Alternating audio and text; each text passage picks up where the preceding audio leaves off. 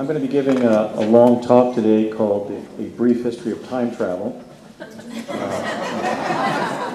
In part one, I'm going to try to provide some biographical or historical context for individuals who were connected with Project Pegasus, which was in fact the U.S. time-space exploration program at the time of its emergence in the late 1960s and early 1970s.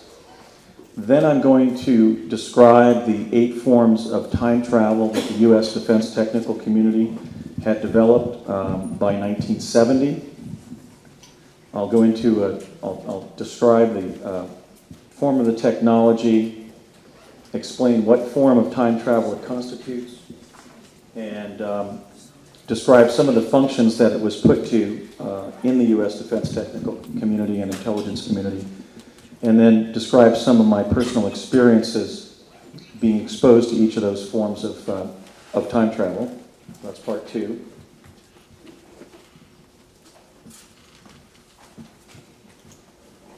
Then I'm going to go into an area that is often asked is, you're making really a set of almost unbelievable claims. You're not only asserting that the U.S. government had achieved time travel of different forms by 1970, but was involving American school children in the research and development activities surrounding those time travel technologies.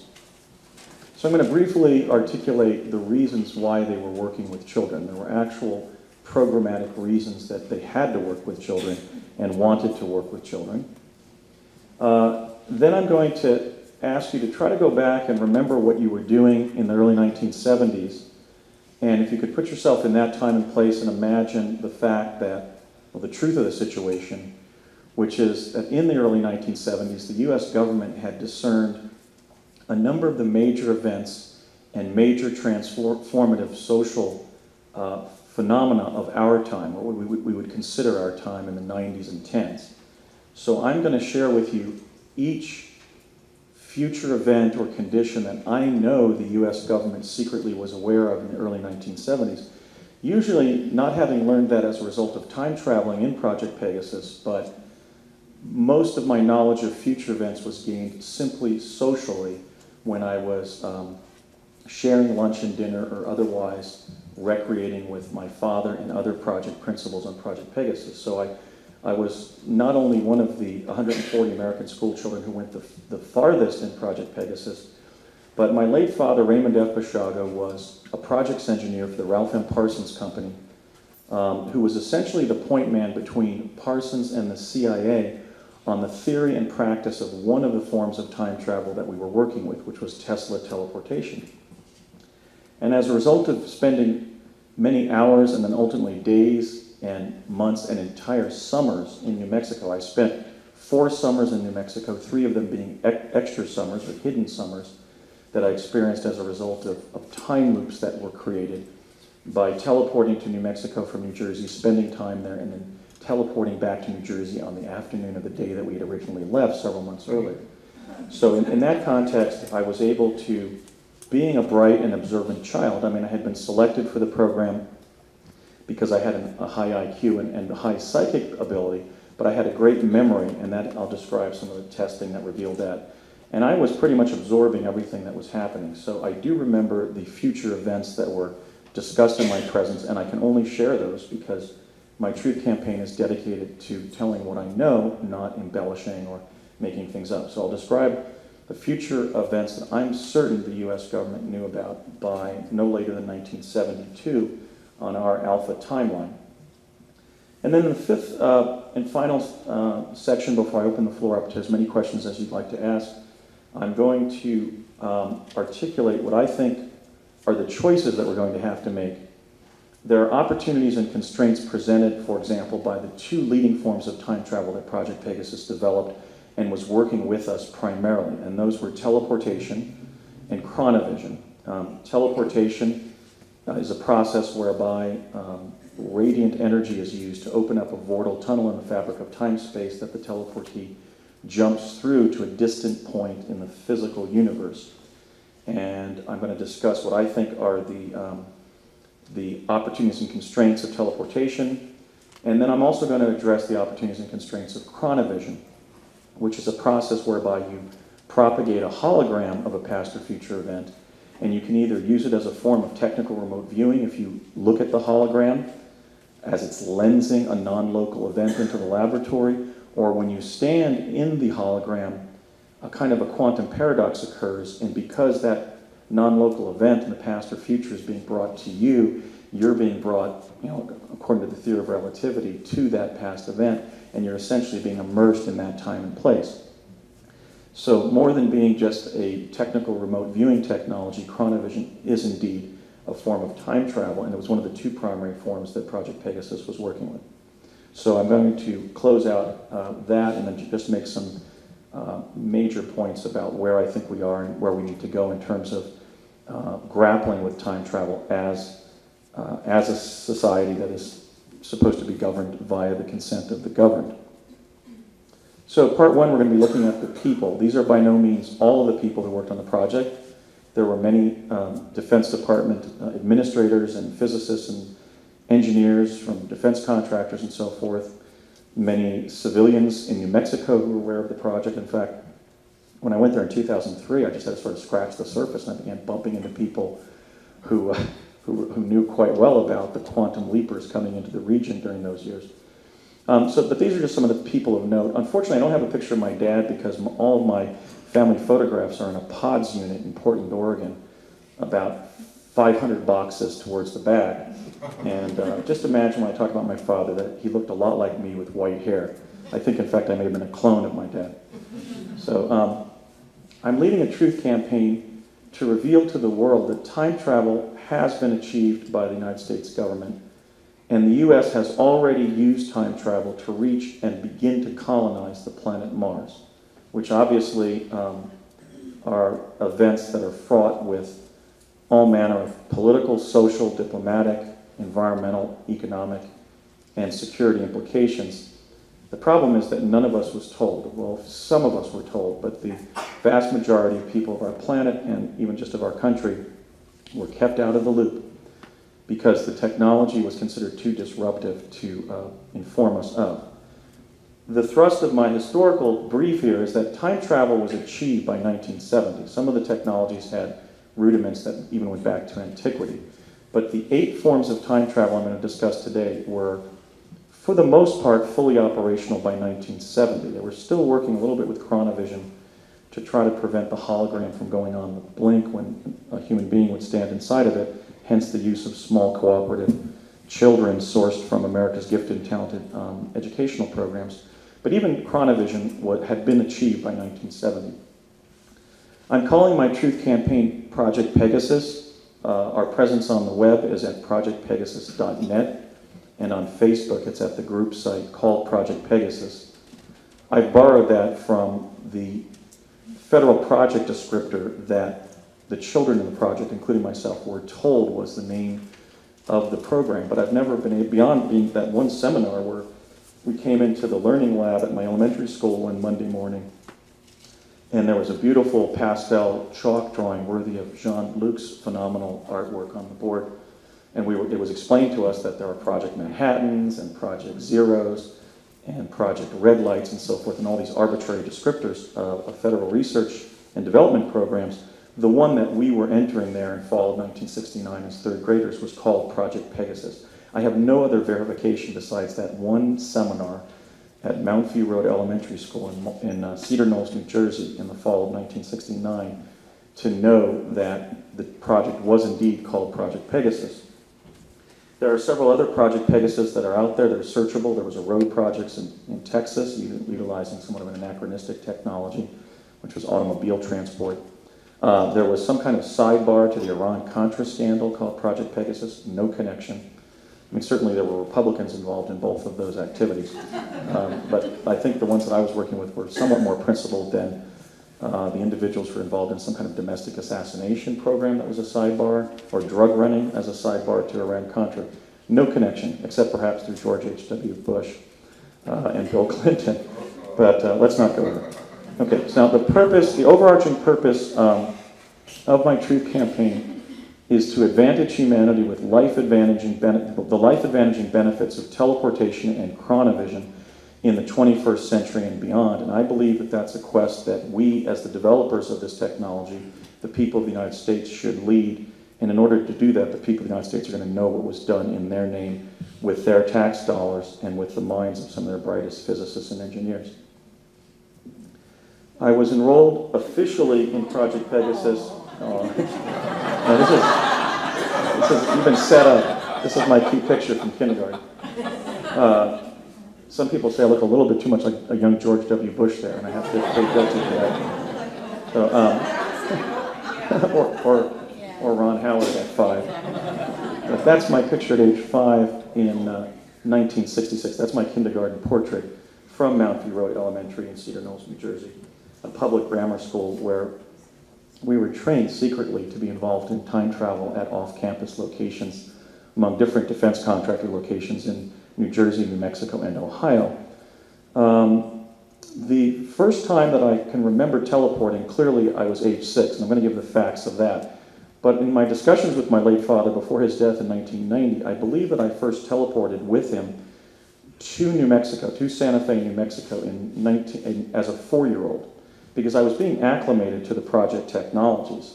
And so this picture would have been taken a year after I first teleported, I think, but it certainly was taken a year before that I can say to a factual certainty that I teleported as a 6-year-old. I was involved in real time on my Alpha timeline in New Jersey in Project Pegasus from the fall of 1969 to the end of the summer of 1972. But when I went back and began researching my project experiences, initially in 1999, really right around the time that I met Alfred, and we became good friends and collaborators, really I was just writing things down, fragmentary memories were coming back. I began to research my project experiences in 2001 and 2 in earnest, and I ultimately reconstructed the timeline of what happened during those years. In the fall of 1969, I was placed in a learning lab, but I later learned that 140 other bright kids around the country were put in similar labs. We were in 14 regiments of 10 children, each of which were identified by a color. Ours was Blue Team, and I was the captain of Blue Team, which meant that I got certain specialized training of what to do on behalf of the other kids if there was a project emergency or some unforeseen event of some kind. I was enrolled in fall of '69. This was right after the lunar landing in July of 1969. There was a great deal of optimism in the defense technical community. My own father had undergone the FBI security clearance to work on the lunar module project, but that had gone from Parsons to Grumman, and it was one of the great disappointments of his career that he was hoping to be able to brag to his grandchildren that he had helped work on the instrumentation for the lunar module, but he couldn't brag to them about the fact that he helped the U.S. government achieve time travel. So I think I'll dedicate today's discussion in Hawaii to my late dad. So in fall of '69, I'm placed in a learning lab where all manner of strange things occurred, basically. Initially, they began working with us extensively in developing our psychic ability. They were doing things like playing a card game with us, where the teacher would look at a standard playing card. She'd take a card from the deck and look at it and concentrate on it, holding it up to her forehead. And I remember getting the card right, 1 out of 52 chances, every round for like 90 minutes or 2 hours.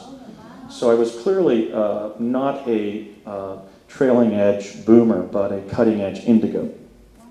Earlier, at age 3 and 4, I was manifesting such special abilities as going down into our cellar there in Mars Plains, New Jersey, at our house in Mars Plains, and listening to what my father was thinking and completing his thoughts. So I remember one time he was at his table saw, and I was listening to his own internal chatter about his marriage, which was a very solid one. My mother was a wonderful wife and mother. My dad was certainly a solid husband and father.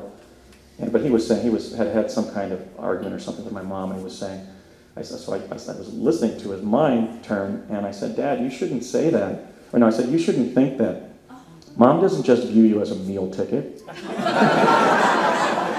So my dad was a very hard-boiled engineer. He had gotten a BS in electrical engineering from Lehigh University in Bethlehem, Pennsylvania, and he had to kind of cope with, this is sort of like the Tom Hanks father figure in the movie. He had to kind of cope with the fact that his young son was manifesting some special abilities. In another incident, when I was about 3, I had been watching my next eldest brothers, Gregory and Christopher, build a building about 3 feet off the floor of our rec room there in Morris Plains. And I was 3, they were what, 6, well, Greg was 4, Chris must have been about 8. No, he would have been 7. They knocked it down and ran outdoors, and I have been watching them, wondering why here on Earth, when you build something, you have to start from the ground. Because in previous incarnations, we just suspended things in midair. And I had a flashback to being a little gray, sitting next to another little gray, watching an adult gray show us how to levitate things, just using the purity of our intent. I won't even say the strength of our minds, because in fact, we had been taught to levitate by simply manifesting absolute belief that something would stay where we put it. So after my brothers ran outside, I picked up my alphabet blocks. I know I was not yet in kindergarten here, so this must have been 1964, 65. My dad has a history in aerospace that goes back to the ramjet project at Curtiss Wright in 1952. He's worked on the B-70, which was the nuclear-equipped bomber. So he comes out of his carpentry shop there in the cellar and sees his 5th child, his number 3 son, as he used to call me, levitating his toys off the ground. And in fact, some of the objects were circulating around each other, as we've now seen in the last Mimsy and The Matrix and other feature films that have shown gifted kids doing this. So I was a special kid. I'd like to think of myself as a cutting-edge indigo, and I'm also sort of conscious of that as I wage my truth campaign, because I do believe that there were cadre of souls or what have you that have come into the world in this generation, and I suspect I may have been one of the initial entries. Also, as a result of my relationship with my father, I know to an historical certainty that I was the first American child to teleport via Tesla teleportation. When I had a number of heart-to-heart discussions with my late dad in the late 80s before his death in 1990, I was asking him questions like, well, Dad, I remember going to New Mexico through the Tesla device up at Curtiss Wright at a very young age. Was I, in fact, the first kid to teleport? The first American kid, maybe? And he said, well, the first group of teleportees utilizing this technology that had actually been based at Curtiss Wright, but then they were happy that the Lenni Lenape Indians had lived there for hundreds of years, and they selected Santa Fe, as I mentioned yesterday, because they were very old inhabited regions of the country.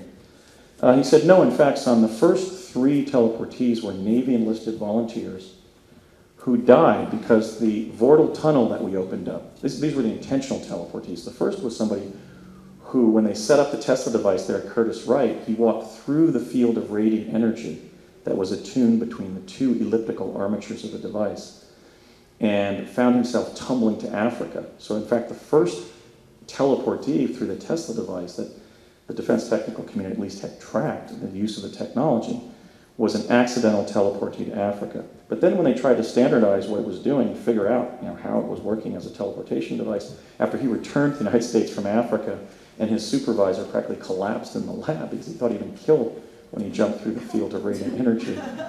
So when they standardized and began intentionally running exercises, the first 3 individuals to jump through were adults, and they perished because the Vortal tunnel in time-space that had been opened up too long, and they ran out of oxygen because we were surviving just in the air that we pushed into the Vortal tunnel with our bodies, and we were only in there for several seconds.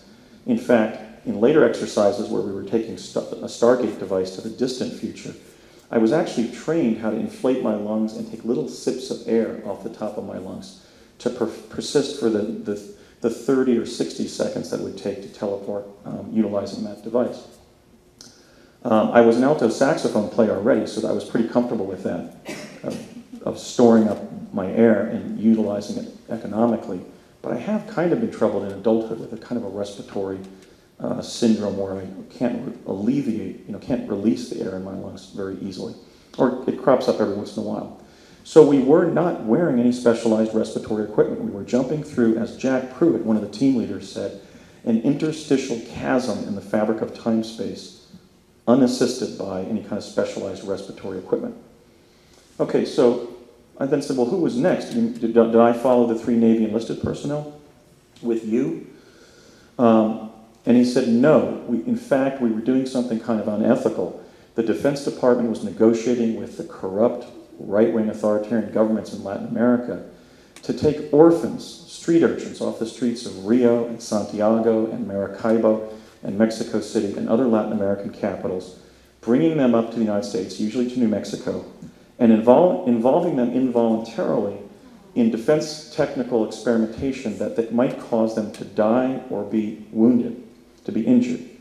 Usually they were not. They usually did not lose their life nor limb.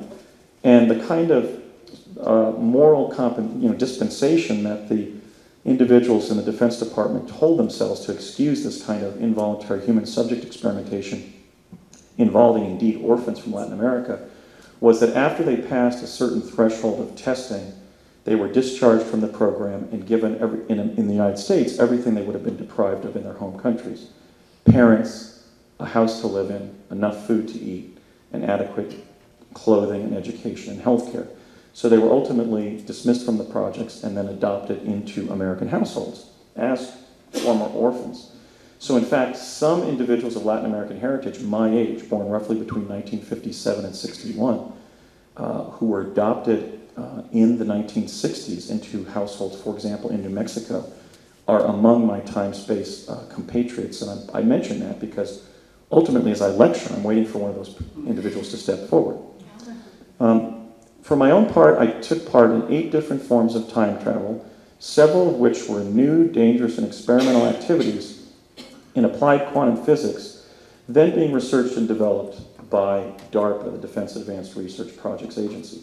So I also took part in exercises where I could have lost my life or limb and where other children were grievously wounded, and I'll describe some of those incidents, just to know that a price was paid, a steep human price was paid to give the United States a time travel capability. And I think that's another reason why it's immoral to conceal it and not use it to advantage humanity, because some human beings paid a huge price in bringing about its development. Project Pegasus was carried out under the aegis of DARPA. During our training, of course, in those years, DARPA was not the Defense Advanced Research Projects Agency, it was the Advanced Research Projects Agency, or ARPA.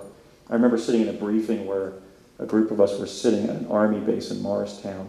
It might have been the Morristown Army Arsenal, or the Picatinny Arsenal outside of Morristown. And the instructor, who was in an Army uniform, put the word ARPA on the board. And he explained to us that this was the most advanced agency in the U.S. Defense Department, working on the development of military technology to include weaponry and communication systems. It was the historical fulfillment of an effort, they told us at least, begun by General George Washington during the Revolutionary War, when he commissioned some scientists to build a more effective form of gunpowder for him. But by our time, DARPA, we know, is the U.S. Defense Agency or sub-agency of the Department of Defense that has brought us Star Wars weaponry and the internet that in turn the National Security Agency has used to place Facebook and other intelligence gathering software on. So DARPA is the principal research and development agency of the Department of Defense. The principal defense contractor involved in Project Pegasus, there were several, but the principal one was the Ralph M. Parsons Company of New York, New York, later known as the Parsons Corporation of Pasadena, California. Here's the founder of Parsons, the eccentric Ralph M. Parsons, who had been a lieutenant to Stephen Bechtel during World War II when Bechtel was building Liberty ships for the U.S. Navy. Bechtel's other lieutenant was John Alexander McCone, who we'll be meeting in a minute, who would go on to a career as the director of Central Intelligence, ultimately with the CIA. Bechtel and his lieutenant Ralph M. Parsons went on to found the 2 largest process engineering companies in the world. And over the years, really since the end of World War II, the company that Stephen Bechtel founded and the company that my father's employer, Ralph M. Parsons, founded, have been vying with each other to be the largest process engineering company in the world. I think Parsons is now about an $8 billion company. I remember sitting in Ralph M. Parsons' office when Parsons was still on Wall Street in New York City, and he was a very eccentric man, a lifelong bachelor with a very a cackling laugh and a very unusual sense of humor, but really a brilliant individual. He started Parsons in his garage, I guess like Apple Computer and Hewlett-Packard were, started in garages, and built it into literally one of the largest companies in the world, and at many times the largest engineering firm in the world. For example, you question whether Parsons was actually the defense contractor most responsible for permitting the United States to achieve time travel. Well, they built an entire city called Yanbui in Saudi Arabia. And I don't just mean a site plan for an engineering project. They built an entire city the size of Pasadena from the desert sands of Saudi Arabia with about $8 billion from the Saudis.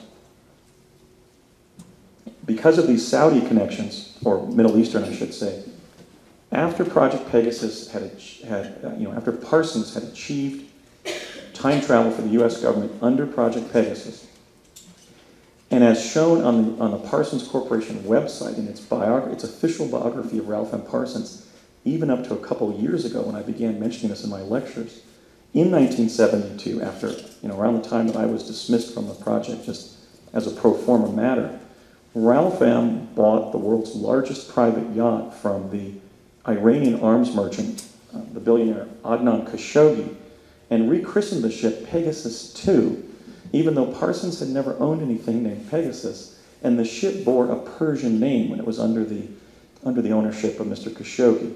So here we had literally a clue to Project Pegasus dangling out in cyberspace, and Parsons put it there.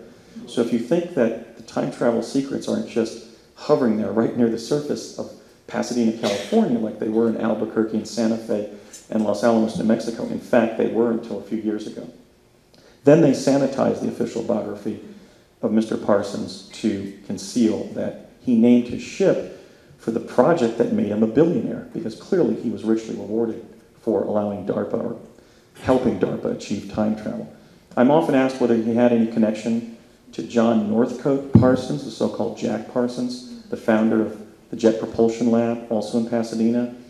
He of the untoward friendship with L. Ron Hubbard of Scientology and Aleister Crowley of Satanism and so forth. To my knowledge, there was no connection, either personal nor family. He's just another person named Parsons who was doing work for the government in Pasadena. If I find a connection, operational, organizational, or family, I'll announce it, but I think he was from a different part of the Parsons family. There were certainly no creepy people hovering around the project except one pedophile whose career I put an end to in the summer of 1967. But generally, there wasn't a heavy involvement in Satanism or the occult or these other issues that can get conflated with the name Parsons because of the career of Jack Parsons, not Ralph M. Parsons. I also like to distinguish at this part early in my lecture here, I'm just going over sort of the biography, the sort of cultural history of the participants, that Project Pegasus was not a time travel project per se. It was an intelligence gathering program of the Central Intelligence Agency. For example, in the early 2010s, when I went in search of my father's background with the intelligence community, I was working through an historian in Texas, who shall remain nameless because he asked for confidentiality, who got me to CIA and the Office of Naval Intelligence.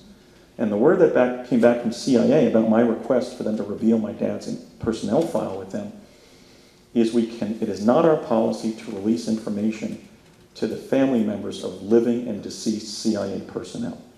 So again, just like they wanted me to stop researching and writing and talking about the project, or they couldn't, quote unquote, guarantee my survival, which meant that they would kill me,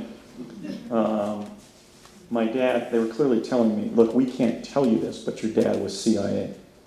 I kind of knew that because one time we were walking into the La Placita restaurant in Old Town Albuquerque with some of the project engineers who were also presumably Parsons CIA.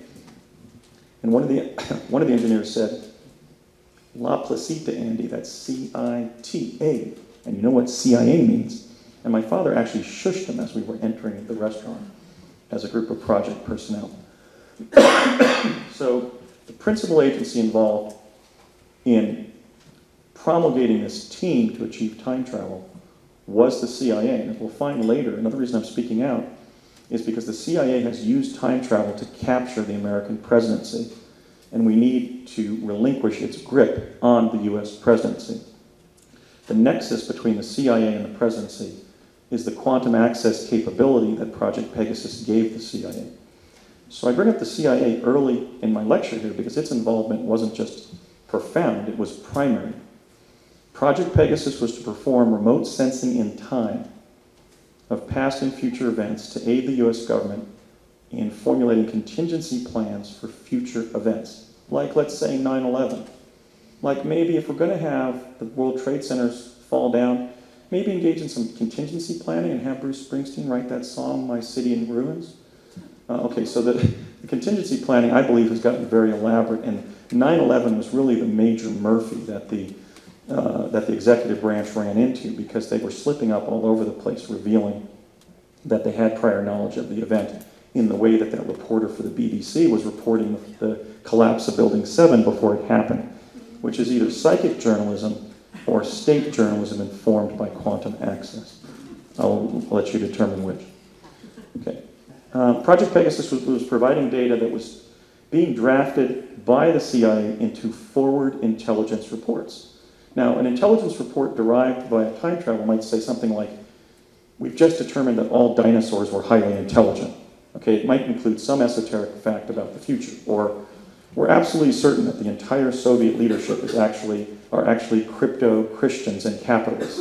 Okay, but it also has included literal statements of future events derived via quantum access. These reports containing information about future events have been circulating among US government officials who possess a need-to-know only level of clearance ever since. So a major idea here is, look, our executive branch is being administered by people who have knowledge of the future. How could I hold that back from the American people? It would be morally wrong to do so.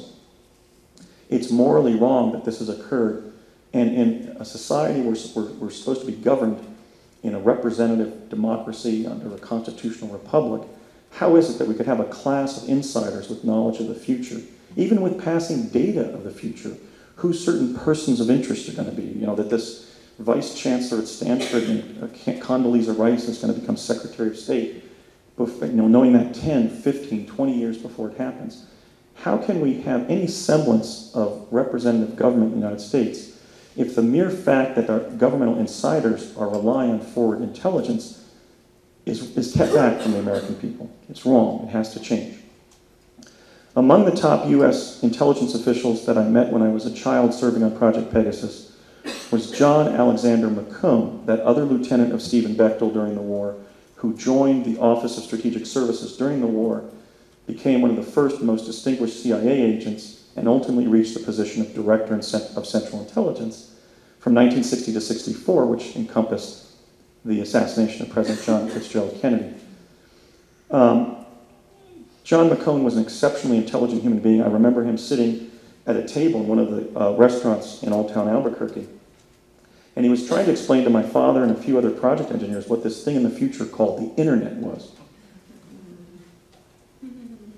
And it was such a strange device that I remember the discussion. He said, well, you sit at this rudimentary electronic keyboard, like the ones that are now emerging on some of our electric typewriters, and you sit in front of a CRT, or he said VDT, video display terminal, not unlike a modern television set.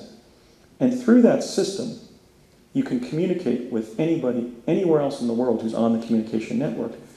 This gentleman is this is almost a direct quote, this gentleman is going to be the reduction to practice of Vannevar Bush's primary fundamental. Vannevar Bush, who was an early Defense Department Imagineer, had actually conceived of the idea of the internet as a defense technology. It would allow anybody in the world who was hooked into the system to communicate over wires or ultimately wireless. So hence the origin of the internet at DARPA. So John McCone, who I remember all the project engineers, including my father, were calling Alex. His middle name I found was Alexander. They were telling Alex, well, I just don't get it. I really can't get my mind around this thing called the internet. Just some kind of weird, spooky technology, huh? Okay. So my dad gets up from the table. He was sitting across from John McCone and said, yeah, I'm still disturbed about this .com thing. And John McCone said, what do you mean, Ray? It's just an address. It's a postal address on the communications network. And my dad turned to him with all the certainty in the world and said, how do we know that? Maybe it means the commies have taken over by then. So that's really one of my favorite anecdotes from those years, because it shows that these Defense Department administrators and physicists and engineers like my dad, they by no means had total grasp of the future. They only knew about the future what entered their work with the time travel technologies I'm going to be describing for you, and whatever they read in the intelligence reports or that they heard in shop talk. So that was the first time I ever heard of the internet, and that was about 1971 in Albuquerque. There's no question, now this comes up a lot, and I think it's a fundamental question. In fact, I'm humbled by the focus on Nikola Tesla, because now that my Truth campaign has gone international, individuals from the most obscure cities anywhere in the world are always asking me about the debt that the U.S. time-space program owed Nikola Tesla. It's almost like the collective memory of humanity will not surrender the debt of gratitude owed to Tesla. Tesla is sort of like the Jesus Christ or the Christopher Columbus, ultimately, of time travel. And people from the most obscure villages around the world that have internet access are constantly asking me about Tesla. In fact, according to my father, Robert Beckwith, who was a consulting engineer from General Electric, and Jack Pruitt, who was one of the team leaders of Project Pegasus, who would go on to become the research director of Project Montauk, according to Nichols and Moon, stated emphatically to me multiple times when I was a child on the project that not just did they owe a debt of gratitude to Tesla, but most of what they were doing on the project resulted from the works of Nikola Tesla that the War Department seized when they grabbed those lab manuals upon his death in January of 1943 and spirited them away to Los Alamos, because that's where the world's leading nuclear physicists were then gathering to build the atomic bomb under Project Manhattan. I was literally sitting across from eating my lunch at a Mexican restaurant in Albuquerque, Old Town Albuquerque, in probably about the fall of 1970, maybe into 1971. It's always hard to date specifically these memories. I've tried to arrange them in some semblance of order. But my late father, Ray, was sitting across from me, and he asked me whether I knew who Tesla was.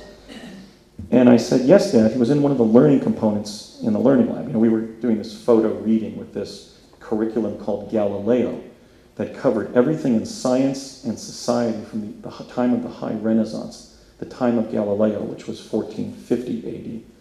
And they were cramming that into the back of our unconscious with this photo reading technology, so that when we were time traveling, we would know everything from Aristarchus of Samos to Zbigniew Brzezinski. And although Zbig wasn't yet in the canon of Western civilization, fortunately, at that point. And I said, yeah, Dad, there was a component in Galileo about Tesla. My dad said, he was Czechoslovakian, wasn't he, Andrew? And I said, I think he was Serbian, Dad. He spoke Serbo-Croatian. And he goes, oh, that's right. Well, anyway, son, he actually stuck his finger up in the air in the same way that Bob Beckwith would when he was talking about Tesla.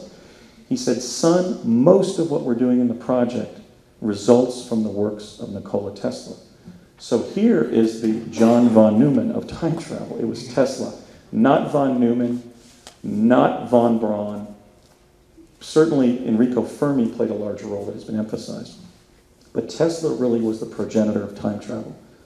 He was working on physical teleportation, and by physical or vortal teleportation, I don't mean the quantum teleportation that's appearing in today's science news stories where they talk about what was going on in Star Trek, where you disintegrate something and reintegrate it at its point of at its destination.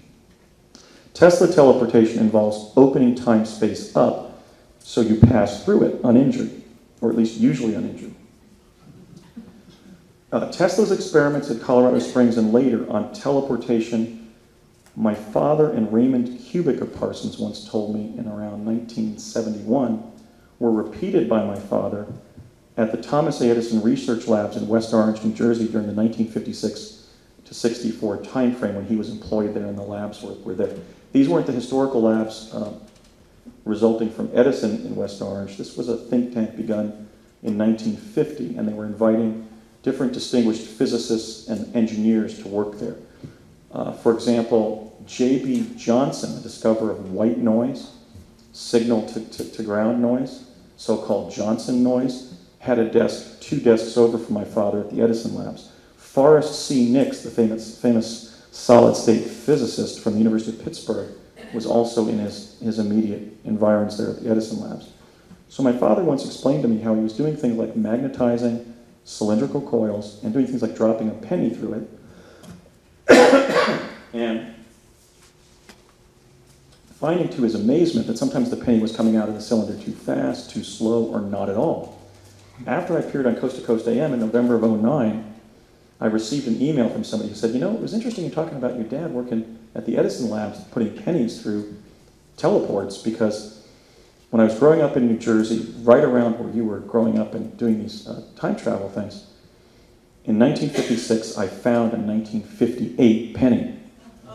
So I think as a result of appearing on national radio, I actually found not a witness, but an experiencer who maybe found one of the 1958 pennies that my dad dropped at some time after it was minted in 1958 or in 1958, so that somebody found it in the street in 1956. True story, and the person was entirely sincere.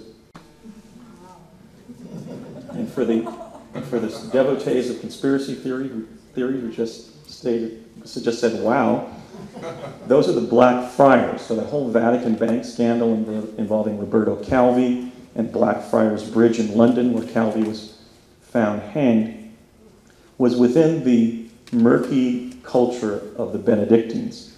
They, in fact, were my Sunday school teachers at Notre Dame of Mount Carmel Catholic Church, where I was being raised as a Catholic school kid. Well, I was going to Sunday school. I was enrolled in a public elementary school. But I took First Communion at a local Benedictine parish. And all of the children who were in my immediate group at Mount View Road Elementary were Catholic kids, primarily of Italian and German ancestry, probably because Hitler and Himmler had been studying the occult going back to the founding, or their joining of the Thule Society in 1919.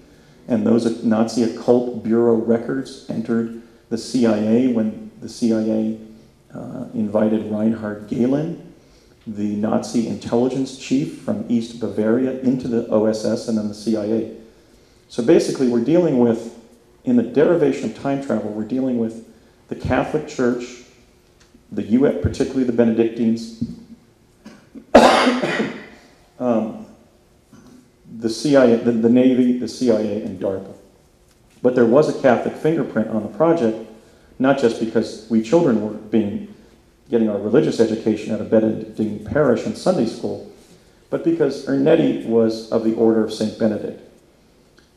Working with Father Pier Maria Gemelli, also a Benedictine, whose name is sometimes cited, for example, in Wikipedia, as Augustino Gemelli, which was probably his civilian name, and also later with the distinguished Italian physicist Enrico Fermi, Ernetti and Gemelli and Fermi had developed two-dimensional chronovision by 1952, namely a flat-screen device like a TV, in which Ernetti claimed till his death in 1994, they had captured and you could see images of the crucifixion of Jesus of Nazareth. In 1972, at the Sandia National Labs in New Mexico, I saw about a 20-minute black and white documentary film, a 16-millimeter film, of a hologram in which the crucifixion of Jesus was captured. And I don't believe that it was a dramatization, and I do believe that it followed the account in the New Testament so closely that it's my position that I believe that Jesus was an historical figure and not some kind of concretion of previous mythological substrates. But in any case, Ernetti and Gemelli were extremely respected Catholic prelates. In fact, the largest Catholic hospital in Rome, the second largest hospital in Rome, the one that Pope John Paul II indeed died at after convalescing there for a number of months, was Gemelli Hospital. And Ernetti was never morally compromised prior to his death in 1994, nor did he ever refute his claim that they had captured images of the crucifixion. Imagine the import of that to Christian adherents, or how do you handle a discovery like that in a nation like America, where under the First Amendment freedom of religion clause, you have both the establishment clause, that government should not establish a religion, and the free exercise clause, that the government should not abridge the free exercise of religion.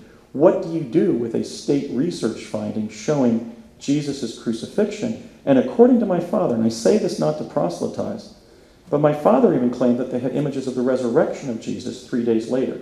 I wasn't shown that, so I only know what I was shown, but I did see the crucifixion. So I don't think we can really fault the government officials, even maybe the think tanks that were probably feeding into this decision of what to do with this information, because how do you release such information to a country like ours that is religiously tolerant, in which religious toleration by the government and by individuals is literally enshrined in our national charter.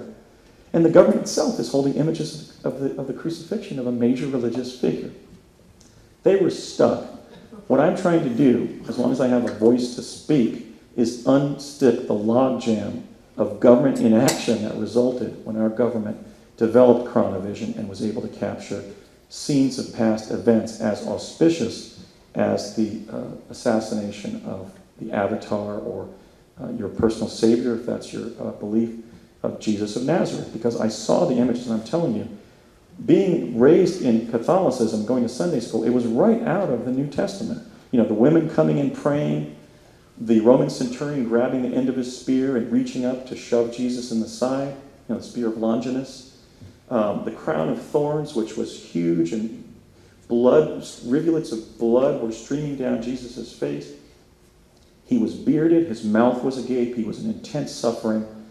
And so much of what was on the screen fit what I had been inculcated with as a Catholic Sunday school kid. So anyway, I just cite that example because it was very sensitive information. How do you reveal that you have time travel if it means showing stuff like the crucifixion of Jesus? It's going to be a game changer, definitely culturally, if you do. In any case, chronovision, according to Ernetti, this distinguished Catholic priest, was fully operational, at least in the flat screen version, by 1952. Another major figure who was the federal science administrator for DARPA's Project Pegasus was Dr. Harold M. Agnew, educated at the University of Chicago under Enrico Fermi. Agnew was the only human being present. Well, he was not only one of the Manhattan Project physicists, he was the only Manhattan Project physicist personally present at all three critical stages of the Manhattan Project. As the prized physics pupil of Enrico Fermi at Chicago, he was literally participating in the experiment involving nuclear fission when the atomic pile went critical in the squash courts at Chicago. You may remember they were manipulating bars of graphite to keep the uranium stable and then removing to see if they would go critical. Well, Agnew was one of the graduate students manipulating the graphite levers to control the CP1, the critical pile 1 at Chicago. He was also present at Los Alamos and Alamogordo when the atomic bomb was built and tested at Trinity Site. And he followed the plane that dropped the atomic bomb on Hiroshima, the Enola Gay, in a chase plane called the Great Artiste to calibrate the magnitude of the blast. So Agnew wasn't just one of the Manhattan Project physicists. He was the main guy. He was the one who was present in all three critical stages. I met Harold Agnew sometime between my 6th and 7th birthday, sometime between September of 1967 and 68, and this is how it happened.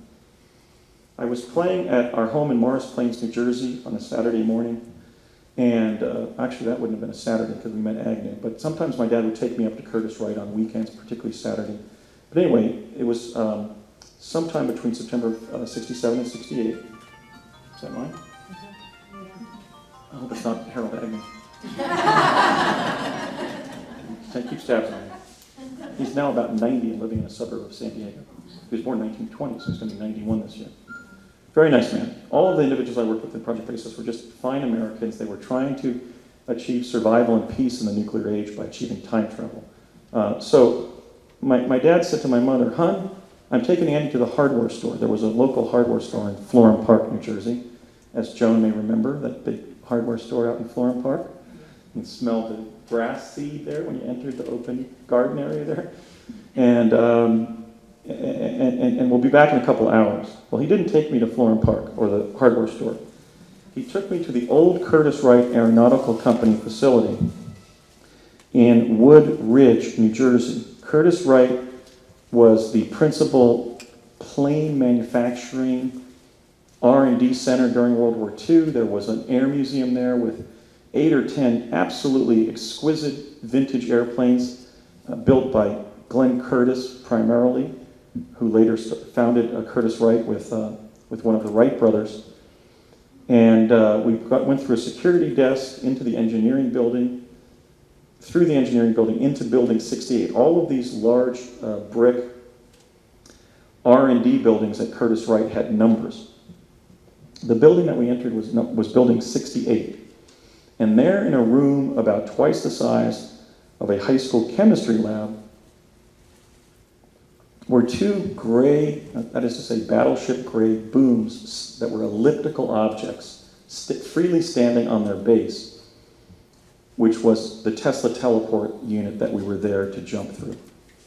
Now, I apologize for not having schematics or renderings. I'm still working on getting these time travel devices actually drawn by a draftsman. These two elliptical objects were about 8 feet high and about 10 feet apart on the ground. And my dad had the technician sitting at a keyboard controlling the left boom. The right boom was plugged into the wall. He said, yes, you can turn it on.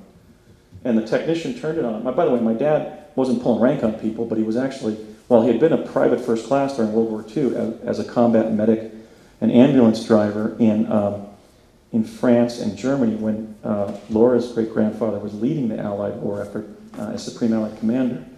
He had just been a private during the war, but in the defense technical community, my dad was what was called a major in the 2nd Reserve. We actually had a cadre of shadow political and military leaders who had standing orders to report to a certain location in the event, for example, of a Soviet takeover of the lower 48. So my dad was a major in the Army. In fact, he was a major with false credentials. The name on his credentials was Henry Przybski, who was a Polish-American neighbor and friend of his from his hometown of Summit Hill, New Jersey, who was killed during the war. So one time when we were getting into, not to Curtis Wright, but into Camp Kilmer, an Army base in New Brunswick, New Jersey, I said, Dad, you're not a major. I thought you were a private. And then he explained about the 2nd Reserve, and I said, and who's Henry Przybski? And he said, oh, that was a good friend of mine from Summit Hill who died during the war. So I'm looking for the Henry Przybski files under the U.S. Army Defense Technical System. So anyway, my dad had the technician turn the device on, and it basically broadcast a shimmering curtain of bluish-white radiant energy. From about 10 feet away, it looked sort of like water gently falling in a public sculpture like you find in Austin, Texas, where you have these beautiful public fountains where the water is detained for a while and shimmers in the sunlight. But when my dad had us walk up to about a foot away from the shimmering curtain of radiant energy being a form of energy that Nikola Tesla discovered that is latent and pervasive throughout the entire physical universe and that has among its capabilities the capacity to bend the fabric of time-space. Up close, what I saw was a snow pattern, like raster on a black and white TV set, and then across the raster from these little green-blue ports along the interior of the armatures of the device, the booms, I saw these little squiggles of blue light going in opposite directions at 3-inch intervals across the field of radiant energy.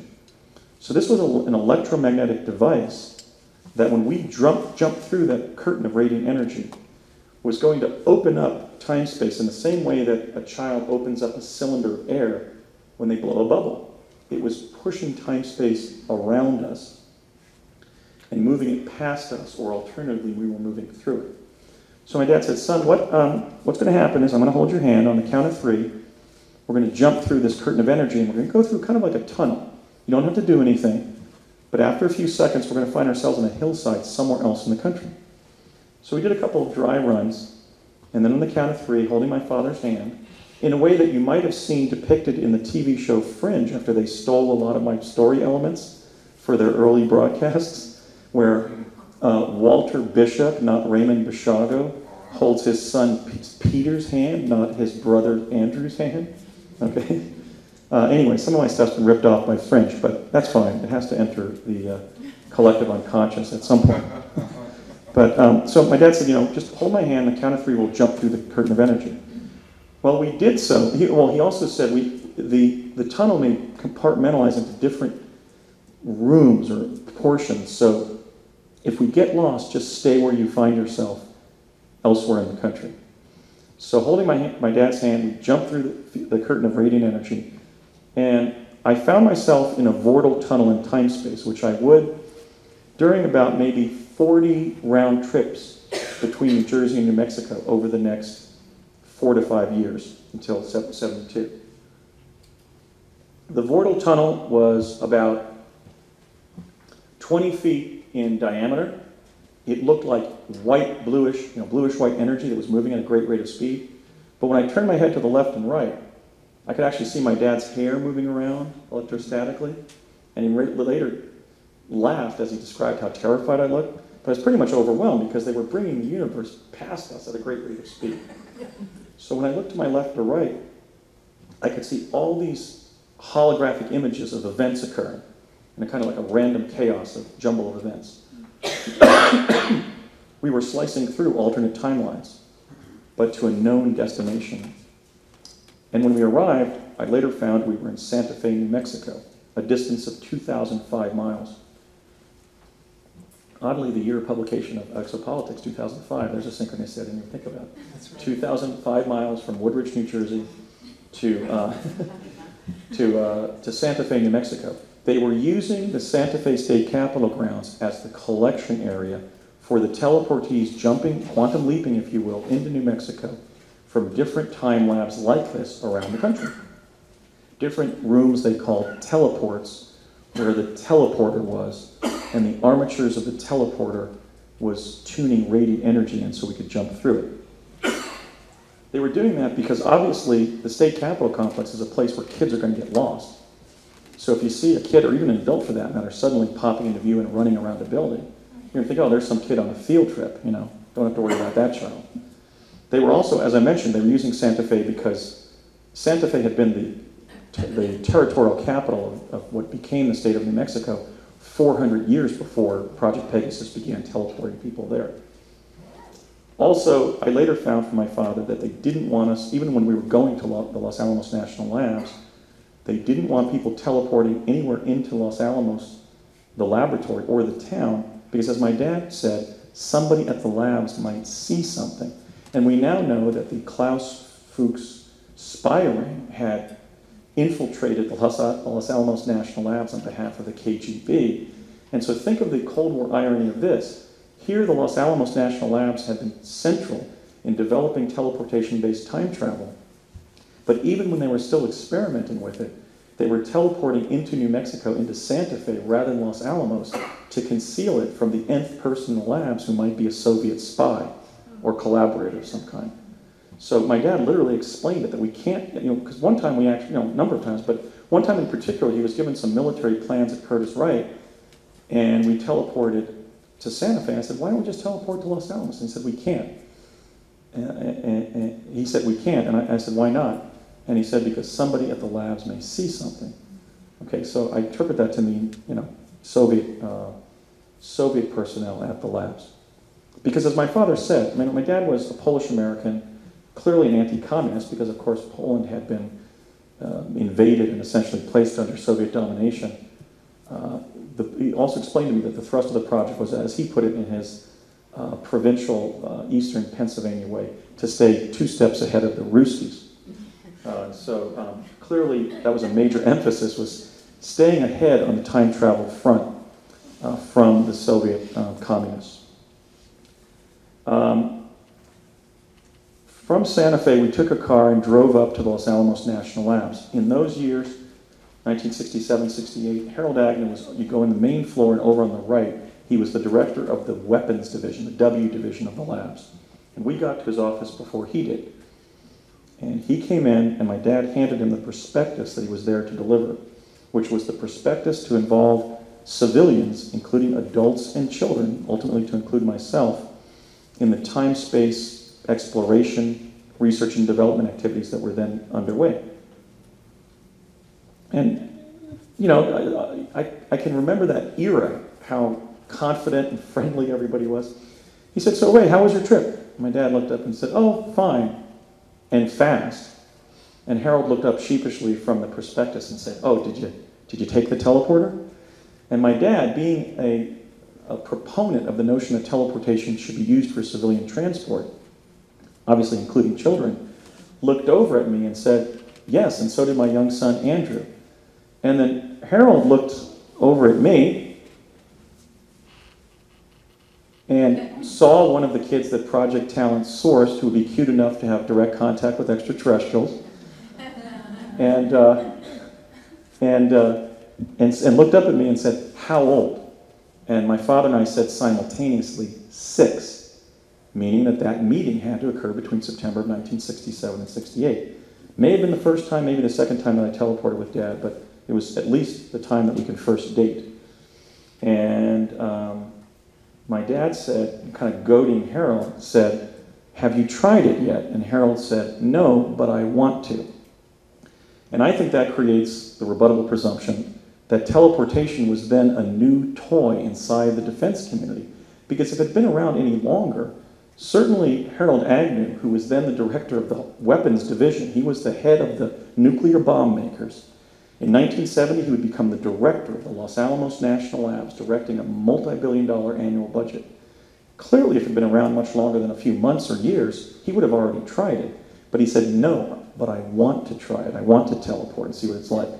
So I think that that's an important historical anecdote because it demonstrates that teleportation was a new technical proficiency around the time that I first teleported with my dear old dad between 1967 and 68. That's why I date my involvement in Project Pegasus from 1968, even though officially I would enter it in an administrative and practical context in 1969. I called Harold Agnew in 2000. He was then 80. And he engaged in what we call a tacit admission in the law.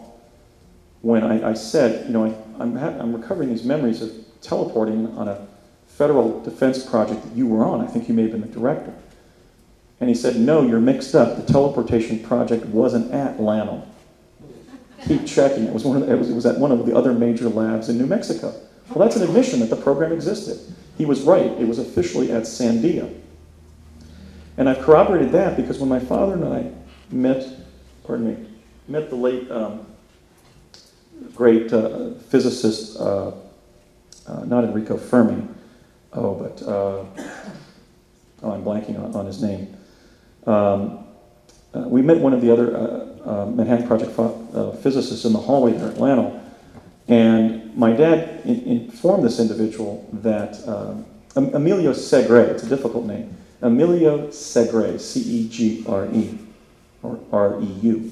We met Emilio Segre in the hall at LANO, and my dad explained that we were there in New Mexico on a teleportation project based at Sandia. So Sandia, the so-called junk science producer for the U.S. Defense Department, in fact was the primary lab where Project Pegasus was sited. Agnew was pretty much just consulting the project as an administrator. I remember there was a discussion, for example, of the budget that my father would be spending, in expensing the business expenses of the project personnel who were coming into New Mexico to work on the project. And there was a discussion of a paper trail. He urged my father basically not to keep any financial records or records per se. Records were being kept, however, of the teleportees, our entry into New Mexico and our exit from New Mexico via teleportation. And they were being kept behind the counter at the La Hacienda restaurant in Old Town Albuquerque, where Connie worked. So my dad's personal network in New Mexico was kind of loaned to the CIA, and in a sense, kind of part of it. Okay, so Agnew, major figure, acknowledged the existence of the project when I contacted him in 2000, and then in all subsequent interviews, all the way to his 2009 discussion with the science journalist Ralph Steiner, denied everything and said that I was telling a tall story. Well, back when he was initially senile in 2000 at age 80, Harold, bless his heart, was telling the truth. We had extensive contact with Harold on the project. Every time we used to pass each other, he used to stick me in the belly button with his finger. I didn't forget that very easily as a 6-year-old initially. I also remember that he would tousle my hair and that he was known for being so cheap that he wouldn't even pick up his own lunch tab at lunch. And there had been some joking about that at the end of one of the lunches in Albuquerque, and it was I who said, "Yeah, you're like Jack Benny, you're so cheap." And one of the other project engineers said, "Yeah, Harold, you're the Jack Benny of the atomic research community." So Harold Agnew was not a stranger. He was my father's friend and our colleague, and he was telling the truth, bless his heart, when I first contacted him. Clearly at age 85 and 90, perhaps he was just forgetting or being defensive about what he had worked on, which included primarily bomb making, but also time travel. I mentioned Dr. Enrico Fermi working with Ernesto Gemelli. Well, he had also been Harold's mentor at the University of Chicago. So Fermi influenced Agnew in the area of teleportation, which Agnew was directing when Project Pegasus was fully fledged. And in the 40s and 50s, he had that background working in chronovision with Ernetti and Gemelli. So this would be the hidden figure in time travel that speculatively has been attributed to Einstein, John von Neumann, and others. So clearly, I believe that an intense investigation of Fermi's files may yield evidence of his knowledge of the advent of time travel. Another individual we worked with extensively, this is a much later picture of him. When we worked with him, he was a 39-year-old former congressman from suburban Chicago and former Navy fighter pilot from Chicago named Donald Henry Rumsfeld. Donald Rumsfeld secretly served as the defense attaché to Project Pegasus, unofficially and secretly, when he was officially serving on President Nixon's board of wage and price stabilization.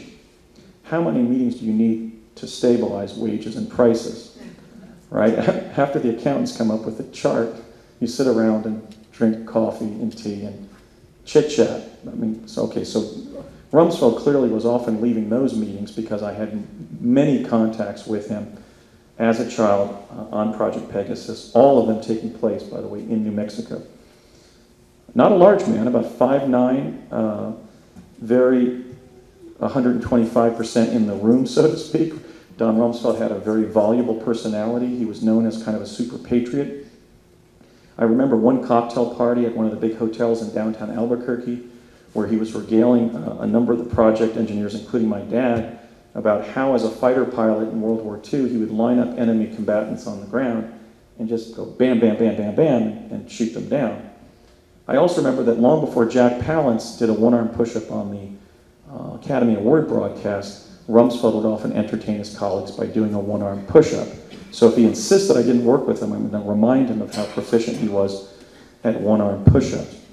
He was essentially the point man between the Defense Department and project personnel in the evolving time-space program. He was essentially the man from the DoD. He was the keeper of the secrets. Well, I don't think it's coincidental or accidental that shortly thereafter, in fact a year after I left Project Pegasus, Donald Rumsfeld became, for the first time, Secretary of Defense under President Gerald R. Ford, and then many years later, Secretary of Defense under President George W. Bush. In fact, he was the second death during 9/11 when the World Trade Centers were knocked down and the Pentagon attacked, and that plane came down in Pennsylvania. And that's disconcerting because, as I'll describe later, Project Pegasus had retrieved moving film-like images of the World Trade Center event, that component of 9/11, in the early 1970s, in a project that Rumsfeld served as the defense attaché for. In addition, my testimony establishes that 9/11 was openly discussed of in the project circles because it was this future domestic Pearl Harbor of a very serious nature. At least that was the conventional explanation, that it was the first major attack against the United States on our soil since the Revolutionary War from outside the United States. Now, I want to put this in historical context. Rumsfeld's the defense attaché. We had the footage. I saw the footage myself, my father, in the company of my father one day, and the project had that information. Did that mean that he was conscious of that event on that 9/11, or that they let it happen because they knew it was going to happen? Well, possibly, but the bottom line is we can really apply Rumsfeld's old standard of epistemology here. We know what we know what we don't know, but we don't know what we don't know. So in fact, we don't know what Rumsfeld knew on September 11th of 2001, but I know what he connected to, which was the defense technical project that retrieved moving images from the future of 9/11, 30 years before it happened. And I'd like to thank Alfred for all the courageous journalism you've done, not just supporting my account of Project Pegasus, but specifically this complicating factor that ties Rumsfeld to Project Pegasus and Project Pegasus to prior knowledge of the events of 9/11. It has to be paid attention to. It has to be addressed by the 9/11 research community because it's fraught with potential implications. I was present, I had a major contact with Rumsfeld in spring of 1971 when I was invited to a talk that he gave, as he described it, a meet and greet, that was held in an underground briefing room, a kind of an amphitheater, at the Cerrillos Cultural Center in Cerrillos, New Mexico. If you travel to Cerrillos and Madrid, out south, do you know that area? You used to live there? Southeast of Santa Fe, right? You go out and then down to Cerrillos. On Highway 14, which is Cerrillos Road that comes down from the state capitol grounds and then goes out southeast, you can make that right into the town of Cerrillos, like to the post office, or you can go around the bend to Madrid, and then you have like the Mine Shaft Tavern is right there. Right as you make that left turn, after avoiding that sharp right turn to go to the town of Cerrillos, there's a retaining wall with a jumble of adobe buildings. That's the Cerrillos Cultural Center, and it was built by the WPA during the Great Depression. And it was there that they had the Stargate that we used to jump to 2045, and it's there that they had the chronovisor in New Mexico that they were using to send me to the Lincoln assassination site. And it was there that I attended this briefing in spring of '71 that Secretary Rumsfeld gave. I have a verbatim account of what he said. It's going to be in my book. It's word for word. I've done the memory work. You may recall the anecdote that when I was counting back in the learning lab, the teacher would give me a number and I'd tell her what the number was, and then she'd give me the second number and I'd tell her what the two numbers were. Well, we did that to 84 places. So did I have the memory to remember what Don Rumsfeld said in the special briefing in 1971? I have everything. And the significant point that he made is, and this is a direct quote, "We believe that the significance of teleportation is primarily military. It will allow us to put troops precisely where they're needed on the battlefield." And he held up his fingers like that. "It'll allow us to put the troops precisely where they're needed on the battlefield." And I always thought that Don Rumsfeld sounded like Henry Fonda to some extent, or Tennessee Tuxedo, but that's Al Gore. I'm sorry. And he was basically saying that because they had done studies during World War II, establishing that the majority of our casualties did not occur in the front lines, nor in the rear areas, but as we were moving troops up to the front lines, and they were falling in the water and drowning, they were being shot from behind by friendly fire and artillery and shells and stuff, they were being picked off by snipers, not realizing they were up to the front line yet, but they were still vulnerable. That the great thing about Tesla's teleportation is it would allow us to put troops precisely where they were needed. So if suddenly there was an Arab-Israeli cataclysm of some kind at the Dome of the Rock, we would storm the Dome of the Rock with 2,000 paratroopers from Camp Lejeune in North Carolina. This was literally what they were thinking was the best thing that we could achieve with teleportation. So here we have Nikola Tesla's teleportation being captured by the War Department at the time of his death. And here in 1971, now 28 years later, we have one of the cardinals of the American Kremlin, Donald Rumsfeld, one of the career defense apparatchiks in our nation's history. In fact, I think in elapsed time, Donald Rumsfeld has spent more time as defense secretary than any other person, believing that we should keep teleportation secret as a military application and hold it back from the civilian economy.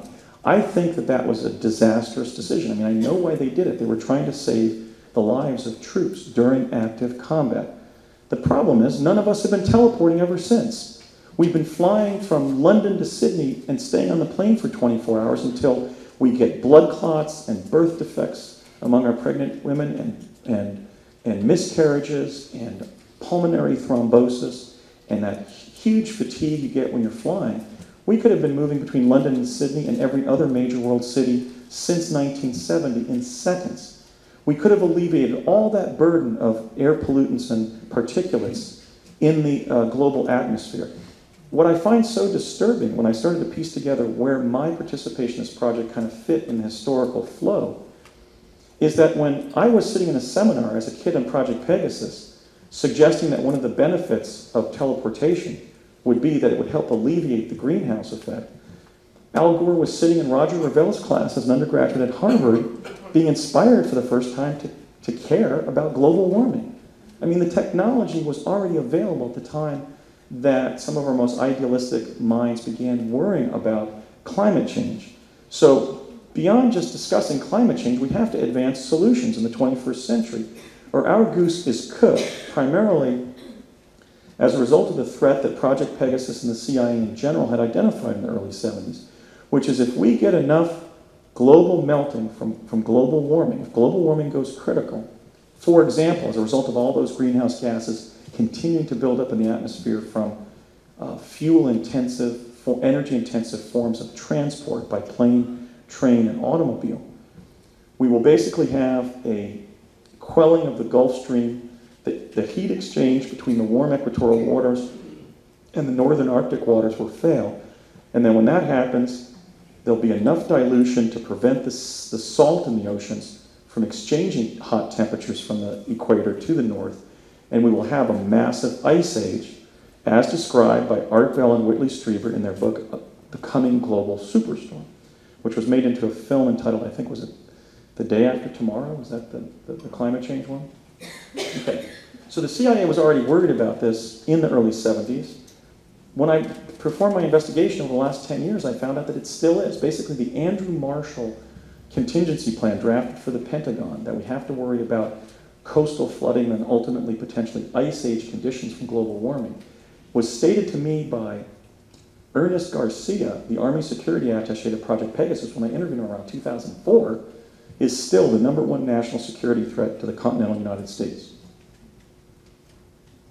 Well, why then is the Defense Department, the agency that was responsible for securing our well-being, not engaging in a program of disclosing and spreading teleportation via technology transfer to every city on the planet? Because when we do that, we can completely scrap our planes, our trains, and our automobiles. Imagine the insanity of flying between distant world cities via plane when we could have been doing it in jump rooms 40 years ago. Imagine driving from your home to your local grocery store with 4,000 pounds of metal strapped around your waist. I mean, we claim to be an intelligent species, but we're not acting very intelligently.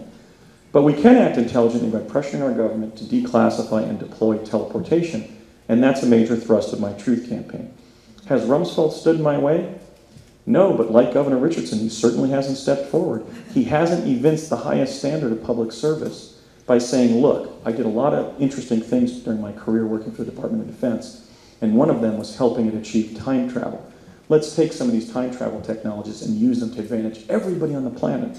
I mean, Don Rumsfeld would win the Nobel Peace Prize if he made that announcement with Bill Richardson and myself in Santa Fe one day.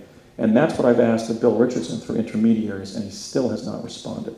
So we have a problem here, and that is our current elected and appointed leadership is asleep at the switch, and we may have a mass disaster if they don't allow humanity to live and work under the most advanced technologies that human genius, the genius of somebody like Nikola Tesla, gave us 100 years ago, 110 years ago. Oh, here's Bill Richardson. He was the individual right after he completed his course of studies at the Fletcher School of Law and Diplomacy in Boston, taking role when we first began teleporting to Santa Fe in the summer of 1970. Like a number of these project insiders, he went on to an illustrious career, presumably or putatively in elected office, although I believe that he's been basically with CIA during his entire career. As the congressman from the 3rd District, where all of the atomic labs in New Mexico are located, Llano and Sandia for starters, as energy secretary under President Clinton, as UN representative, and as ultimately governor of New Mexico.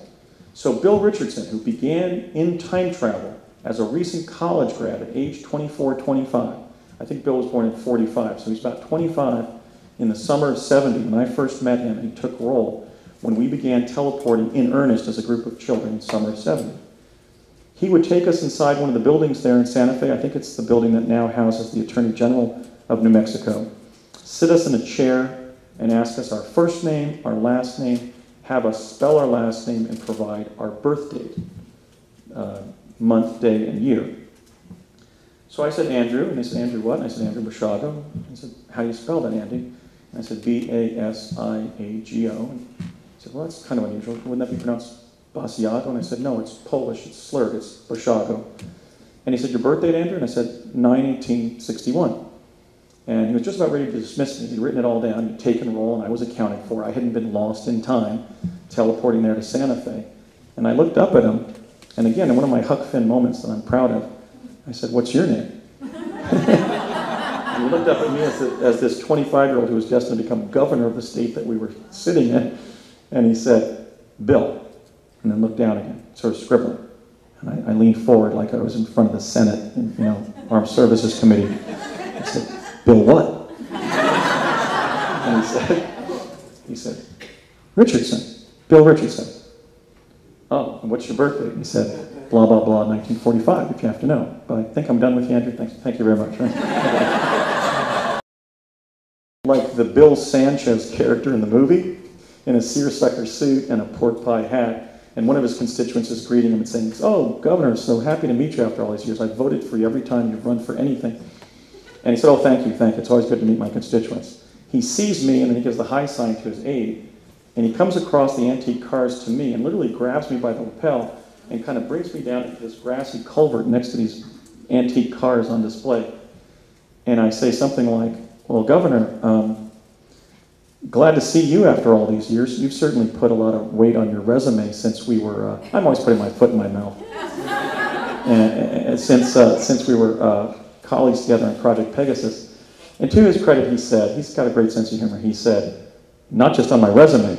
And he said, "But listen, Andy, look, I know all about the program, you were in it, and if I was in your situation, been completely cut off from it after you were in it, knowing that serious technologies were involved." In fact, one of his colleagues had said to him when he was a 25-year-old on the project within earshot of me, his colleague said, "I can't believe they're doing this with human beings. There have to be side effects." And Bill Richardson, walking along him as the ultimate politician, said, "Well, whatever they are, they can't be good." Okay. So he knew the situation I was in, which is I was tracking back to figure out what the hell had happened to me and what the significance of it was, what the consequences were. And he said, "But you have to understand something. I support your investigation," but this was before, while I was still investigating. This was June of 2003, before I had even done a public address, which happened in 2004 in Portland. I hadn't been on radio talking about my experiences. I had just tipped off the CIA that I was actively investigating. And we were put into place there. It was an arranged meeting through my historian friend from Texas. And he said, "But you have to understand something. I'm the governor of a state. And I'm a governor of a state called New Mexico, which has a city called Roswell. And I think the analogy here is to the extraterrestrial situation. If I was suddenly convene a press conference in Santa Fe with you or anybody establishing that gray extraterrestrials crashed in Roswell in 1947 and their bodies were recovered, my career in government would be toast. That would not be a credible event as a public servant. I would not survive the giggle factor of such a press conference." So he says, "Well, I don't think it's as extreme in terms of from the point of view of the public. You have to understand that while I may try to help you from time to time, you cannot publicly identify me as somebody who served in Project Pegasus." So at least to his credit, he met with me. But then again, he did take the gutless position. In any case, I'm still hopeful that Bill will see the light and embrace my truth campaign, because my campaign is founded on truth, the truth derived from personal experience. A chief project scientist on Project Pegasus, Dr. Sterling Colgate, who was then, this is a much later picture, a recent picture of Sterling. He was then the president of the New Mexico Institute of Science and Technology, which is also known as New Mexico Tech. Back in the project days in the late 60s and early 70s, there was a building adjacent to where the research library at New Mexico Tech now stands.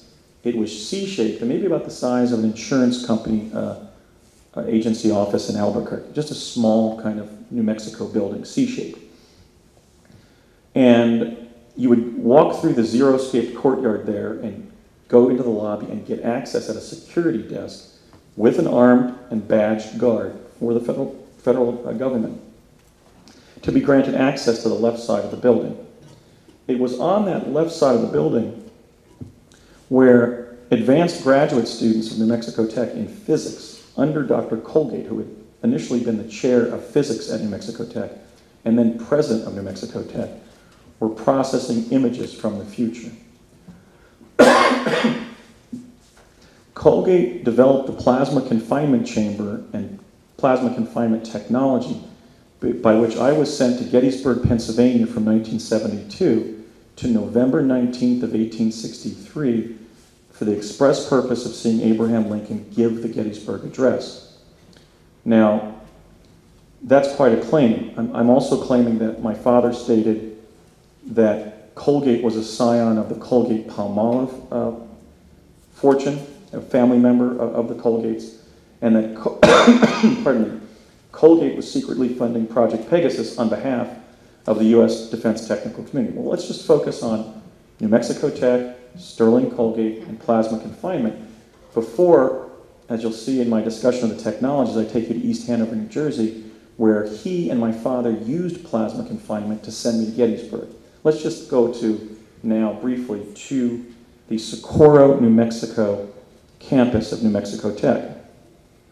Before I visited that establishment in September of 2004 with my friend Dixie from Vancouver, Washington, I said I had been in time travel activities with a physicist from New Mexico Tech named Sterling Colgate, and that he was administering the time travel technology based on plasma confinement. And that I had also seen how he was administering the photo analysis of images from the future on that secured left side of that C-shaped building. That was an Aerojet Corporation facility on the New Mexico Tech campus. During my September 2004 trip to New Mexico, I established that he had been the chair of physics there. He had been the president of New Mexico Tech. His name was Colgate. And then I went into the special collections there at the research library, and Joy Thompson, who was the head research librarian, who was then dying of cancer from playing in nuclear tailings as a young child growing up in Los Alamos, and was ready to shoot the moon and help any independent researcher coming through New Mexico. Joy, who I could also dedicate this talk to, took me into the special collections, took out the Sterling Colgate clip file, and there was the article from February of 1972 announcing that that night Dr. Sterling Colgate, president of New Mexico Tech, would give a talk on plasma confinement. Okay, so I just cite that as one anecdote, one form of factual corroboration of my memories. I have dozens, indeed I now have hundreds of such anecdotes. How could somebody who grew up in New Jersey, and then California, and then moved to the Northwest, and then moved back to California, and then moved to England to go to graduate school, and then came back to California, and then moved to Washington, and then moved to Hawaii, which I'm doing during this trip, how could I somehow get hold of that specific concatenation of facts any other way than having experienced it? How could alien abduction, advanced psychic performance, deja vu, synchronicity, a good guess, LSD administration by the CIA under Project Naomi or whatever, Project MK Ultra, how could any other means have put that specific stem of facts in my mind? It had to have been by meeting Colgate and working with him.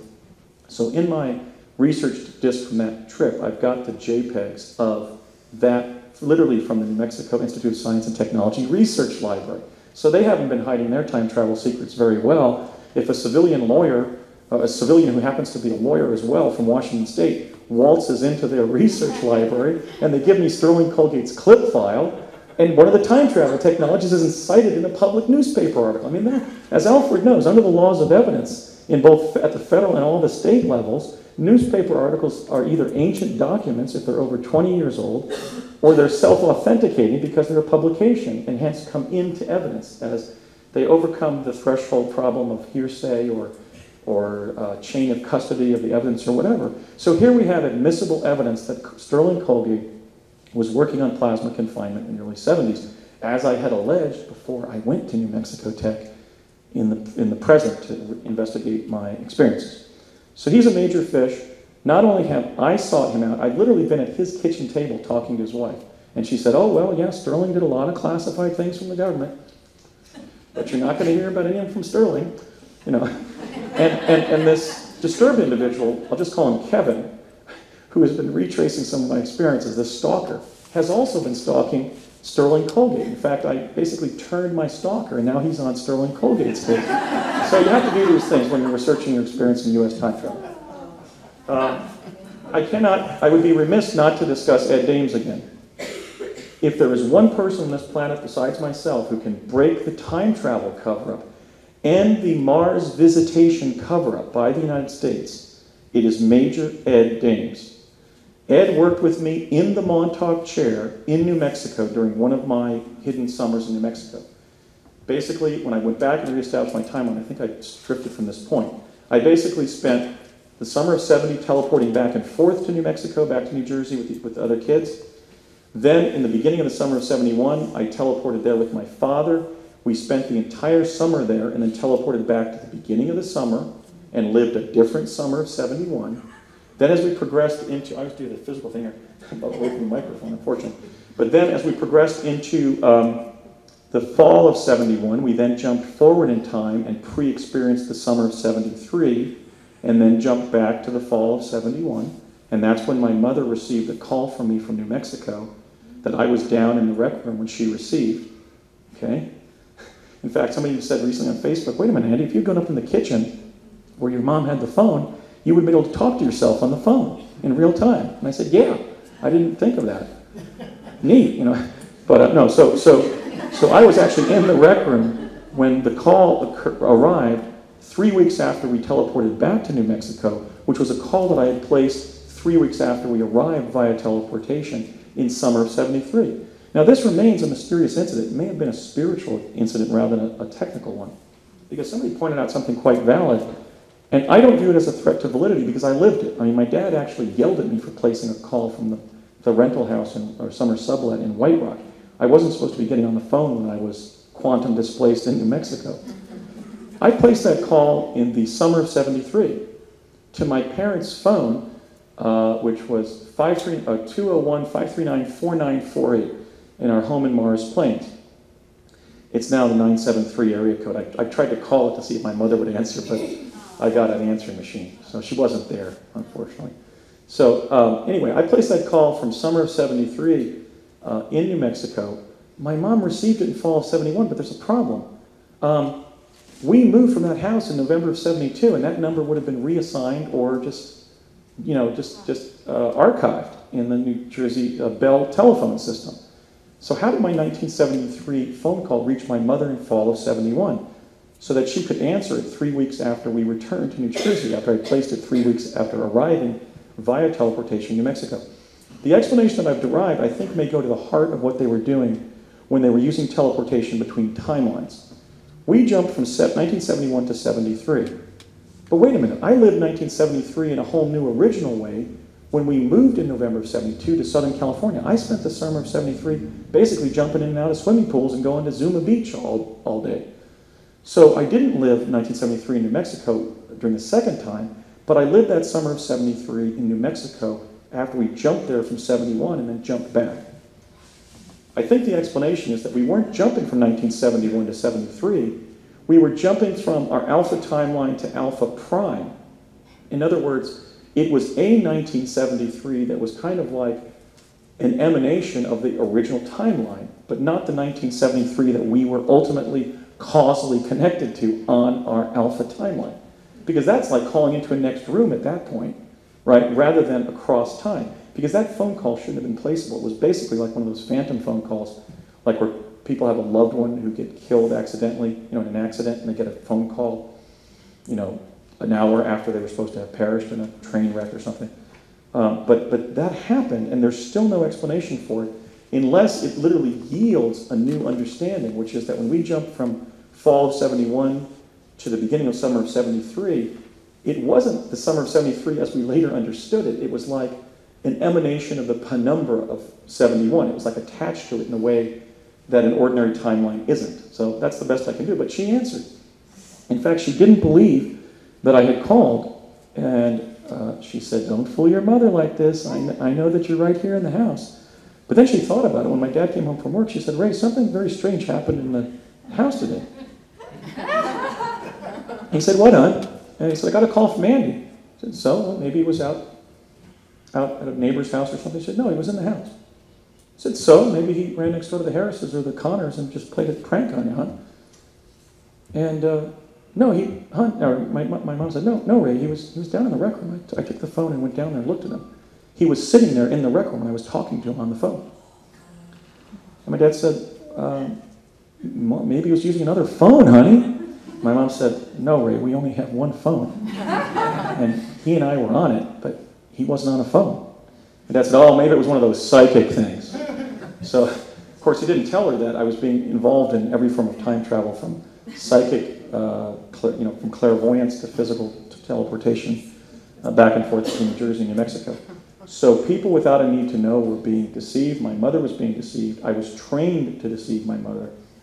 I do feel bad about that. There were times when she almost got to the truth of what was happening. When I first tried to tell her, and this may be actually why I'm having these respiratory difficulties, when I first tried to tell her, I had been threatened by this strange-looking kid as I was walking home from school, that if I ever told anybody about what we were doing in Project Pegasus, they would kill my mother, they would kill my whole family. So after my mother was doing her ironing one day, I tried to tell her, but my voice was actually completely constricted. Because think of the consequences I was 8 at that time, to an 8-year-old. You're thinking if you tell your mother something, she might be killed for you telling her. So it literally had almost like this instinctive lock on my vocal cords, unlike anything I've had before or since. And it prevented me from telling my mom that my dad and I were involved in time travel. So in one of those 3 hidden summers, it was 71, 73, or 72, Ed Dames was working with me in the Montauk chair in one of the underground labs in New Mexico. And this may be one of the reasons for his concealment.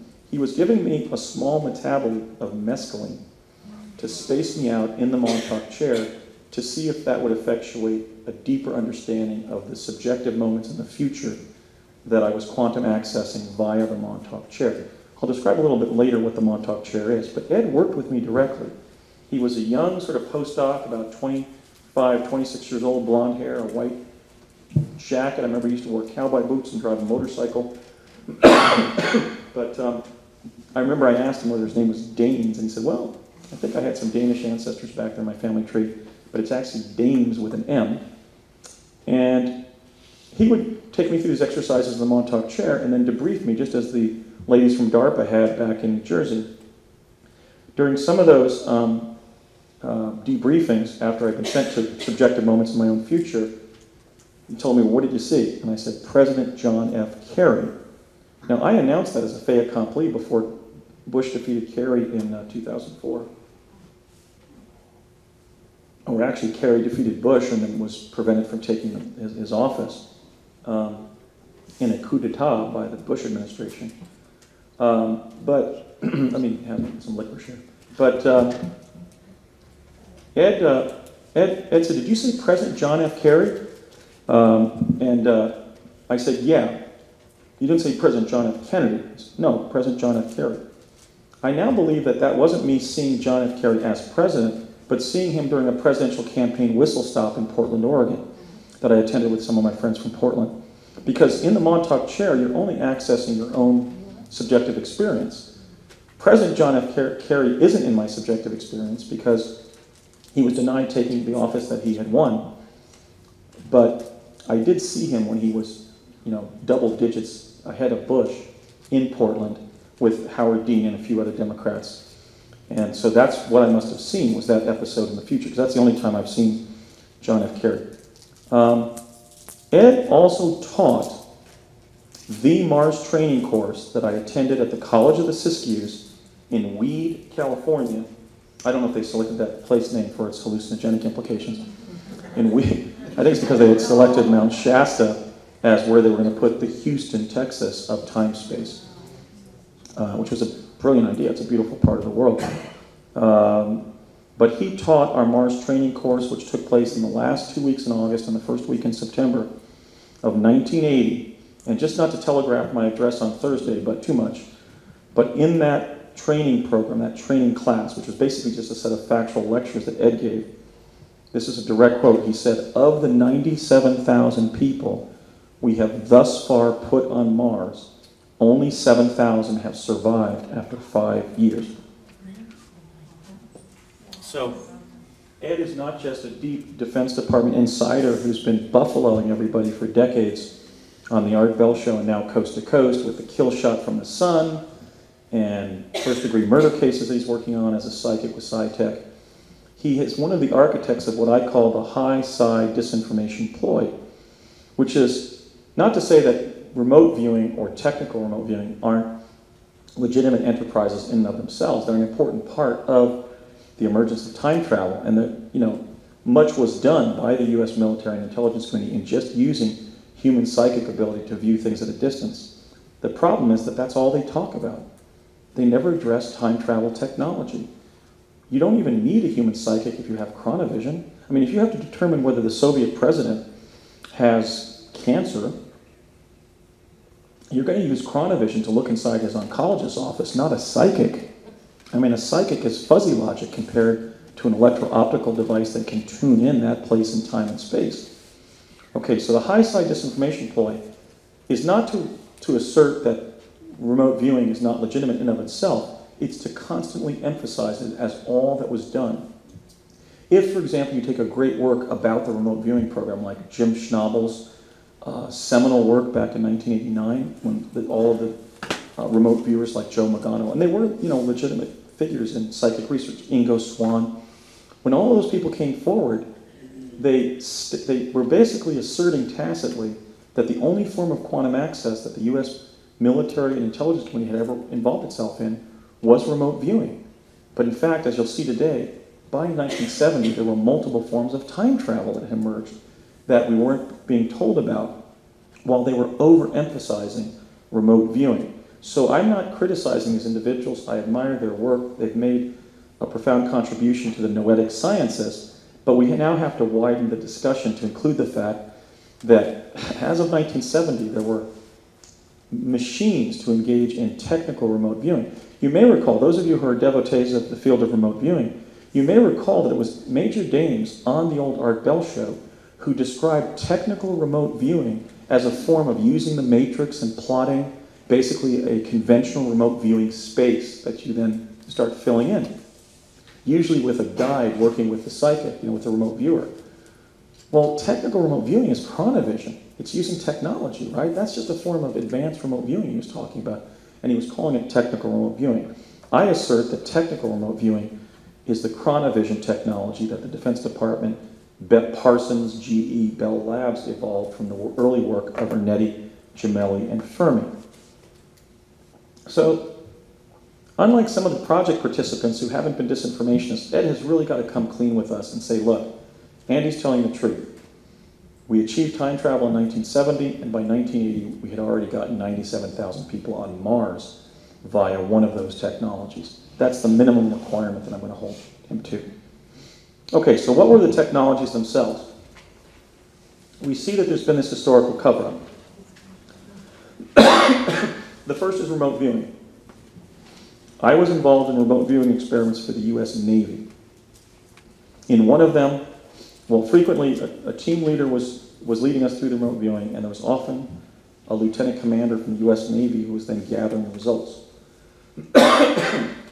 In one of those exercises, they held up the ensign commissioning photograph of Lieutenant John McCain, and they told us that, here's John, take a good look at him, here's a building that we think he's being kept in somewhere in the world, where bad people are keeping him. They didn't give us any information about the fact that he was a naval aviator being held as a POW in Vietnam. And it must have been, from street view, a line drawing of the Hanoi Hilton, the POW compound that Senator McCain was being held in. And they said, we know you kids are very psychic. Frequently you'll tell your parents about a news event that occurs later, or read your parents' minds and converse with them about it. Between now and next Tuesday at 10 in the morning, we want you to go home and dream about where John is. And we want you to know, is he in this building? And if so, where is he in the building? So I went home and I had about 3 or 4 lucid dreams in the early morning hours in that next week. And I saw John McCain, young Lieutenant McCain, being frog marched through hallways, being suspended from his elbows in a dark room on a hook, and being left to passed into unconsciousness from the god-awful pain.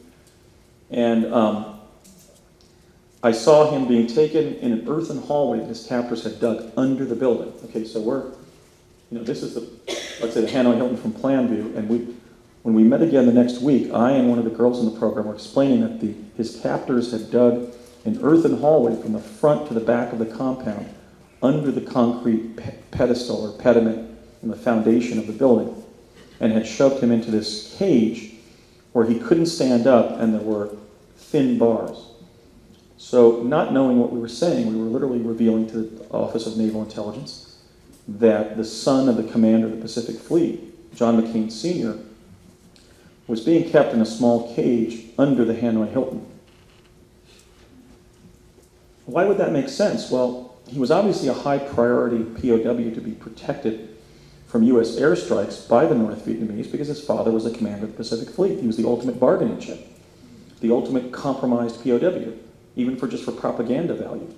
And obviously, we would have tried to either liberate or kill our POWs by bombing them. And in fact, we ultimately did begin bombing around our POW or their POW compounds to try to liberate our captive aviators and soldiers. I've made several attempts to speak with Senator McCain, most recently when he came through Oregon on his presidential run, and he has refused my inquiries. I really just want to talk to him and say, do you know that your dad was even using child psychics in New Jersey to find you? How does that reformulate your personal map, your reality? Because he did go through hell over there. I mean, he basically is permanently physically disabled from having things done to him, like being suspended by his elbows and having his shoulder joints pop out of position and so forth. I really just want to connect with him because when I looked at his picture as a kid growing up in New Jersey, I think he was born of an Irish father, if I'm not mistaken, and an Italian mom. And I really identified with him as a kid growing up in a predominantly Irish and Italian Catholic neighborhood in New Jersey. I kind of saw him as one of the kids from the neighborhood.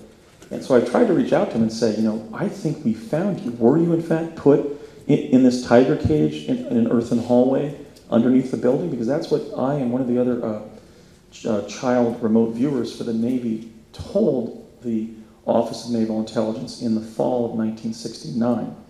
But I've yet been able to reach him personally. I think what I'll probably do is write a letter and just see if he responds to it. Maybe if I'm elected president, he'll come by the White House and we can talk about it. Have a cup of coffee, as Hubert Humphrey used to say. Okay. So, hold on. Now, that's about all we did. We just did a couple of basically rudimentary naval intelligence functions as remote viewers. What I can offer to the remote viewing field is that it did not begin at Stanford Research Institute in 1972. They were utilizing children's, not just the adults that have now come forward. And we began remote viewing for the Office of Naval Intelligence in fall of 1969. What the disinformation does almost all the time is it always states that the former Soviet Union was ahead and we were always 2 or 3 years behind. In fact, as in all of these areas of time travel technology yielding quantum access to past and future events, we were several steps ahead of the KGB in remote viewing and even had children looking for high priority POWs by fall of '69. The second methodology, the most rudimentary form of time travel, is an ancient occult practice. It produces astral time travel, which I define as psychic travel in non-ordinary realms of existence. So in the same way that remote viewing allows you to astrally travel in ordinary realms of existence, if you spin somebody, not just a child, but anybody who can be trained in this, basically if you lay somebody flat on their back on a tabletop-like device and you spin them clockwise at 33 rotations per minute, again, that'll excite the conspiracy theorists because that's what the highest stage of Freemasonry is, the 33rd degree. It was also the speed of many of our conventional records when the record industry evolved after World War II. But if you spin somebody at 33 rotations as they're looking up at a spiral image on the ceiling, and you train them to basically relax the active mind and just let their eyes blur out looking at the spiral, what happens is the person falls into immediate unconsciousness, very brief unconsciousness, and then you have a kind of like a kind of a feathery kind of falling sensation, almost like you're falling into a bed of pillows, and then you pop out of your body and you go up and up and up and up and up and up. Okay, so this was done for us to then be later debriefed about what we saw when we were out of body. They wanted us to develop the ability to just be standing there and just spring out of our bodies and go somewhere. After one of those exercises where I went OBE after I was spun, which I took to pretty easily. I think I had propensities to being dissociative. Now, on my mother's lineage, we were descendants of Prussians who had survived and in fact distinguished themselves in combat during the 30 Years' War. Well, in the 30 Years' War, something like 1/3 of the European population died.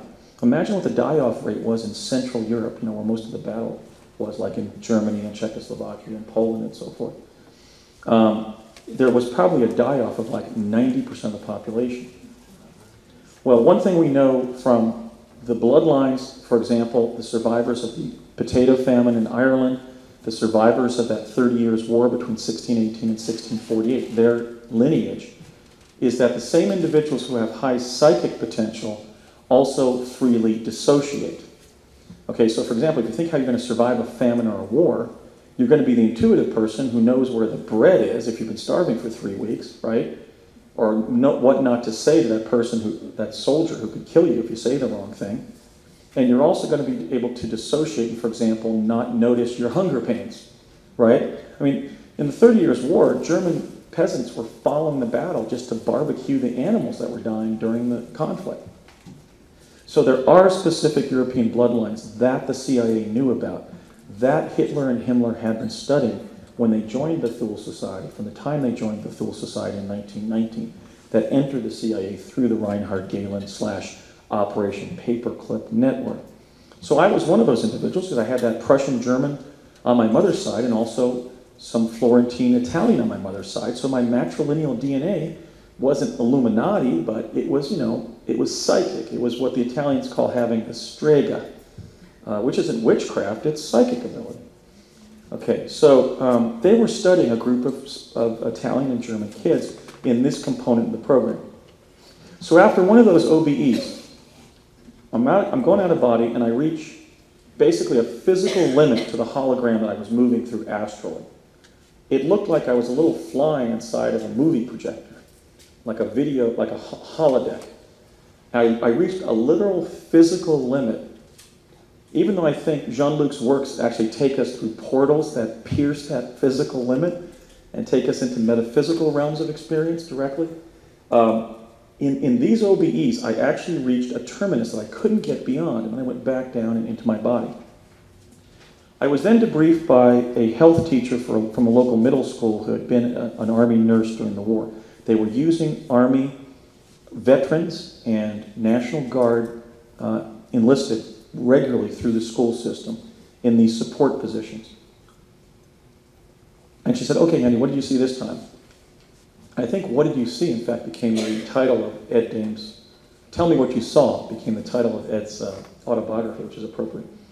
So this individual, Stephanie Bindis, said, okay, Andy, tell me what you saw. And I described reaching the limits to this hologram that we find ourselves in. And she said, yes, we think that's the physical limit to the hologram that we find ourselves in. Other people are reporting it. We're calling it the Matrix. So this is 10 years, 15 years before the Wachowski brothers do the Matrix trilogy.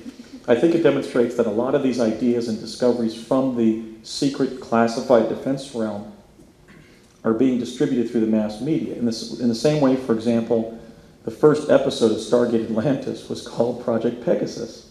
Really? So I take umbrage with that because I was in the real one. Okay, so anyway, she said we're calling it the Matrix. It was later confirmed for me by Dr. Eldon Bird, who at one point was one of the top scientists working for the US Navy. He passed away in 2002. But he was helping me during my early effort to figure out what had happened. And Eldon said, well, that makes sense because, in fact, we're living in a machine that generates a hologram. It may be a sanctified essence. It may be a very beautiful universe that's created in that machine. But at least it was a finding made by the defense technical community in the early 70s that the cosmos we inhabit is a simulation. I don't need to threaten anybody's existential sense of reality or religious belief or physics, but that's what they said. I don't know if it's true. I mean, perhaps the universe is just one big idea that goes on forever, but the Navy had concluded that we're actually living in a super chronovisor, a multi-dimensional hologram with multiple timelines that is ultimately being generated by a physical infrastructure. Carl Sagan was lying to us. There aren't billions and billions of stars in the cosmos.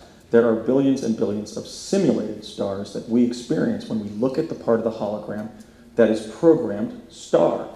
I hate to say it, it sounds very technicist, because I do think the world and the cosmos is a sanctified essence, but it's still being produced by a device. That was their finding. Now, people have asked me, does that mean that the timelines going through the quantum hologram are finite? Well, not necessarily. If water keeps on falling into a finite basin infinitely, is that a finite or an infinite experience? The basin, the viaduct can be finite, but if the water keeps on being replenished, it's infinite, right? So I think that's in fact what's going on. An infinite series of event scenarios called timelines is constantly coursing through a device that the great Imagineer developed to propagate this universe.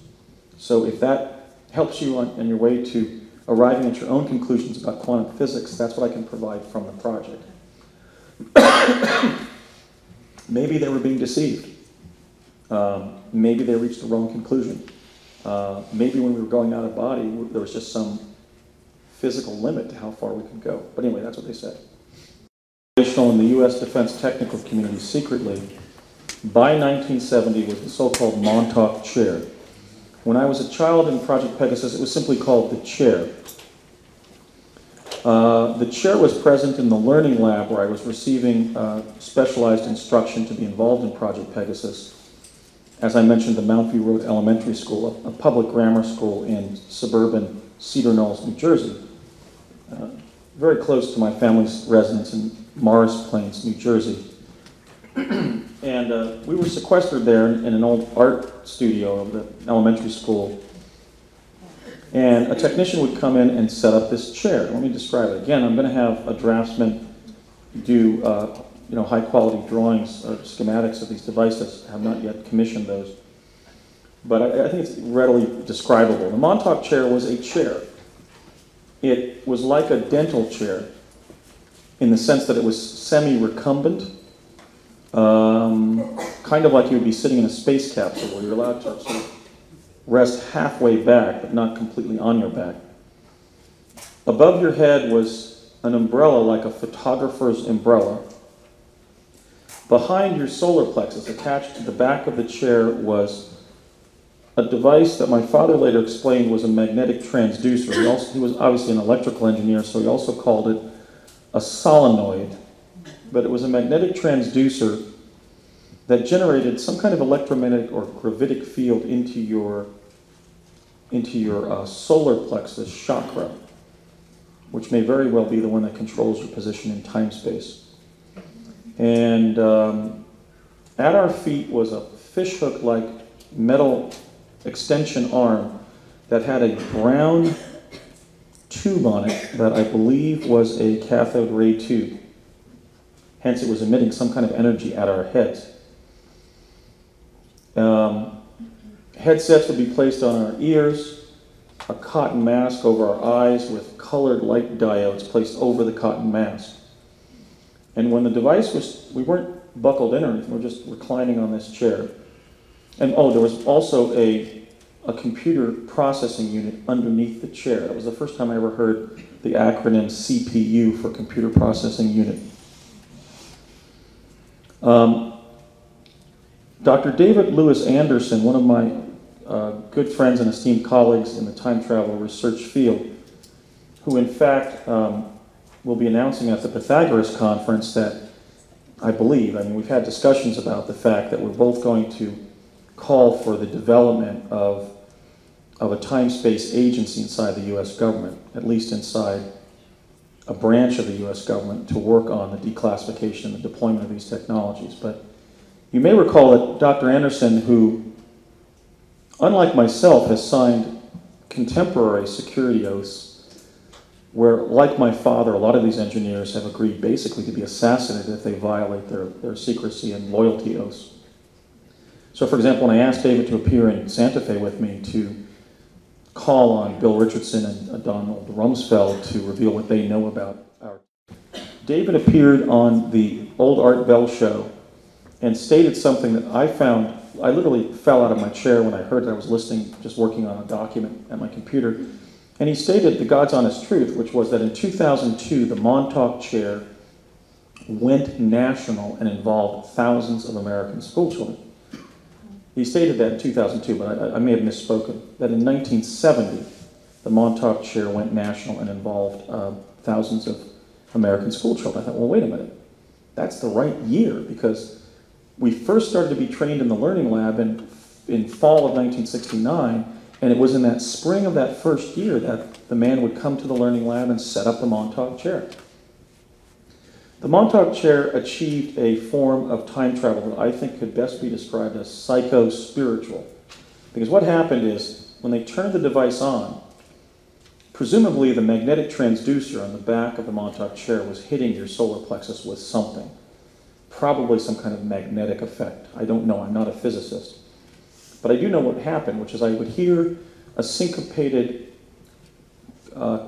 chaos of, or cacophony of syncopated sound and light tones. In other words, the lights would start flashing in a mathematically consistent way, not just chaotic flashing, but almost like a light show where lights are being used to responsively to like a work of classical music or something. So in an ordered way, the lights would start flashing in different colors. And when they did, we would hear through our headsets a sound that sounded something like this. Please don't laugh, but it's kind of, it sounded like this.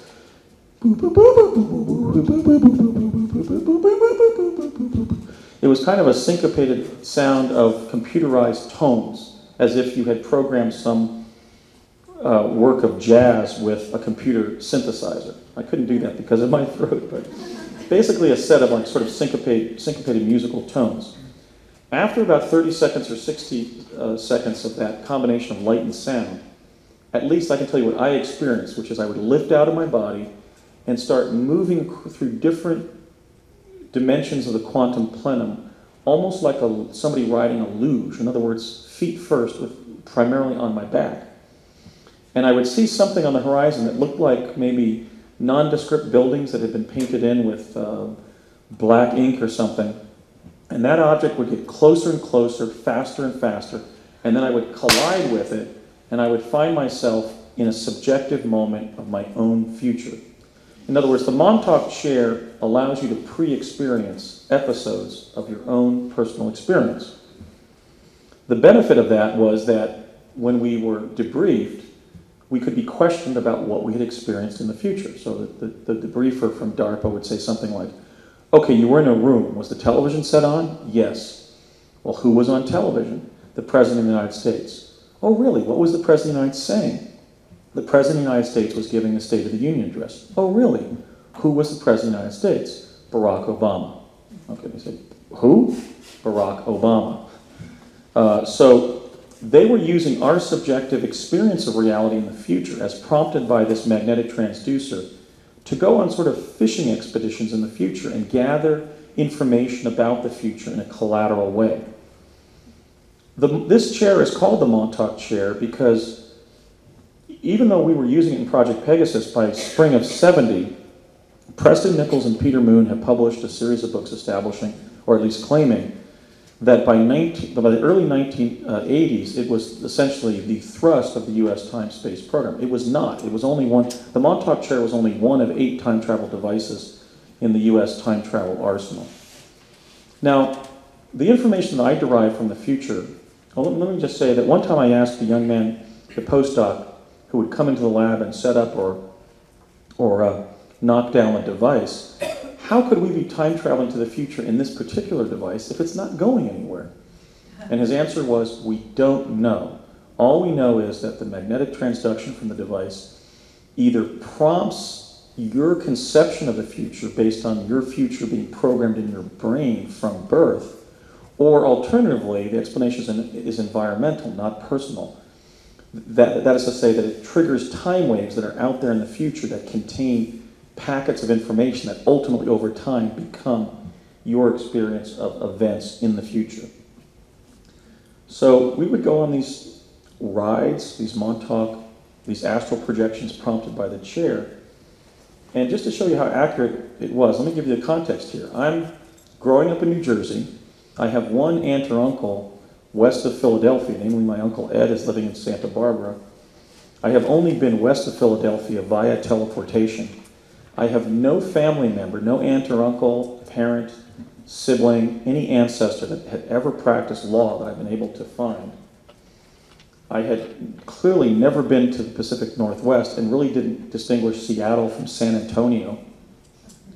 And coming back to the learning lab from where the Montauk chairs were one afternoon after one of the rides for the future, young David, who was one of my contemporaries in the program, said to me, we're walking along kind of like little boys and maybe like a cartoon in the New Yorker by William Hamilton. And he said to me, so who were you this time? And I said, I was a lawyer in Seattle. So that's pretty good because, as I said, I had never been to the Northwest. Her ethnicity, which was Italian American, just a physical description of her, and a statement of the friendship that I have, as family members with that brother and sister-in-law, which is very close.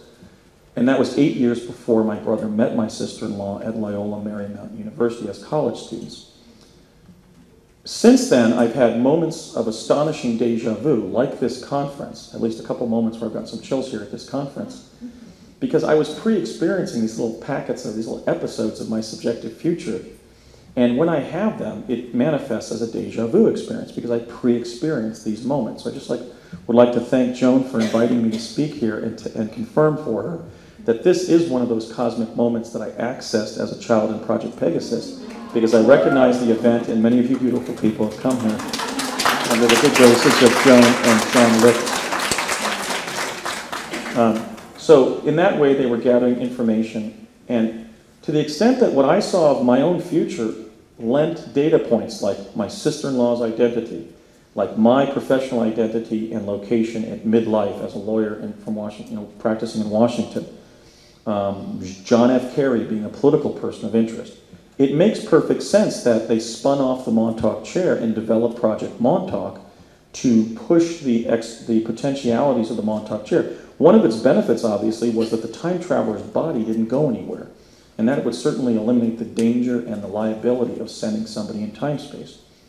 But it was certainly more enhanced than just sitting a psychic across the table and asking them what they saw inside the Kremlin. So the Montauk chair exists. Project Montauk also, I would say probably, the Montauk chair exists because I traveled to the future in it in Project Pegasus. Another interesting data point in the books about the Montauk Project by Nichols and Moon is they identify a man by the name of Jack Pruitt as the research director for Project Montauk, which, since I know that my timeline is reliable, Montauk followed Pegasus. Jack Pruitt was a team leader on Project Pegasus that I first met in summer of 1967 after kindergarten and last met with in Santa Fe during my June 2003 trip to New Mexico. Jack Pruitt is quietly and even covertly one of the heroes of the rollout as well, because he was risking his life, and his son Glenn presumably was. Glenn has now died at a very advanced weight. He may have been one of the teleportees whose metabolic system was affected by the experience, by the energy fields. But Jack signed the same security oaths that my father signed, and I believe that when he met with me in June of 2003 in Santa Fe, he may very well have been risking his life. So I'd like to salute Jack Pruitt for covertly meeting with me and informing me that there was an initial finding that the child teleportees, some of them were breaking down metabolically and getting very heavy, so that I should, for example, he advised me to pursue caloric restriction. And I really haven't been counting calories, but I've gone pretty low glycemic, just cutting my carbs just to avoid getting too heavy. I'm a little bit overweight now, but I think now that I'm moving here to Hawaii, I can drop some more weight. But that has been a problem. Some of the time-space pioneers for the U.S. government have battled substantial weight problems, which can often not be very pretty. So Jack, I think, is to be saluted for just even talking to me. That was a courageous act on his part. And he was not deceiving me. He was collaborating helping me sort out what happened, which I think is definitely a blessing from Jack. Again, one of the things I found in life, but not in my investigation, is it totally pays off to never pigeonhole other people and never presume any negativity from them. Because people that you pigeonhole as a kook or the maintainer of a cult or your enemy in your field or in any area of human life, in my time travel, in my truth campaign, they become my allies. So I could have pigeonholed Jack as, oh, he's one of those assholes from the project who won't talk to me. He's just going to blow me off like Richardson did, like Rumsfeld did. The man met with me at the risk of his own life and his son's life. So you can't pigeonhole, because you always have to allow humanity and the universe to help you. And often it comes through the graces of people that, just in our own egotism, we presume are either neutral or hostile to us. And Jack ended up being one of the heroes of my investigation. As did Courtney Hunt of the CIA. I mean, I could have pigeonholed Courtney as the cigarette-smoking man from the CIA, which he surely was. But he spent 20 years covertly slipping information to me, and he wasn't supposed to be doing that. So he's also one of the heroes of my truth campaign. Okay, so that was the Montauk chair. It's basically a magnetic transducer. My question to everybody here is, don't you think that if somebody's stuck in some kind of mental problem like depression, they should have access to the therapeutic benefits of a device like this? Let's say that their marriage has just ended, they've lost a loved one, a child perhaps. Imagine the therapeutic benefit if you could sit in the Montauk chair for an hour and visit your life 10 years in the future and find that you had remarried if you had lost your spouse, or you had more children, or adopted if you had lost a baby, or you were working in some creative field if you had lost your job. This kind of use of quantum access as a healing modality has been kept back from everybody, and that's another reason that I'm speaking out. I think it would have tremendous psychiatric benefits.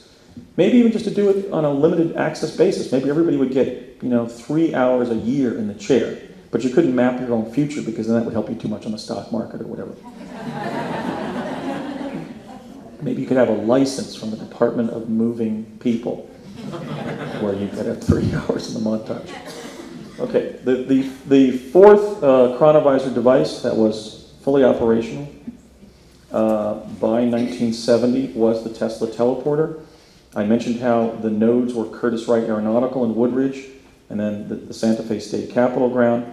From Santa Fe, we would be taken ultimately during that day, week, month, or summer, back to the Sandia National Labs, where there was not only an identical device, there was an identical room down to the linoleum floor tile and the Dixie cup and the number 2, freshly sharpened number 2 Eberhard Faber pencil on the windowsill. And I always used to ask them, why do you have that pencil and that Dixie cup on the windowsill? And they would never tell me.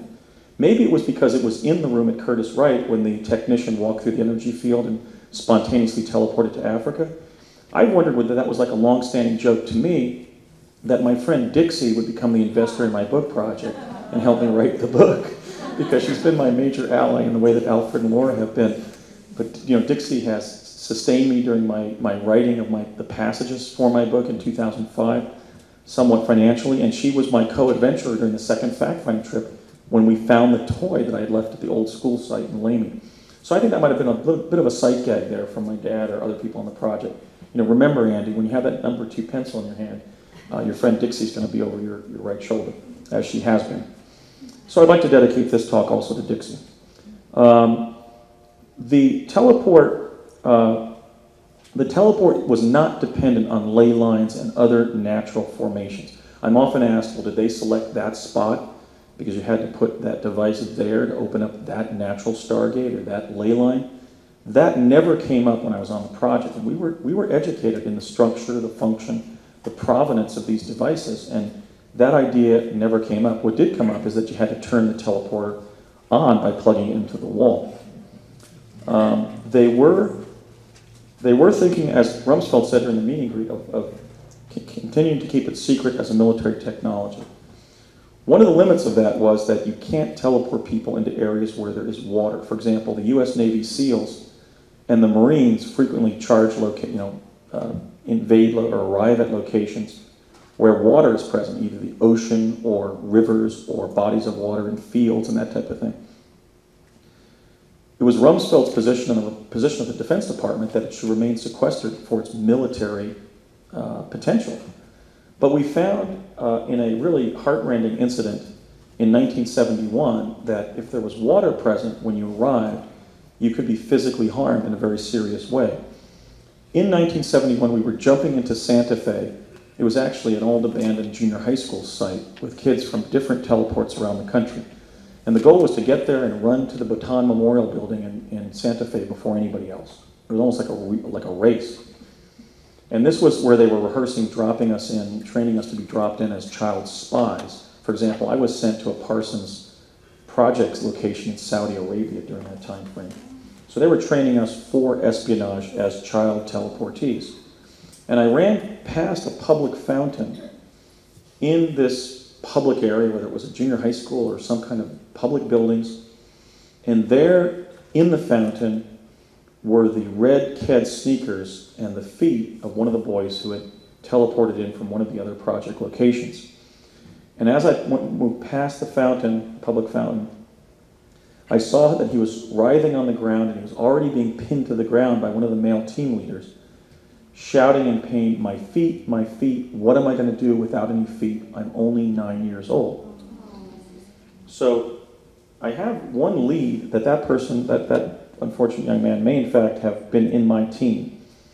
Because there was one of the project kids from my team, I did notice was walking as if he had been furnished with prosthetic feet before we left the program. I don't know if he was that individual. I didn't recognize him when he was injured. Presumably he survived because what happened was that the specific gravity of the water caused his feet right below the midpoint of the ankles to arrive later. So when he arrived essentially on top of the water, and his body slid off the top of his feet, just like when you cut a tree down. And he tumbled out of the fountain without his feet attached. And then the female team leaders reached that location. They all had walkie-talkies near these areas where I was teleporting into. And one of them grabbed me by the shoulder and running me out of the area screamed in my ear, "You didn't see this, Andy. It didn't happen. You didn't see this." I was then taken to a psychiatrist or doctor's office in Santa Fe, asked to drop my drawers, and given a huge injection in the left butt cheek with a sedative because they were telling me, "We're going to have to calm you down, Andy." All I know, I was spaced out for the rest of the day. My father arrived. He took me to one of the restaurants that we would frequent in Albuquerque from Santa Fe, and there was a discussion among the adults on the project connected to my father about the mishap that had happened up at the state capitol grounds. Actually, it had to have been in the state capitol grounds because I now remember one of the project engineers said to my dad, "I understand one of the kids lost his feet up at the state capitol grounds today, Ray?" My dad didn't even want to hear it. He was looking up at a baseball game.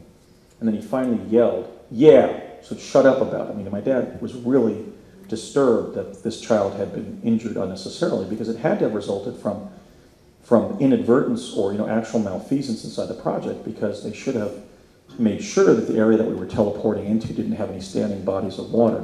So my dad, being a good guy and an honest guy and a compassionate man, was very disturbed that this incident had happened. And I asked him what was going to happen to the child involved. And he said, well, he'll be pensioned and furloughed out of the project. And you children have all been insured, your families have been insured for $1 million for the loss of your life and $100,000 for each limb. So he'll be outfitted with prosthetic feet and then be pensioned at $200,000, which those were $1971, but that's not a huge amount of money for losing your feet at age 9. And that informs the outrage that I feel. I mean, I time traveled for Richard Nixon. I didn't even get this shirt. So here this poor child lost his feet for life, at least the connectivity. And that is it's a travesty. It's a sacrilege that he wasn't paid more and that it even happened. It was clearly a mistake.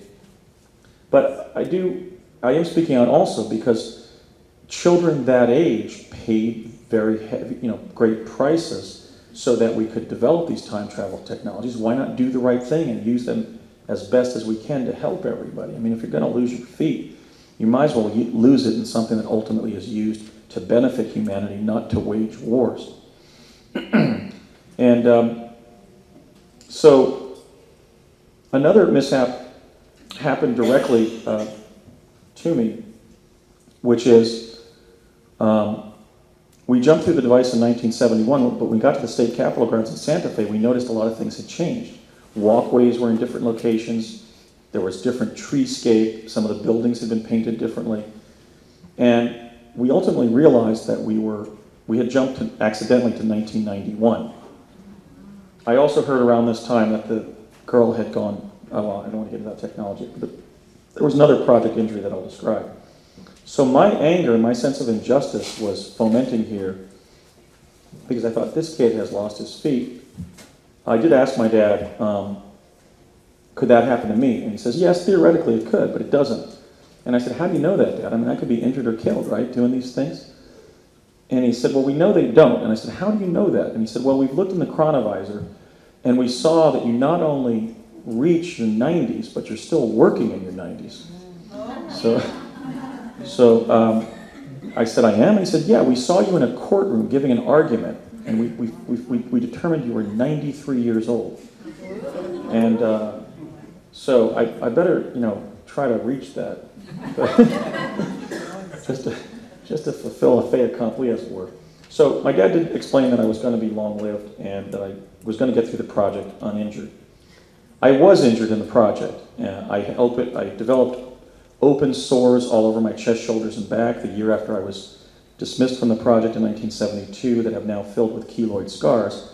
So I always say to my skeptics, doubting Thomas, put his hands in Jesus' side when Jesus came back.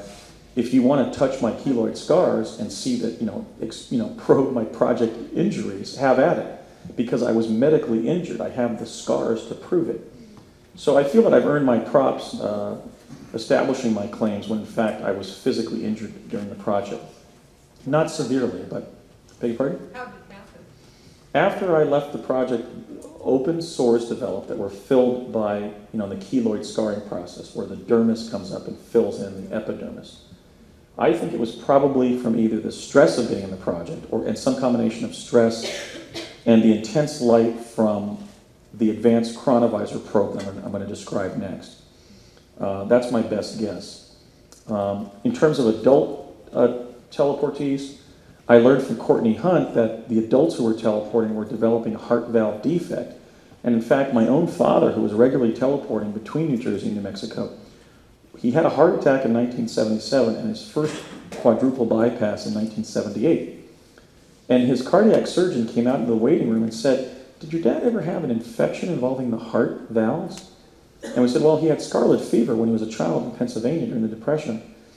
And he said, no, this is something much more unusual. His mitral valve is actually fused in like a butterfly flap, and is not closing properly. So my dad actually had to have a St. Jude's cuff, developed at Danny Thomas's hospital, I believe in St. Louis, Missouri, actually installed in his heart that you could hear clicking with his heartbeat, because his heart valve was fused in a kind of a butterfly formation that was not natural. So I believe my dad was actually one of the adult teleportees who did develop heart valve complications. I guess the reason for that is by midlife your tissues are more rigid, so that when we were teleporting, the vibratory effect was shoving the tissue together, where with a child there would be more flexibility in those kinds of cardiac tissues. I've had my heart examined and it's fine, so I don't believe that I suffer from that, but my dear old dad did. Okay, teleportation. Tesla works on it in 1899. It's in his papers at his death. There was something, I want to just briefly mention teleportation in the Philadelphia experiment. I have a paper on my website called the Real Philadelphia Experiment and the Philadelphia Experiment Cover Story. Something like the Philadelphia Experiment happened during World War II, but all of the major facts have been changed to conceal what really happened. For example, it wasn't into invisibility of the Eldridge. It was undertaken to achieve Tesla teleportation of a ship called the Martha's Vineyard. It didn't take place in Philadelphia Naval Shipyard. It took place in Long Island Sound. It didn't involve the ship going back to Norfolk, Virginia. It went back to Newport News, Virginia. And in the Eldridge was not the redoubtable Cameron brothers, but two of the Manhattan Project scientists, J. Robert Oppenheimer and Edward Teller. My source for this is the late Dr. Robert Beckwith, one of the consulting engineers on Project Pegasus. He would regularly talk about the real Philadelphia experiment when I was a child on the project, and then later in the 2010s, he was interviewed twice by myself, once by Alexandra Bruce, and once by Ken Thomas of Steam Shovel Press, and his story about the real Philadelphia experiment held up. So that event happened, but he said, for example, well, when they wrote the cover story, when the Office of Naval Intelligence wrote the cover story, they included the element of various sailors being fused in the hull of the ship and everything. Actually, what he said happened is that one sailor was falling through time-space so that when the ship was brought back, not to Philadelphia Naval Shipyard, but to Long Island Sound, he was impaled through the midsection by a column of the splash cowling protecting the captain's mast, the center part of the ship there. His explanation was that O&I changed all the facts, and this is also my interpretation, to de-link three critical connections. The connection between Nikola Tesla, teleportation, and the Los Alamos physicists. So if you've had the enjoyment of wading through Al Bielik's material, the material of the Cameron brothers, some of the Montauk literature, the conventional telling of the Philadelphia experiment, yes, an experiment happened. But the real Philadelphia experiment didn't take place in Philadelphia Naval Shipyard. It was the attempt to focus in on the signing of the U.S. Constitution in Philadelphia via chronovision, which I'll describe next. And so we have to be careful because the U.S. Time Space Program was one of the most sensitive intelligence programs ever undertaken by the United States government. And there was an effort to both manipulate people into telling shaggy dog stories of what happened to them time traveling, and also to manipulate the actual accounts of things like the Philadelphia experiment. So in fact, it was an initial experiment with Tesla teleportation, but they didn't account for the fact that the whole ship was metal. Magnetic metal cannot teleport because it causes massive electrostatic discharge. Even one of the boys in the project, again, young David, one of my colleagues, left a nickel in his pocket when we teleported from Sandia back to the tarmac at Curtis Wright, and it actually got super agitated and hot and shot out of his pocket when we hit the tarmac at Curtis Wright. So we could have been killed like that by being shot like by a bullet. Okay, so I think the reason there was that energy array that we saw in Joan's presentation, that was the massive electrostatic discharge that was occurring when they tried to teleport the ship that they were using. So there was an initial flirtation with applied teleportation during the war. It resulted in a disastrous mishap in which there were fatalities, and they shelved the idea of using teleportation for what they wanted to do, which was use it so that when they detected a Nazi mine, the ship could actually teleport out of the way. According to Bob Beckwith, this experiment was tried after the Nazi Navy began chaining mines to the bottom of the Atlantic. Okay, so something like Philadelphia happened, but more teleportation than radar invisibility. And as a participant, I find it pretty easy to debug some of these cover stories because they're so improbable in the elements that are combined. For example, Al Bielik was a very, very nice man, and we have mutual friends. I talked to him on the phone in 2005 before his death. He was really just a tried and true good person. Very helpful. In fact, he called me spontaneous, and the first thing they said on the phone was, "So they got you kind of young, huh?" And so Al was a great guy. But in his account, I have to be true to the historical record. He conflates teleportation and reincarnation. Two entirely different processes. One to physically move while you're in body, and the other what happens when you die. They're not connected. The only connection between teleportation and reincarnation, as manifest in his story about the Cameron brothers, he being one of them, is that one time when we were teleporting to Santa Fe, my thoughts were colored by the life review of an old man who was dying in southern Colorado. And at the lunch table, I was telling my dad, "Dad, I lived up here in southern Colorado. I was an old man. When I was dying, I was hanging out on the porch," and I described this to his whole life. And I said, in fact, his house is right up there on Highway 160 after we eat lunch in Pagosa Springs, and we go up 160. I know what the house is. So to his credit, even though my dad, again, was a Nixon Republican and a pretty hard-boiled engineer, not exactly somebody who would go day tripping into different dimensions of our experiences. Nonetheless, we went out on this excursion up there, and we spoke with this man's widow, and we determined that I couldn't have been him in a previous life because he had just died. And then when we were driving back to Santa Fe, I said to my dad, "Dad, it looks like I got his memories like when he was dying when we were teleporting into Santa Fe." And my dad went, "Yep." So there can be an overlay between physical displacement via teleportation and spiritual phenomena like somebody's life review when they're dying. But there's no one-to-one correlation between teleportation and reincarnation. So I just have the opportunity to debug some of those urban legends that have emerged both spontaneously and intentionally during the latter half of the 20th century regarding time travel. I'm a legend. I'm providing the actual programmatic timeline, the basic major facts about the program that actually emerged during those years. The fifth time travel technology that Project Pegasus was working with, the second major one besides the teleporter, was the chronovisor of Vernetti and Gemelli. They were different places in New Jersey and New Mexico. The first one I encountered was a rather rudimentary one at the old General Manufacturing Company facility in Convent Station, New Jersey. General Manufacturing had been the map-making subsidiary of Standard Oil, or ESSO, which is Standard Oil of New Jersey.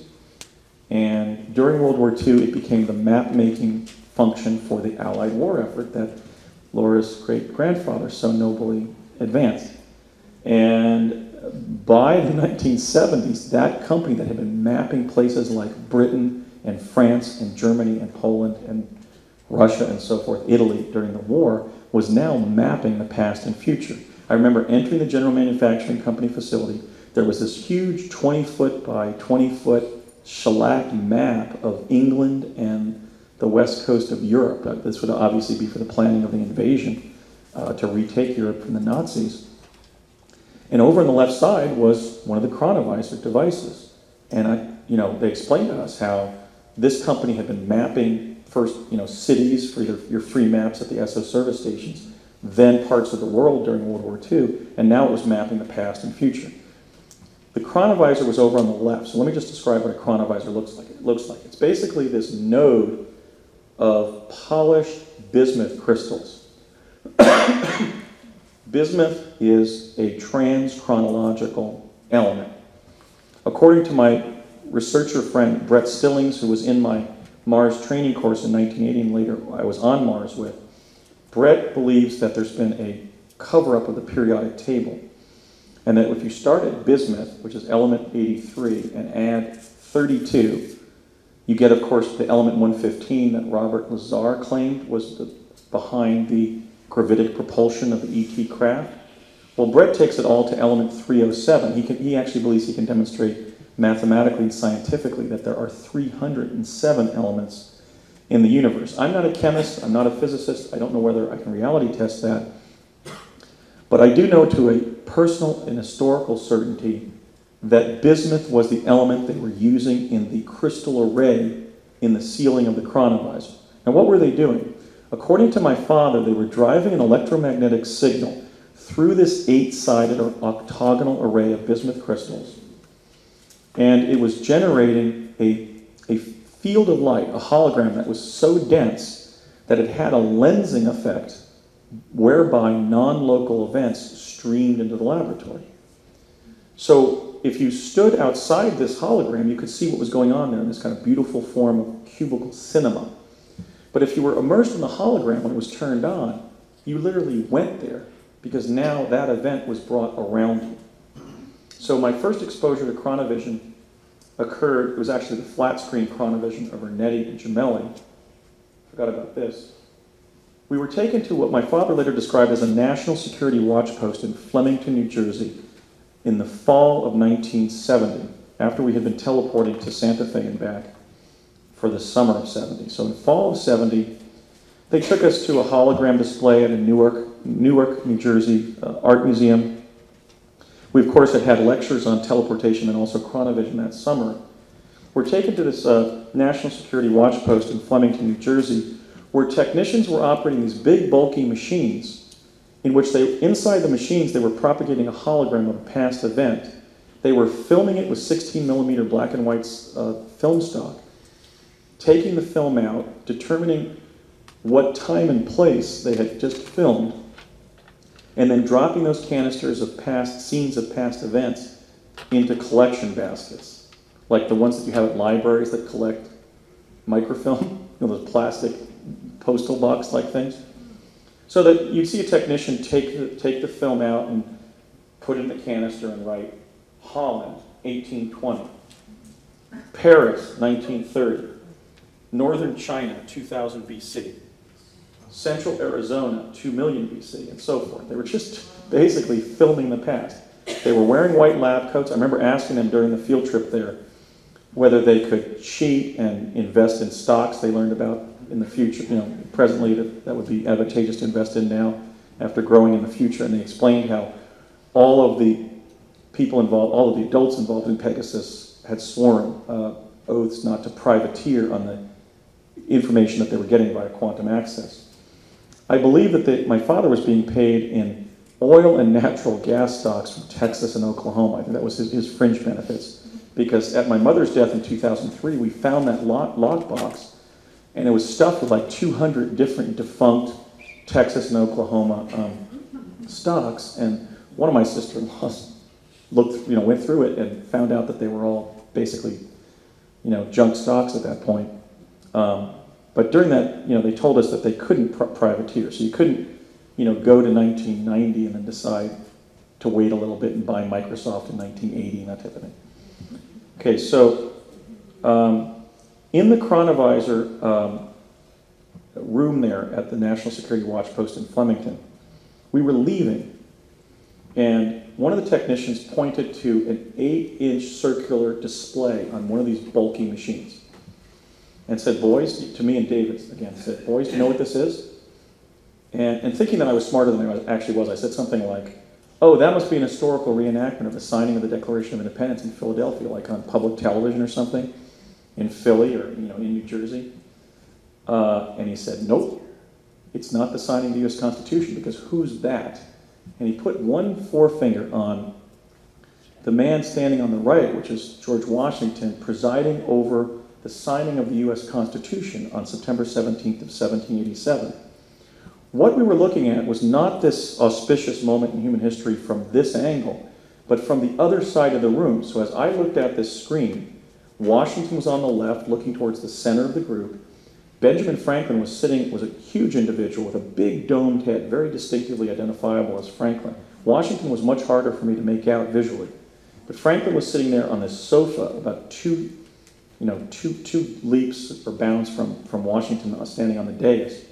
And then the rest of the attendees or the signers were just men smaller than Franklin who were just sitting in ordinary straight-back chairs in a couple rows to Washington's left. Okay, so this famous historical rendering, I don't know who it was painted by, but this was from the opposite side of the event, and Franklin wasn't sitting there. He was sitting over on the other side of the room. So we were seeing this scene as if it had been filmed through that center window in the background. And he said, well, who's this? And I said, oh, that's George Washington. Oh, that must be a reenactment of the signing of the U.S. Constitution.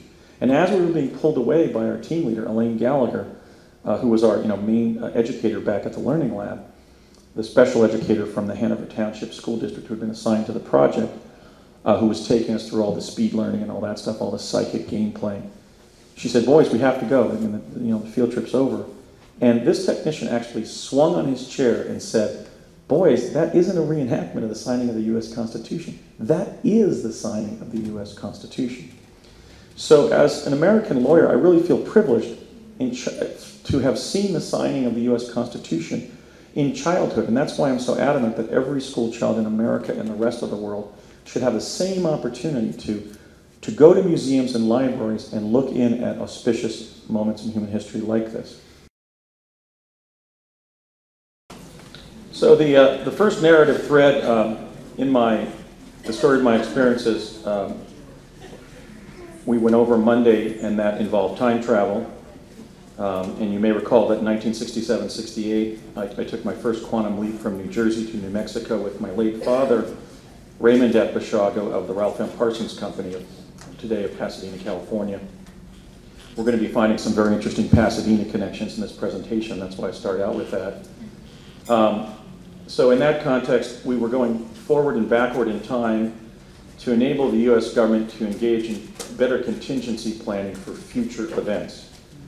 So we went forward in time, and I think the event that symbolizes that process was that we took the Stargate at Cerrillos, the Cerrillos Cultural Center in Cerrillos, New Mexico, to the year 2045, where I arrived in front of an intelligence community office building somewhere in the Southwest in the year 2045 to retrieve microfilm summaries of events occurring between 1972 and 2045 so that we could take them back and provide the U.S. government, if not the history of the future, a history of the future. I also described how we were going backward in time, and I think that's symbolized by the jump via plasma confinement to Gettysburg on November 19th of 1863, where I failed my mission in the sense that I didn't get the opportunity to see Abraham Lincoln give the Gettysburg Address, which was going to be a fearsome prospect in any event, but I did end up appearing in the first photograph of a time traveler from the future.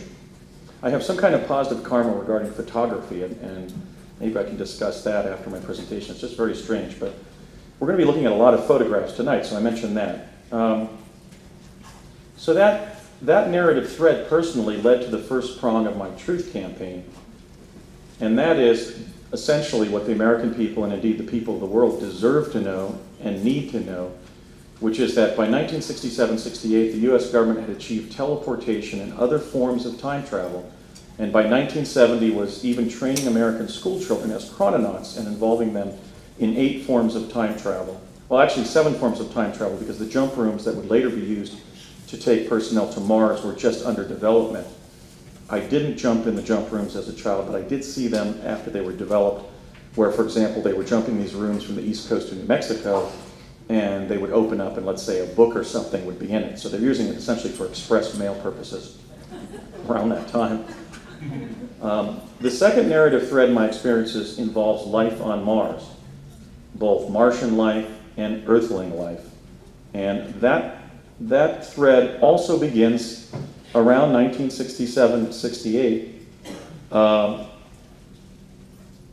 around the time that I first teleported to New Mexico with my late father. And we pick up that thread when my father comes home from work at Parsons in New York City, inebriated, and shares excerpts from my paper, The Discovery of Life on Mars, with our entire family. So to read The Discovery of Life on Mars, you can see the Annals of Mars at our Mars website, www.projectmars.net, online. We have a PDF there of the paper. And then if you become interested in this topic as a result of this discussion, I did a 7-hour interview with Jessica Schaub of Vancouver, BC, and that's posted on YouTube. It's called A Conversation with Andrew D. Basiago, and that's gotten about 1 million hits to date. So we're going to have to move that over to the paying YouTube option rather than the charitable one. But no, so that has essentially a breakout. I do believe in the digital age that the art of storytelling, not just fictional storytelling, but factual lectures, is going to flourish, because we now have basically unlimited bandwidth and unlimited memory storage, and somebody can narrate something for hours. In fact, I'm going to be doing a 24-hour time travel marathon on radio once we determine who the host is going to be. I'm going to probably select a young broadcaster, maybe Rob Simone, to see if he can survive the 24 hours with me. So I want to get that in the Guinness Book of World Records, the longest radio interview about time travel. The longest in duration of time. So this second narrative thread regarding life on Mars has led to the second prong of my truth campaign, which is that, again, what the people of this earth, and certainly the United States as some of the developers of this information, deserve to know, and that is that Mars has an indigenous ecology and civilization that includes several types of humanoids and many types of animals, and that the U.S. government has been establishing a human presence on Mars by teleporting Americans there via jump room since before 1980. 1980 being the year that I was trained to go up there myself. So in this discussion, let me just outline the presentation. Basically, in the first part, I'm going to give the foreshadowings of going up to Mars, the 7 times in 40 years that the CIA communicated to me in some way about my later destiny involving presenting to the public the fact that Mars is inhabited. Then I have a second section I call Forays, where I'm going to talk about my Mars training in 1980 and my experiences visiting Mars in 1981 and 83. I'm then, in a third part, I'm going to go into my findings, which are some of the best forms of evidence of life on Mars from both my paper, The Discovery of Life on Mars, and then the 139 research monographs that we've now posted in the Annals of Mars at www.projectmars.net. The Discovery of Life on Mars was first published on 12/12/08 under the auspices of our esteemed colleague Alfred Lambermont Weber at his website, www.exopolitics.com, and it's the first work to prove that Mars is an inhabited planet. I have in my files now more forms of evidence that Mars is inhabited than I can write up. I've got at least 100 solid finds that I did not include in this presentation that you're going to see today. They're sitting on actually on this PC here, in my documents, and I just haven't had the time to write them up into the kind of research monographs that you can find in the Annals of Mars at projectmars.net. So at this point, proof of life on Mars has become an embarrassment of riches for those of us who are working strenuously to make the case that Mars is inhabited. I can't bring people to the jump rooms that are operated to put people up there, nor can I rely on David Wilcock's claim that there are now 500 to 600,000 Americans up there, not only because I am not David Wilcock, but because we simply can't prove that. That's still going on in the classified research realm. So what we're trying to do is establish the case for life on Mars as a kind of a wedge to show that, wait a minute, the official discourse is that we haven't put humans up there, that Mars is uninhabited, that it's going to be a matter of somehow scrapping the space shuttle program and launching a Mars mission with the Russians, and that there's nothing of interest in the Mars data that the NASA rovers Spirit and Opportunity are sending back. So we're showing that there's life forms on Mars, and it basically takes down the entire NASA JPL PSYOP that's being run against the people of our planet. And then in the fourth part, I'm going to go into some of my favorite findings. I think some of the findings that the organization that Alfred and I founded, the Mars Anomaly Research Society, I think are historically significant, not just because they're some of the first forms of photography that's been made public that show life forms on Mars, but because some of them represent larger truths about the indigenous ecology and civilization of Mars. So I have 5 favorites that I'm going to be showing you toward the end. And then I'm going to, in the part 5, I'm going to just conclude with some final thoughts. So in the first part, foreshadowings, if again we could return to 1967, 68, I'm 6, 7 years old. My dad was certainly a solid citizen and an integrated human being. He was not an alcoholic, but he did occasionally imbibe, as many of us do. And he came home from work at the Ralph M. Parsons Company somewhat inebriated. He'd been drinking with some of his colleagues. And he gathered my family of 7 around in the living room, and he said, listen to what this guy has to write about life on Mars. It's hysterical. And what he began doing is reading a document that, as I've been able to reconstruct what was in the document, somebody had taken my paper, The Discovery of Life on Mars, which is, 41 pages single-spaced, and had excised the most fanciful and farcical descriptions in the paper, and not many at that, into a set of paragraphs almost like maybe a syndicated column by Art Buchwald or somebody would read, or a Mike Royko, giving a kind of a delusional or farcical sort of impression of somebody thinking that they knew what was on Mars. Now, I wrote the paper, if you see, in terms of the naming of some of the life forms and also some of the descriptions that you can find in the photographs. In places, I wrote the paper so that grade school children could identify with the process of discovering life on another planet. So that wasn't really my attitude or my tone in the paper. That was actually a device to make this kind of dense academic prose available to children. But sometime after my paper was time traveled from sometime after 2008 when we published it, when I wrote it, researched it originally, wrote it in Arial type font, which wasn't available in 1967, 68. Bill Gates was only 13 at that time, right? And Microsoft didn't exist. Certainly MS Word didn't exist. But somebody had taken the paper after it was time traveled back to that time period, or before then, and had gone in and not bowdlerized or sanitized the document. They'd just taken out the silliest stuff to somehow apparently give my father the wrong impression about what would be in this written work. So at this point, that has no explanation except the evidence of what he was causing him to find so much mirth in the reading of those passages. And then my mother asked him to basically, conclude his performance, none of which included the breadth and scope of what's in my paper. And I did something at that point that I've never done before or since. I had this sort of cosmic urgency to grab the file, grab the document out of his hand, which I did. I ran to my father, I snatched this manila file folder out of his hands and opened it up. What it was one of those fold-out manila file folders, and on the right side there were 3 pages that had been stapled inside. There was a CIA letterhead, and on this CIA memorandum, I only had a chance to read the caption in the memo before my father said, "Hey, what are you doing? You're never supposed to do that to somebody." Snatched it back out of my hands.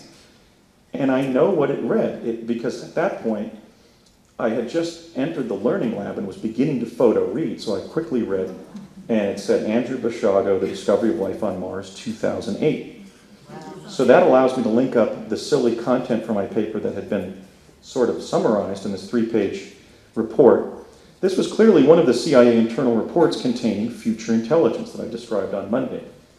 And yet it showed an awareness on the part of the CIA of my paper's existence 40 years before it was researched, written, and published in 2008. And Alfred and I have gone over these. It was almost as if one significant event we can sort of put in the time frame on a yearly basis. Because it was in 1969 when I was 8 years old. My father was giving me a crew cut up in this study on the upper level of the house. You may recall in those years, if you weren't yet going to a barber, your dad basically had one of those home hair cutting kits, and you sat there, at least for the boys, and had a crew cut as if you were being inducted into the Marine Corps or something. So he was giving me one of those crew cuts, maybe leaving a little bit up at the top.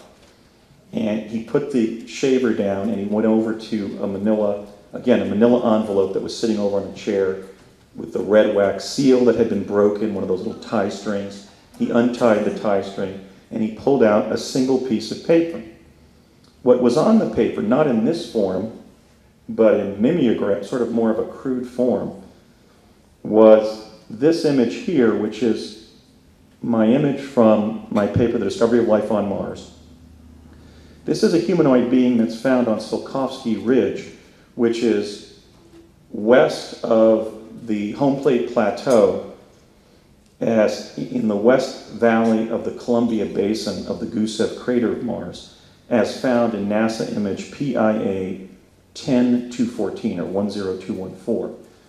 So here you see the head of the humanoid, his V-shaped back of his torso, his right armpit there, and right arm.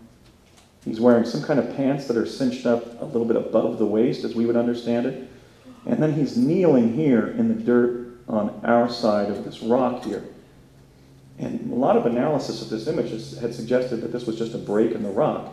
It's not. It's a little guy. It's a humanoid there, and he's actually either just leaning over the rock or lifting a child over the rock, and there are other beings in a confined area behind the rock, as if there are children playing. So my dad showed me the image, the first image to show a humanoid being on another planet that has been published on Earth. Of course, NASA photographed it, they put it on the internet, but then I used a technique that I derived to go into their image and capture a tiny detail and then magnify it. One of the reasons that these images are blurry is not because I'm delusional, because we have some crystal clear images of a number of the life forms, but because NASA is using an aperture setting that's in feet rather than inches.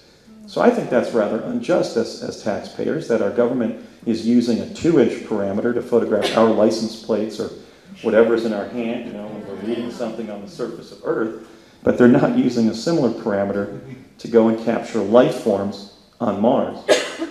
I think they should use the best available technology and bring these images, the original photographs, into sharper focus. So you get substantial blurriness or overpixelation when you then take an original photograph that's been photographed, let's say, at 10 by 10 cross sections, because just like a piece of fabric, when you stretch it out, there's space between the fabric, and you get air, you get blank space. So I've been doing my best to try to manipulate color and light, and some of the, as Alfred described, some of the methods actually of data distortion that NASA's been using on its own photographs, to try to bring these into view. But trust me when I say that I've spent thousands of hours with these images, and they do show to a dispositive certainty that Mars is an inhabited planet. So my dad showed me this piece of paper with this basic image on it, not with the turquoise border, but just lifted out of the paper, I believe, or from some other source. I wondered if they're actually sending internet content back from the future. I mean, imagine if they have a protocol where they vacuum up every Wikipedia page and value-added content like that, and they're actually sending the internet flow back to 1968 in real time. I wouldn't discount it. It's possible, because they were opening up portals in time-space and putting people through them when I was a little boy in the project, so presumably they can do that with digital information at this point. So my dad showed me this image and he said, "Look at this." And I said, "What is it?" And he said, "A Martian."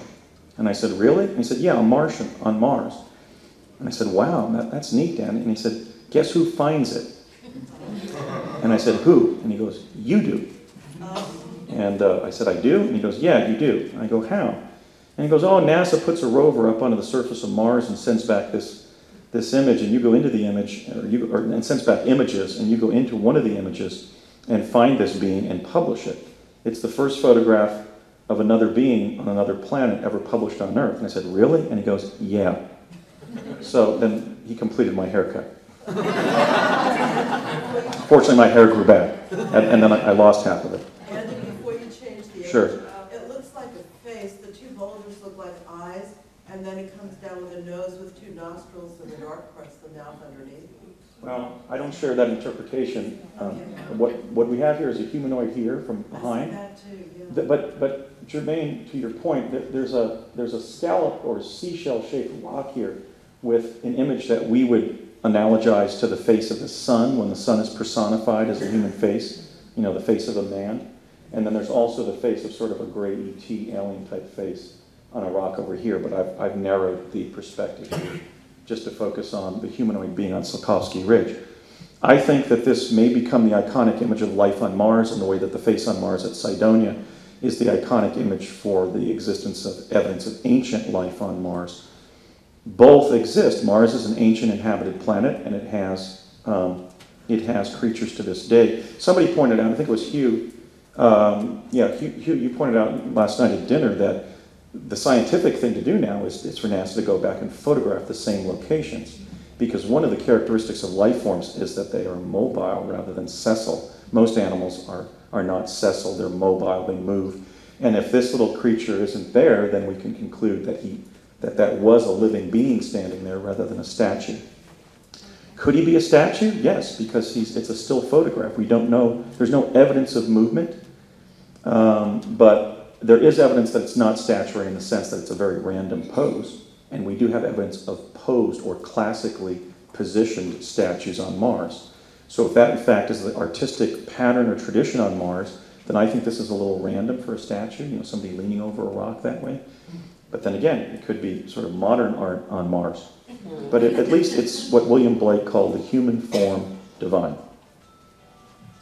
I don't have in my archives images of the first Martians that I met, actually interacted with.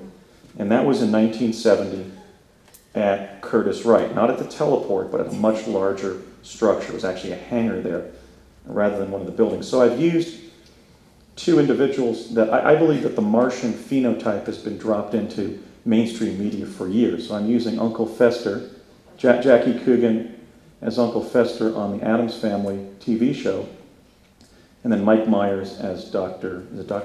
Evil? Dr. Evil on the Austin Powers film, just to demonstrate that we take it for granted that, you know, the bald, ugly white guy look has been dropped into our mass media for several generations now. And one has to wonder possibly whether that is to acclimate us to the somewhat homely appearance of the Martians on Mars that are our genetic relatives. So I'm just using Jackie Coogan and Mike Myers here in these roles as stand-ins for the 3 Martian astronauts that I encountered at a hangar at Curtiss Wright in Woodridge, New Jersey in the summer of 1970. They're the only Martians that I've met on Earth. I'm not in communication with any Martian faction, so just doing my own independent research. But what happened was, my dad said to my mom again, "Hon, I'm taking Andy to the hardware store that in Florham Park." That was his cover line for taking me over to Curtiss Wright. And we got into his blue Volkswagen Bug, and he said, "We're going up to," once the doors were closed, of course I had 4 older siblings, so we're pretty close in age, playing around in the front yard. And he said, "We're going up to Curtiss Wright." And I said, "Are we going to New Mexico again?"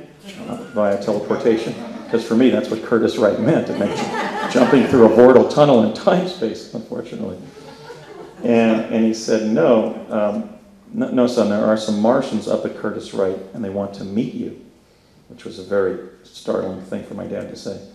And throughout the rest of the 15 minutes to Curtiss Wright, I kept on saying, what do you mean Martians, Dad? I had seen that image a year previously, but I still wasn't connecting that we were now going to go meet Martians. And he said, he got exasperated with me. He said, "Human beings like us, son, except they're from Mars. They're human beings from Mars." Okay, I think that's telling. So we went up to the hangar, and we went over to the left inside this big, spacious hangar. And there was a kind of a loading dock that we were walking across to get to this office over on the left. Right past the loading dock, the stage-like area, there was a silver teardrop-shaped conventional space ship, not a lenticular craft, not a round vehicle, as Brett Stillings calls flying saucers, but a little teardrop-shaped device that looked like a small automobile with no wheels. And it was just hovering beyond the stage, just put, put, put, put, put, put, put, put, put, put, put, put, put, put, put. And I noticed it as we walked across the stage. And then we walked into a meeting, and it was sort of one of these NASA mission control rooms, like the rooms that the space shuttle astronauts have their last cup of coffee in the styrofoam cup before getting into the space shuttle for that form of space travel.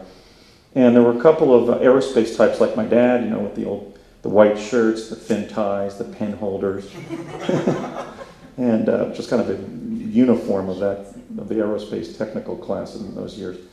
And there were a couple of them sitting around with 3 Martian astronauts who, when I entered, they began smiling and sort of studying me.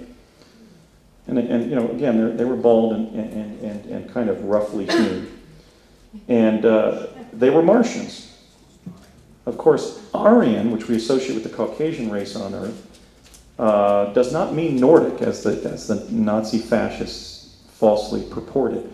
Aryan means Martian, and it links to the Martian genetic legacy of a vast group of people on Earth. Not only the Aryans that the American congressman and fringe scientist Ignatius L. Donnelly described in his book Atlantis, the Antediluvian World, as being the Celtic, the Germanic, the Slavic, the Greek, the Italic, the Persian, and the Indian, you know, Indic European or Caucasian race, but really everybody on the planet, because not only do we have the Martian genes entering every group on Earth that Europeans have reproduced with, which would include the African American population and the entire Latin American population, because genetic science has shown that the entire Latin American population are descendants or have Spanish or otherwise Iberian patrilineal DNA, Portuguese, for example, and indigenous or Mayan matrilineal DNA. So we've got any Martian genes that would have been in the Indic-European blood groups have now entered the entire Latin American population. And then you have other major areas of the world where Europeans have intermarried, like, for example, the Dutch in Indonesia. We've even found, we found Hebrew blood, the genes from Moses' brother Aaron, in the Lemba population of southern Africa.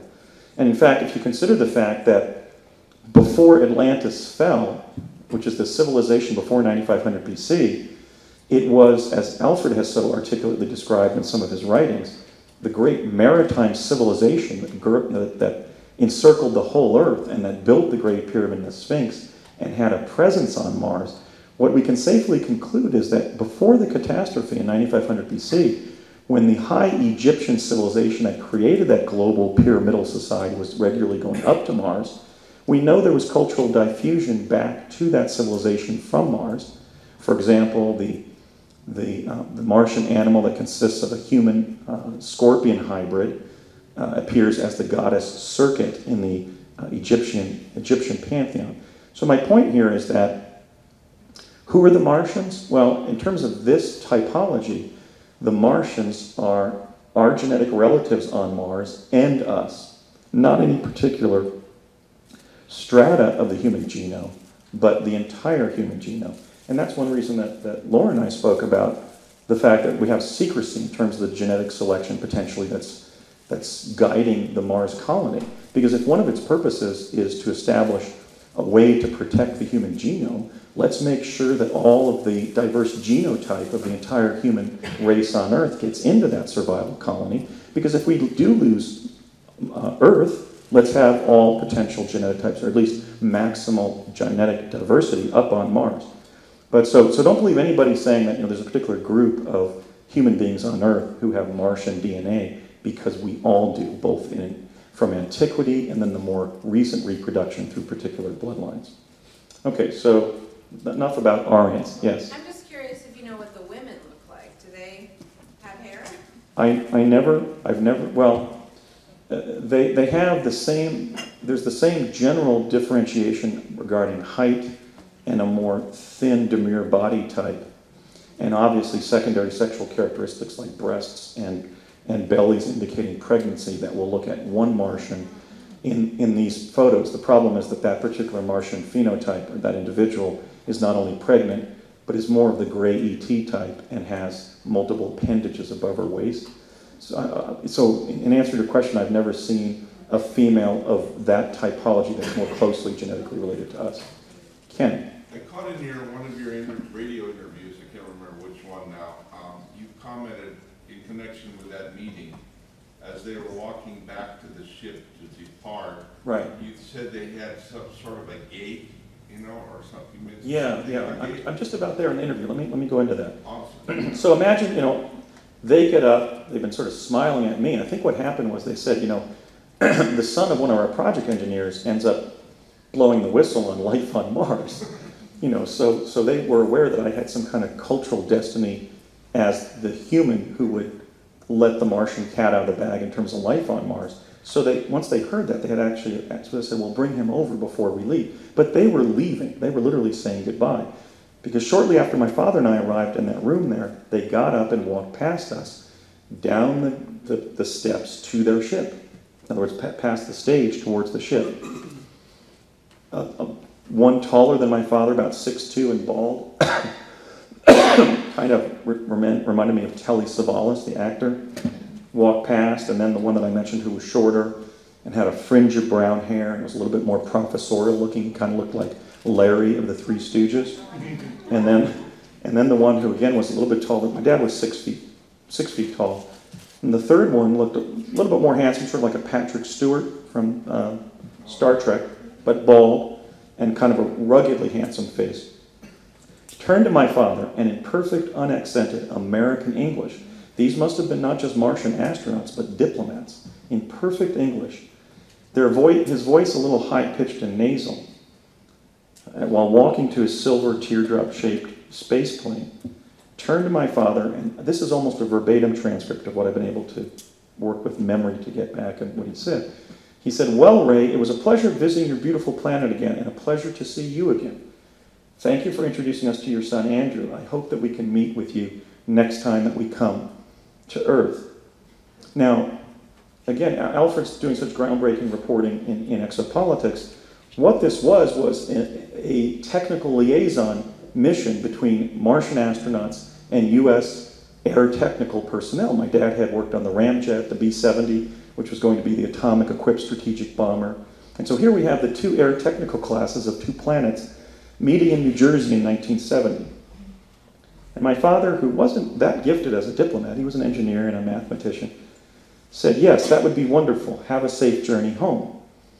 And they then got into their ship. I don't remember whether it was the bottom or the top. I think they got in the bottom and pulled themselves up. But their tiny little space plane, maybe about the size of a compact car, wasn't that big at all. Putted out of the hangar and out onto the tarmac there at Curtis Wright. And one of the aerospace engineers next to me said, now watch this, Andy. And the Martian craft went in a big circle and then accelerated on the straightaway and went from about 40 to what must have been 4,000 to 40,000 miles per hour in the flash of an eye. They just went and took off. It was astonishing. So I've described who they were. They were our genetic relatives on Mars who were already in liaison with at least our air technical personnel by 1970. I do also remember a few of the unusual things that my father said on the way home and later in terms of what he knew about the Martians. These are our relatives on Mars. He told me that it took 24 hours for them to get home. Now, if Mars is 1 million miles away, that would be 40,000 miles per hour. So I'm going to have to check the figure. Of course, Mars is on an irregular orbit with Earth. So sometimes it's the planet nearest to us, and then it sort of drifts farther away. So we don't know precisely where Mars was when they returned to their planet. But they were going, obviously, at many times supersonic speed, which means that their human population was far in advance of our development of things like the Aurora in the 1990s in terms of achieving 4,000 to 7,000 miles per hour, because that craft left the tarmac at an astonishing rate. It was literally a blur in my eyes. The other thing that sort of astonishes me that my dad said, he said, I was given the opportunity to examine their arithmetic, their mathematics. And he said, I couldn't make sense of it. And I said, why, Dad? And he said, because in their math, 2 plus 2 equals 5. And I made a mental note of that. It didn't make any sense then, but it makes sense now. I'll explain why. And the other thing he mentioned is that when they were taken into the woods around Curtis Wright, there in Wood Ridge, New Jersey, surrounded by deciduous forest of New Jersey, there was an incident in which they found several leaves of different tree species clumped together on the floor of the woods. And my dad said that they stood there for a half hour and in their native language, not in English, analyzed the leaves for 30 minutes as if they were actually studying what this cluster of leaves meant about the ecology of Earth. So I thought, after I published my paper, I thought back on some of these early experiences with my father having contact with the Martians and then briefly myself. And I thought, well, the Martians took refuge underground because of the solar system catastrophe, because they lost their ionosphere and hence their protection on the surface from solar radiation, which causes far more than a sunburn. You'll develop skin cancer and blisters over time on the surface. And some of their atmospheres, they still have 10% oxygen by volume. By the way, Ken, what I was describing is as they were walking towards their ship away from me, they were muscular, but the muscular allocation was different than a modern human being on Earth. What's the gravitational ratio? I mean, is it lighter, slightly lighter up there? It's lighter, but not what the 40% volume of Mars compared to Earth would seemingly lead to.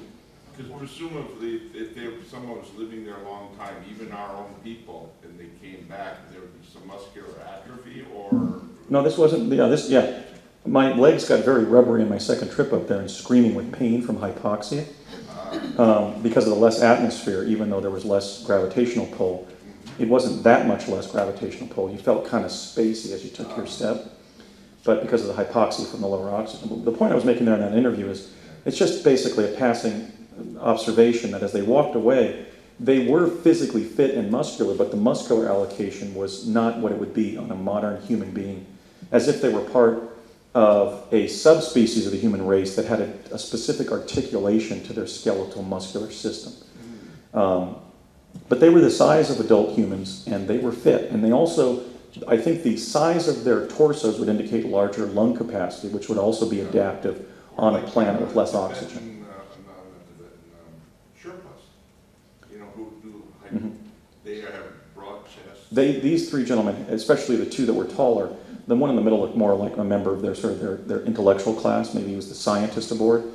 But the aviators aboard, who were larger than my father, taller and more muscular, had very large chests that you might even you might be able to notice if they had been walking down Madison Avenue in Armani suits. And they had these massive kind of barrel-shaped chests, which would be adaptive in an atmosphere with less oxygen. Okay. And then I figured, well, 2 + 2 equaling 5 is also the way to create a geometry-based mathematics in an underground civilization, because 2 + 2 posts keeps up the roof above your head, which keeps all that dirt from collapsing on your head. So maybe they derive their mathematics environmentally underground, with 4 posts equaling the roof, which equals 5 if you see things orthogonally like that, which they would as an underground civilization. And then in a desert planet devoid of most vegetation, it's also going to be adaptive to be very sensitive to your environment. Yes, 5 fingers. It's going to be adaptive to be very sensitive to your environment because your survival depends on it. So the analogy here would be the Australian Aborigines being exquisitely sensitive to their environment and hence able to survive in a forbidding environment. Mars is definitely an environment that takes a lot out of you and requires a lot of sensitivity and awareness to remain alive in, as we'll see during today's discussion. So those are some of my theories of the strange comments my father made about the Martians who are related to us and that we had just briefly met with. In 1971, something really even stranger happened, because it didn't just implicate visitors from another planet in real time. It involved this whole issue of interpolation of data from the future, again involving time travel. In fall of 1961, I had been permitted by my mother to go out trick-or-treating in late October when I already had a cold, and I developed a severe case of bronchitis later after I had done the November 5th, 1971 chronovisor jump from ITT Defense Communications to Washington, D.C. in 2013. I believe that was the light field that damaged my skin, so who knows what the impact on my immune system is. But by mid-November of 71, I was convalescing with bronchitis in our guest bedroom at our house in Morris Plains, New Jersey. Several sets of relatives from New York City and Long Island were down. There was always a lot of festivity at the house when my aunts and uncles were by. And my dad took that general chaos down in the living room to sneak up to the guest bedroom where I was convalescing, basically to give me a briefing from the CIA. And he entered the room again with another manila envelope with a broken red wax seal, tie string. And he pulled an academic paper out of the envelope. It was my 2008 paper, The Discovery of Life on Mars, in this form, in the form that you can download in PDF at projectmars.net. In other words, 10 or 12-point Arial type font in MS Word 2003. My dad said, take a look at this paper. Look who writes it. Again, speaking in that weird subjunctive tense where you have the evidence of a future event, but it hasn't happened yet. So you have to speak of it as something that you know is going to happen in the future. So he says, look who writes it. And I read it, and at the copyright line on the first page, I see copyright by Andrew D. Basiago, 2008. And then I said to my dad, I wonder why there's a D in it. Because in 1971, I was only 10, and I wouldn't be confirmed as a Roman Catholic and select the confirmation name Daniel until I was 13, and we'd moved to Los Angeles. So at this point, from the perspective of age 10 in New Jersey, there shouldn't have been a D in my copyright declaration or in my, I think there's in my byline up at the top of the paper. So he says, oh, you select Daniel as your confirmation name. And I said, oh, I see. And he says, look what year it's published. And I look at it and he says, what year? And I said, 2008. And he says, how old are you going to be in 2008, Andy? And I said, 47. And he kind of looked up at the ceiling and said, right, 47. And when you do write it, it's going to be an important work. And I said, why is that, Dad? And he said, because it's going to be recognized as the first written work to prove that Mars is an inhabited planet. And I said, it is? And he goes, yes. And I looked at the paper, sort of studied the paper, and I said, wow. And he said, son, I'm going to leave for a few hours and give you some time to read this paper by yourself. I want you to read the text, study each of the photographs, read all of the captions, and try to relate the things said in the captions to the things shown in the images. And then he said, and this is a verbatim quote, he said, the purpose of this exercise is for you to read this paper and remember as much of it as possible, so that when you write it in 2008, it contains as much data about life on Mars as possible. Which is really kind of odd. I don't know whether to call this process quantum enfoldment or quantum enrichment, but the point that my dad was making is that if they let me read my paper in 1971, after they time traveled it back from 2008, it might optimize the chance that the event of the paper being published on this timeline would occur, because it would be burned into my unconscious, having read it as a 10-year-old in New Jersey. Or if it was destined to happen in this timeline without variance, so that I would write it in the optimal way, so that the event would be optimized on this timeline. But that does set up the conundrum of, if they had time traveled the actual text back, how could you improve it by reading it at age 10 so that it was improved at age 47 when you researched it, wrote it, and published it under the auspices of the distinguished Alfred Lambermont Weber? This bespeaks what they were doing with timelines. My dad was a Lehigh-educated, Bachelor of Science in electrical engineering, a brilliant mathematician. He would have readily seen through the superficial conundrum of letting you read your future work verbatim to write it verbatim. So I think the answer to him even saying that had to do something with multiple timelines. It was kind of like, we'll let you tune in this version in this timeline we're in, so that we maximize the chance that this paper will be written, and that when it is written, it has as much data in it as possible. So I think the analogy there maybe is to the briefing of the presidents. They're going to a young George W. Bush, a young Bill Clinton, a young Barack Obama, and saying, sit down, we have something disturbing to tell you. You're going to be president in 27 years. And they're saying it as a fait accompli, and they're going to behave as president, or perform as president, as best as they're going to be able to when they arrive at the presidency, but they're still briefing them to optimize their performance. Again, the same paradox of future event or performance or condition being interpolated back into the present so that it is optimized or aggravated in its significance in some way, which is a paradox. But nonetheless, that's what he said, and so presumably that's what they were doing. It was later in my experiences in Project Pegasus that I was in the La Hacienda restaurant in Albuquerque again. My father was at a project meeting that had gone long after lunch. It was about 2 o'clock, 3 o'clock in the afternoon. Connie Chavez was babysitting me, so we didn't dispense with ordinary cultural protocols here. I was time traveling for the Nixon administration, but my dad's former girlfriend was still babysitting me when I had to have some adult looking after me when my father, one of the team leaders from the project, wasn't there. So Connie's babysitting. My dad comes back to the restaurant, and he looked like he had been literally punched in the stomach. Hopefully, I'll soon have pictures for my storage of my dad, but he was a solid guy and did not really cave in emotionally very easily. But he literally looked like he had just been punched hard in the stomach. And he takes Connie over to a corner of the restaurant, and they're talking sort of heatedly.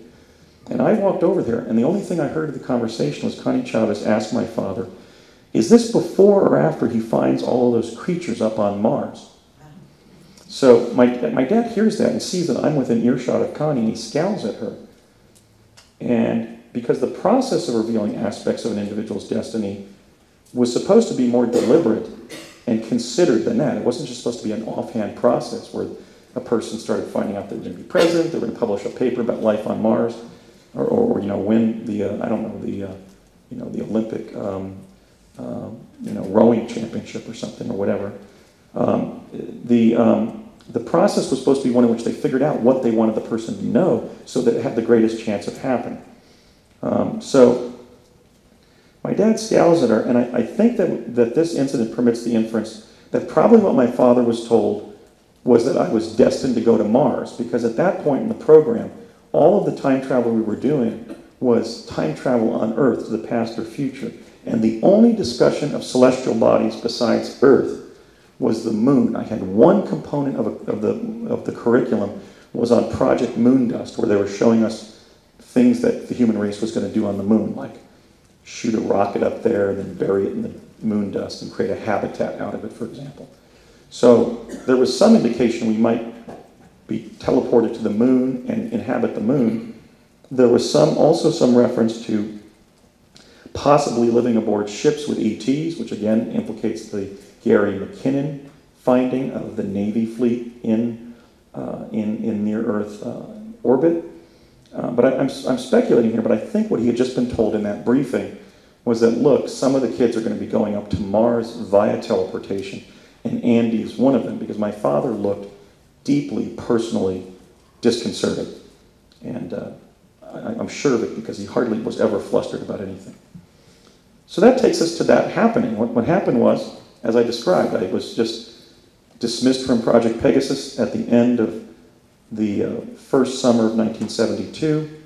I had an ordinary junior high and high school period after we had moved out to Southern California in November of '72. I did 1 year of college at UC San Diego. That was quite ordinary. But then in the summer of 1980, my father approached me at our residence in Chatsworth, California, and he explained to me, of course my dad being Parsons CIA, he explained to me that this summer I was just going to be going camping with my dad, namely him. And he was going to take me up to the campground at Lake Siskiyou near Mount Shasta in Northern California. On this very day in La Cañada, California, at the Stillings residence, Lockheed Skunk Works being the aerospace facility that Ben Rich and Kelly Johnson started for Lockheed, where many of the high-performance jet aircrafts were designed and built. On this very day, at least we know it was right before we left for Shasta, literally that Saturday morning, so to speak, or Friday before then, Brett describes how his father said the same exact thing. Brett, your mom's not going, your older sister Sandy's not going, you're going up to camp with me near Mount Shasta. We both were then driven to Mount Shasta region by our dads separately in our family's vehicles.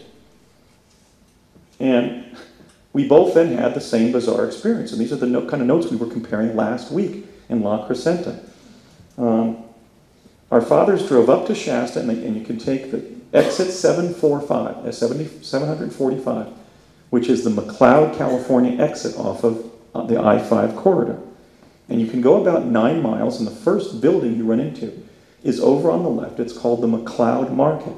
In those days, it was just fronted by a huge, irregular macadam blacktop. There was no driveway nor a street, but now there's a street that goes through where the blacktop was. Both of our fathers exited their respective vehicles and saying, son, stay in the car. Whatever happens, stay in the car. I'm going to be out in 15 minutes. Just stay here, and I'll be back in 15 minutes. Our fathers then walked somewhat distractedly or busily, as we recounted it, into the McLeod Market, and they came out in 15 minutes, respectively. But both of them had about 5 days' growth of beard. So we think what that was that there was either a teleport disguised in that facility, because right behind the McLeod Market, there's a little medical center. It sounds like, Ken, do you know the area? Yeah. I stayed in Weed, back and forth to Oregon. Right, well, Weed is right, the next 2 exits are the Weed exits, 746 and 747. Yeah. So right here within a stone's throw of Mount Shasta, our fathers went in and either took a teleport on some kind of time loop for 5 days, or they probably went into some kind of underground stairwell and entered the huge U.S. Defense establishment beneath Mount Shasta, which you can get access to through the dam works at the Shasta Dam, built during the Great Depression.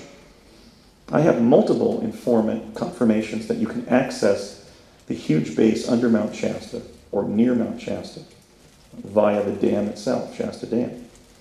So Brett and I, several weeks ago, I spoke in Los Angeles, and I said, Brett, why don't you hitchhike with me up through the Shasta area? We'll stop at all these places we remember, and then I can put you on a Greyhound bus in Portland. You can drive home, but we'll have the benefit of reconnoitering all these points of interest in Shasta, where we had our Mars training in 1980. So we drive up to the McLeod Market, and we make a left there. The market is over on our left. There's now another establishment over on the right side of the street.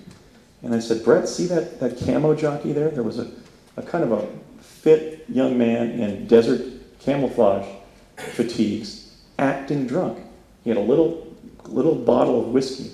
And I said, he's not drunk. And Brett said, well, how do you know? And I said, drunks don't move like that. They don't act like they're drunk like this. Drunks just sort of get all relaxed and fluid in their drunkenness, especially when they're acting like the town drunk in front of a supermarket in downtown McLeod, California, with a little bottle of I don't know, wild turkey in it or something.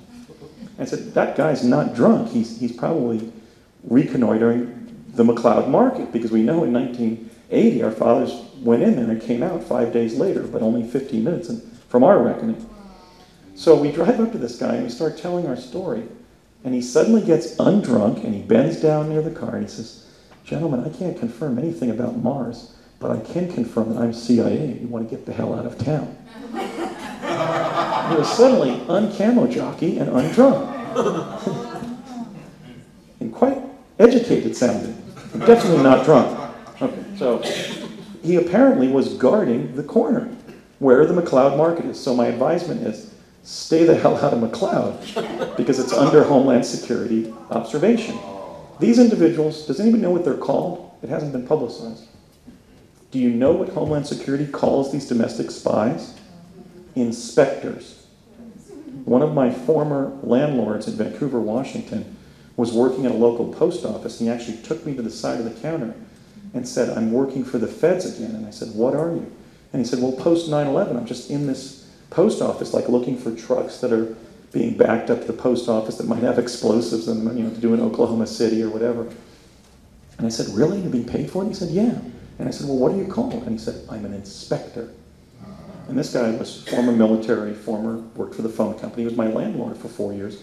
Complete, solid citizen, not an alcoholic, not a drug addict, happily married, father of two. So there you have it. We have domestic spies under the Patriot Act, and they're called inspectors. And this camouflage fatigue clad apparent U.S. military veteran was apparently guarding, or at least observing, that corner where the McLeod Market, who knows, maybe the McLeod Market was built around a natural portal site. But the facts certainly set up a rebuttable presumption that there was a portal there, and there's still something significant there to the government. So after our fathers, I said, Dad, how did you grow, the 5 o'clock shadow like this? He said, son, I always let my beard grow out when we're camping. My dad was charming enough to kind of get away with that, those kinds of explanations. But Brett's dad had shaved before he went in, and then still came out with 5 days growth of beard, which is a dead giveaway. You don't usually shave before going into a supermarket in a small rural town in Northern California. You keep your 5 o'clock shadow on to look like, the locals. But so his father said something like, Brett, I don't know what you're talking about. I shaved before going in there, and son, that's why I shaved, or something like that. I should still shave even though we're camping. So anyway, they came up with superficial excuses, but they didn't overwhelm our memory that, in fact, they were gone for more than 15 minutes, because they were literally, like when the astronauts used to come back after 3 or 5 days in space. My dad had black hair in his youth and then white hair at a very young age, and he had a black beard, so there was no hiding it. He had been gone literally for days, but by my reckoning, for only 15 minutes. Then we're taken up by our dads, respectively, in our cars to the campground on the northern shore of either Lake Siskiyou or Lake Shastina. We think it was Lake Siskiyou. I think it's Siskiyou, right there. Were you north of Shasta? Well, McLeod. Weed is north. When you look at Shasta from Weed, you're looking from the northwest. Yeah, in Shasta City, Mount Shasta, the city of Mount Shasta. McLeod, you were at Lake But I mean, the mountain Lake Shasta is further south by then. yeah. Well, Lake Shasta is farther south, but we don't know whether we were at Lake Shastina or Siskiyou. But Lake Shastina's north, but there's no campground. There was no campground there, so it was Lake Siskiyou then, right? Right, okay, so thank you, because we were trying to clarify that. So they take us to the campground on the northern shore of Lake Siskiyou, where when you're looking Right. south towards the lake, Shasta's right over on your left, right there. And Tom Stillings, they came a couple hours later, an hour later, and I said, Brett, this is how we corroborate facts in the truth movement. I said, don't tell me the color of your van. It was like pumpkin orange, right? And he's providing me the pictures of their Vanagon from 1980. It was pumpkin orange. So Tom Stillings comes over to our campsite with my dad and I, and with his son Brett. I was 18, Brett was 13, and Tom Stillings, we both agree that Tom Stillings says something to the nature of, you may know me or you may not know me, but we work for the same company, which is, I guess, identifying himself as working for the company, which I don't think is the company of Jesus, the Jesuits, although maybe originally it was. It's the company, the Central Intelligence Agency. And as I described in my second appearance on Coast to Coast AM on November 11th of 2010, Tom Stillings had a piece of metal about larger than this pointer, about the size of a personal checkbook. And he said, look at this, Andy. He said, I'm not going to show it to you, Ray, because you work with this. And I didn't know my dad was still working on aerospace projects. I knew he had been on Pegasus, but I thought the plane stuff was all back in the 50s. So he says, watch this, Andy. This is called boundary layer material. And he takes that little piece of metal and drops it 3 inches off the ground, and it hovers. So the ability to levitate even large objects is dependent on the right metal. If it has a complete proton shell, you don't really get anti-gravity, you get what? Reverse gravity or negative gravity. It naturally repels. So for some reason, Tom Stillings showed that to both of us. I guess maybe just to whet our appetite for what was going to come, because around the campfire on Sunday night, right after, you know how you get in that dull, kind of spaced out feeling when you're camping? You're just totally relaxed and staring at the campfire. My dad started announcing to Brett and I that come Monday morning, we were going to be attending a 3-week training course up at the College of the Siskiyous about Mars. And when I said, why have you taken us to Shasta, Dad, for 3 weeks about Mars? He said, because some of you in the class are going to be going there. So it looks like what they decided to do was just acclimate Brett and I to Mount Shasta several summers beforehand, and then take us there again in that beautiful mountainous region with that beautiful mountain there. It's one of my favorite places on the earth. It's a phenomenal area. And just remind us how beautiful the earth is, but so that they would kind of smooth our transition in our realization that we were going to be going off planet. Because there was no need. They could have gone to a hotel, because ultimately we ended up staying in the dorms at the College of the Siskiyous and then at a local motel. But I'm getting ahead of myself. The instructor of our course, come Monday morning, was a young 30-year-old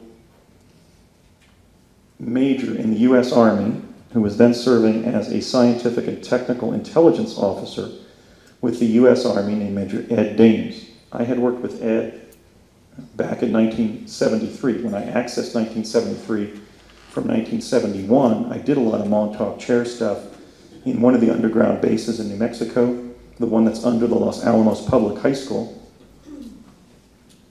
In fact, it's under the auxiliary or girls' gymnasium, basketball court, at the Los Alamos High School. And in that very facility, I worked with an even younger Ed Dames. I want to dwell on Ed. I think I may have mentioned during my first lecture. If Ed Dames can rise to the occasion, he can end the time travel and the Mars cover-up, not from the perspective of a child participant and adolescent experiencer, but from the perspective of a young adult who was involved directly with Project Pegasus and also training our personnel to be placed on the surface of Mars via jump room. He is deeply implicated, not just in all the admirable work that he's done in remote viewing, but in far more sensitive activities, and he's a major potential truth teller and whistleblower. He needs to be confronted, non-violently, but invited to come forward at risk of his life, because if I could come forward at 40, he can come forward at 60 or 65 and 70 and tell the American people the truth.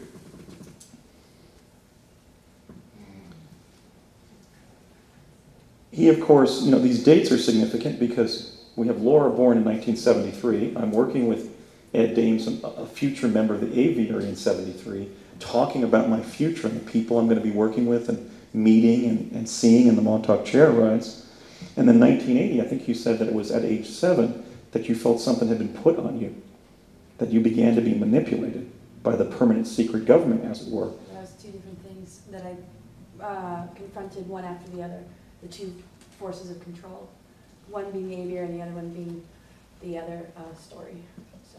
And here we have Ed being a colleague of Puthoff and Pandolfi and C.B. Scott Jones and all the people who have been publicly identified as being part of the aviary. At least he was in that same league of military remote viewing pioneers who are still focusing on remote viewing to the exclusion of time travel and so forth, while secretly recruiting people to teleport to the Mars colony like yourself. So I think that 1973 and 1980 involvement of myself with Ed somehow may relate to the timing of Laura's story, and that didn't really occur to me until Laura's presentation yesterday. So anyway, what Ed was doing was simply giving us 3 weeks of information about Mars. The training class, as I mentioned, it was held at the College of the Siskiyous, right literally on the volcanic apron there, beautiful Mount Shasta. Here's one of the buildings. College of the Siskiyous is in Weed, California. And we were told by Ed that as the program evolved, not the time-space program embodied in Project Pegasus a decade earlier, but the Mars exploration and habitation program that we were being trained for, would use the Mount Shasta region as essentially its local neighborhood, in the same way that Houston, Texas, or the suburbs around Cape Canaveral, you have a higher population of astronauts and so forth. The chrononauts going to Mars would be expected, for example, to either buy or be provided lodging, homes in the region, and they would use this beautiful Mount Shasta region for the home base of people regularly going back and forth to Mars. Now that makes good sense, because if you're periodically getting totally exhausted being on a stressful, arid desert planet where if you don't look around every 30 seconds you might be eaten by a predator on the surface, clearly Mount Shasta is going to be a restorative region to come home to, and also a psychological bulwark knowing I'm going to be back in my bed in Weed in a couple days, or hours. So one of the interesting things we learned is they were really planning to use the Mount Shasta region as the base of operations for the personnel who would be attached to the Mars project. So, okay, Brett and I agree that in the class, listening to these 3 weeks of basically just storytelling facts from Ed, just basically acclimating us to what we could expect on the surface, what to look for, and so forth, how we would get up there and what we were expected to do. It was just basically just a 3-week factual lecture.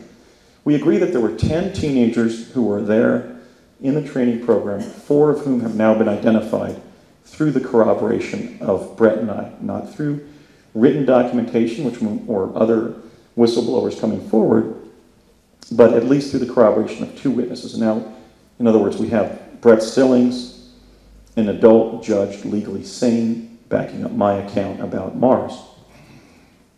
They were, in addition to myself, by the way, they all had Pasadena, California connections.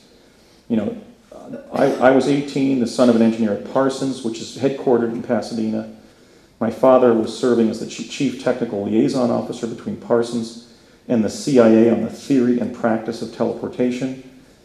And so now, in real time, I'm a crusading lawyer planning to run for president.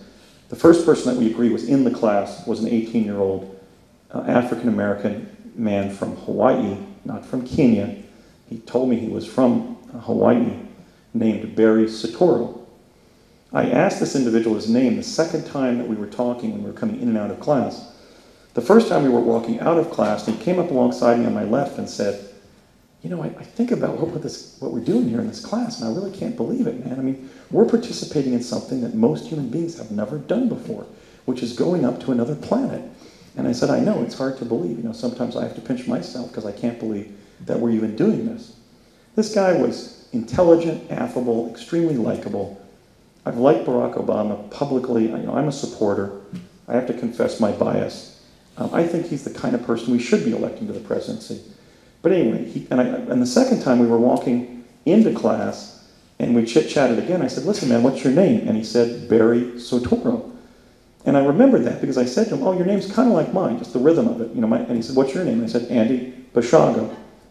So, Barry Sotoro, Andy Basiago. Okay, so I think the Barack Obama name is probably a persona that he then adopted, because when we crossed paths again in 1982 in West Los Angeles, he was taller, thinner, more confident, more intelligent sounding. He had matured a lot in those 2 years. Actually, he then did another year at Occidental College in Eagle Rock, California. There's the Pasadena connection to Barry Sotoro during those years. And then did a year at Columbia. So I met him when he was back in LA, as he put it, hanging out with his friends from Occidental. And he told me that his name was Barack Obama, and we had a discussion about his name. So that fills in a little bit of the mystery of Barack Obama. I believe that he was born in the United States. We know from the writings of Alfred Weber, and who else? Webster Griffin Tarpley, and Wayne Madsen, that President Obama descends from a multi-generational CIA family. His mother was a CIA operative in Kenya and Indonesia, while officially attached to the Agency for International Development. And his grandparents apparently also engaged in espionage on behalf of the US government. So the Pasadena connection, he was attending Occidental College in Eagle Rock, which is literally essentially a suburb of Pasadena. And today he's the 44th President of the United States, which is conspicuous. The next individual that we are certain was in the class, the only female student, she was always sitting up in the front. Ed would give us basically 3 lines of hellish information about what to expect and then make a joke. And Regina Dugan was always following up his jokes with another joke. She was very funny, very intelligent, and Brett and I were also very impressed with her. Regina was then, according to Courtney Hunt, who I later spoke about Regina with, Courtney introduced me to Regina the next summer of '81, right before I went up to Mars. And he told me that she was getting her PhD in nuclear physics at Caltech in Pasadena. There's the Pasadena connection. But in her official biography, it states that she earned a PhD in mechanical engineering from Caltech. It also states that she will soon be granted a US patent in a new space launch application. And I'm wondering whether they're going to gift her the jump room technology, because at some point somebody's going to have to be credited with inventing it.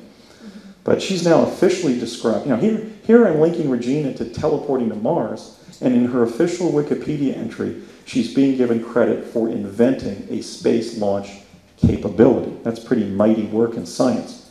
She was absolutely brilliant, and I hope to someday consult with her about our experiences training for Mars. And we don't know whether Barack Obama and Regina Dugan went up there, but we do know that they were in our training course, the express purpose of which was to go up there, and that Brett and I went up there. So today she's the director of DARPA, the first female ever to serve in that post. What I find interesting about this photograph of Regina, also in front of the US flag, this is her official portrait when she became director of the Defense Advanced Research Projects Agency at age 48, which is also a phenomenal accomplishment. The colors in her scarf here are some of the distinctive colors of Mars. The rusty red surface of Mars, and then the white and turquoise stones that make up some of the iconography of the high Egyptian civilization, which I believe reached Egypt as a result of direct cultural diffusion from ancient Egypt's connection with ancient Mars. But these colors, the turquoise, before I even found this picture, I had already used in the iconography of our research organization, because turquoise is distinctively Martian. Here we find it in her scarf. This is the best picture we could find of Brett. We're going to have a more of a formal portrait taken, because he does plan to come forward as a whistleblower. I was kidding him here that he looked like the 6th or 7th Beatle, but we're going to have a formal picture taken. Brett had an accident as an infant and fractured his skull, and he has the scar there to prove it. Brett is an absolutely brilliant prodigy type of individual, not a savant. He's quite functional. But among his other accomplishments, which explain why they put him up on Mars, according to his mother and Brett, his father died in 2007, Tom Stillings, but according to his mother, Gail, which I just spent 2 weeks staying with Brett and his mom, he was repairing television sets that were absolutely broken at age 7 without training. So he was, in other words, an intuitive mechanical genius, which is very rare.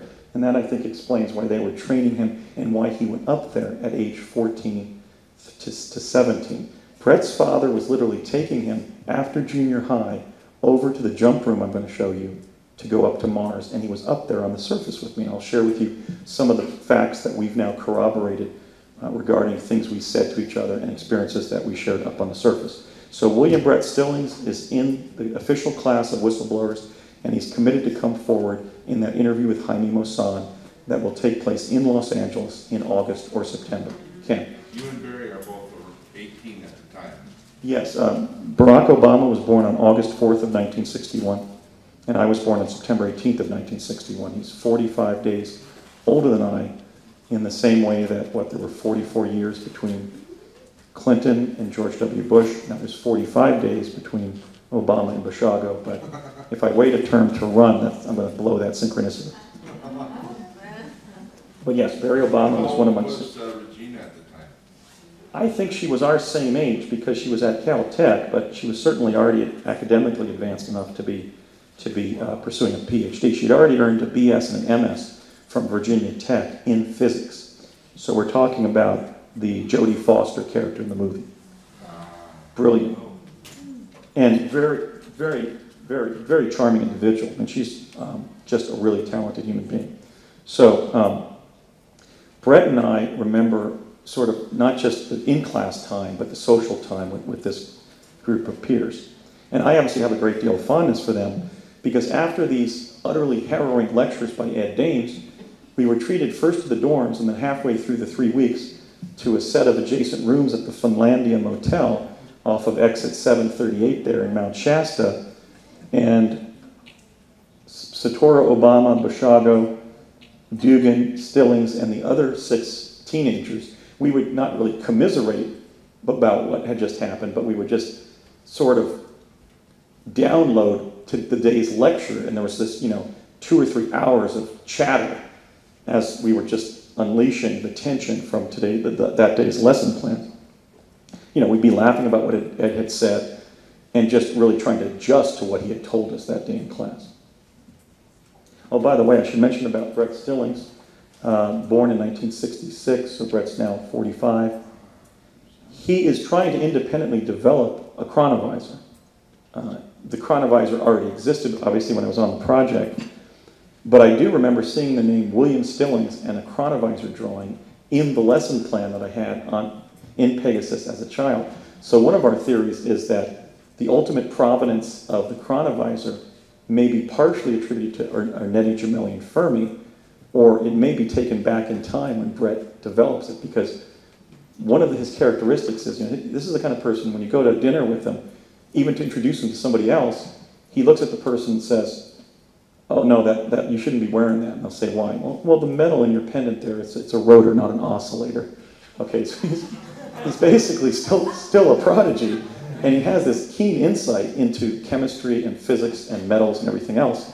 So if anybody on the planet can start tinkering with bismuth crystals and independently develop the hologram generating chronovisor, the looking glass technology, we think it's Brett, and he has the benefit of knowing me and the fact that I saw his name associated with chronovision in the data that I saw when I was on the project. He's the William Stillings who's active on the Facebook. Yes. Yeah. What? Yeah. He's what? He's the William Stillings on Facebook. Yeah. He's always writing constantly. Prolific. Yeah. That's the same guy. Same guy. All of us. So prodigies maybe. You're awesome yesterday to me. He's prolific. Yeah, he's been inspired by everybody who's come forward, including Michael Relf, myself, Arthur Neumann, yourself, and he wants to join the movement. So we've everybody was always saying 2 things about my investigation. One is there's stuff you haven't remembered, and what I hadn't remembered was the whole Mars connection. I remember the stuff from early childhood, but not the more recent stuff from late adolescence. And the other thing people were predicting is that whistleblowers are going to come forward and there, of course, was Laura and then Brett. So we now have 5 people as a result of going mainstream with the information. Any reason the name Williams being used? His name is William Brett Stillings, and he just goes by the nickname Brett. Yeah, so that's his given name. So one of the funny incidents that occurred in class that Brett and I also agree about is that we were sitting, usually I'd be sitting in front of my dad, Brett would be on my right, and Tom Stillings would be behind Brett. And often Barry Satora was sitting 1 or 2 desks in front of one of us, Brett or myself. On a particular day, he was sitting in front of Brett, and Ed Dames called an intermission in his lecture. And Regina went up to talk to him, and then Barry from Hawai'i. And Tom Stillings, who was an incredible joker and entertaining us all the time, leaned forward in the kind of little tea party between the 4 of us, my dad and myself and Brett and his father, and said, within earshot of my father and I, "So Brett, how do you feel about being in a class like this, about going to Mars, and there being a future president in the class?"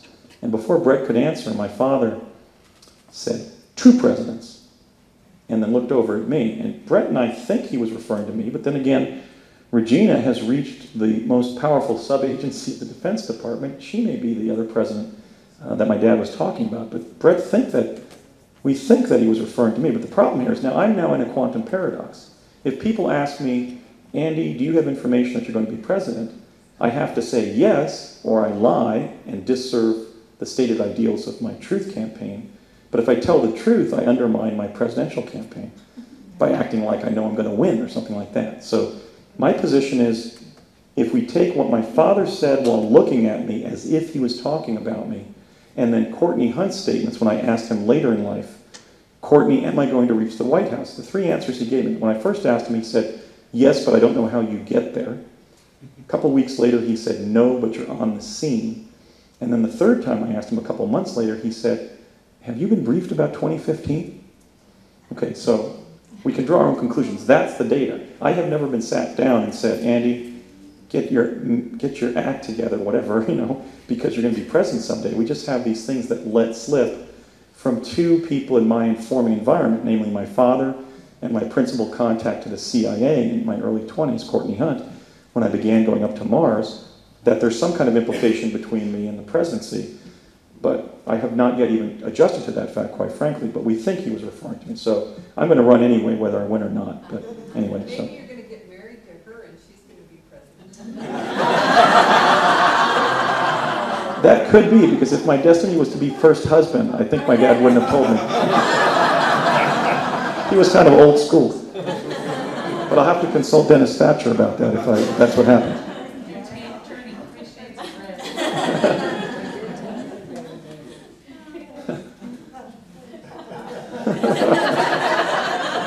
I'm turning Mars red. Better get some turquoise on if I'm going to be first husband.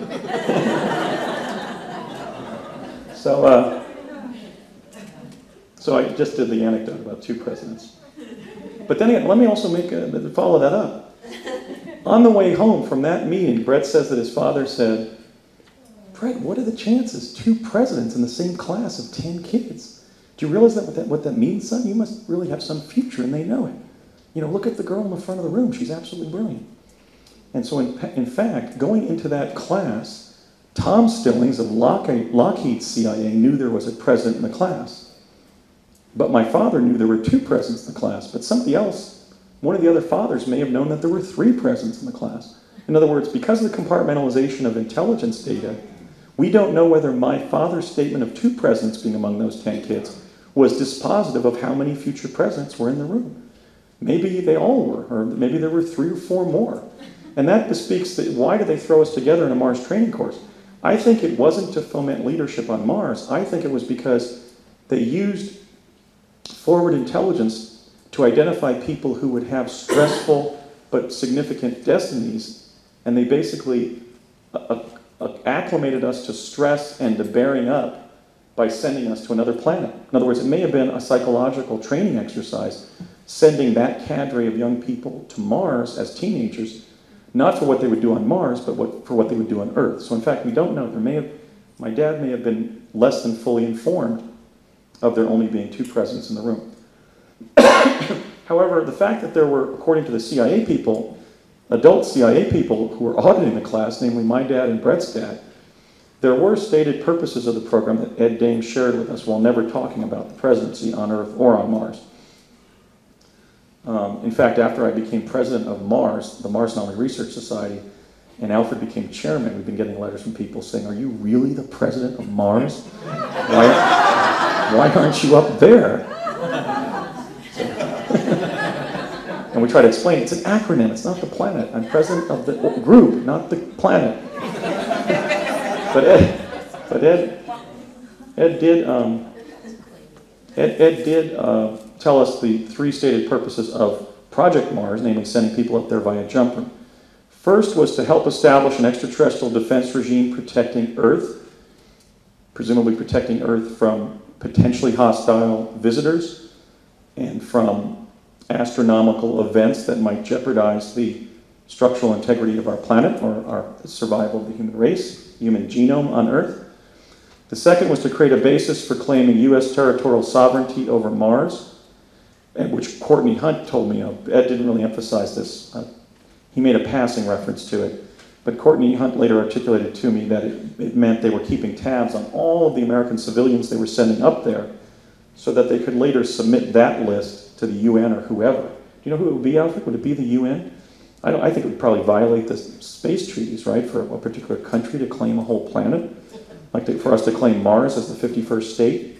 But that's, in fact, what was discussed by Courtney. Yeah, that's probably why there are only 9 signatories to the Moon Treaty, because the Moon Treaty is the Moon Treaty that the terms of the Moon Treaty actually apply to all of the other planets.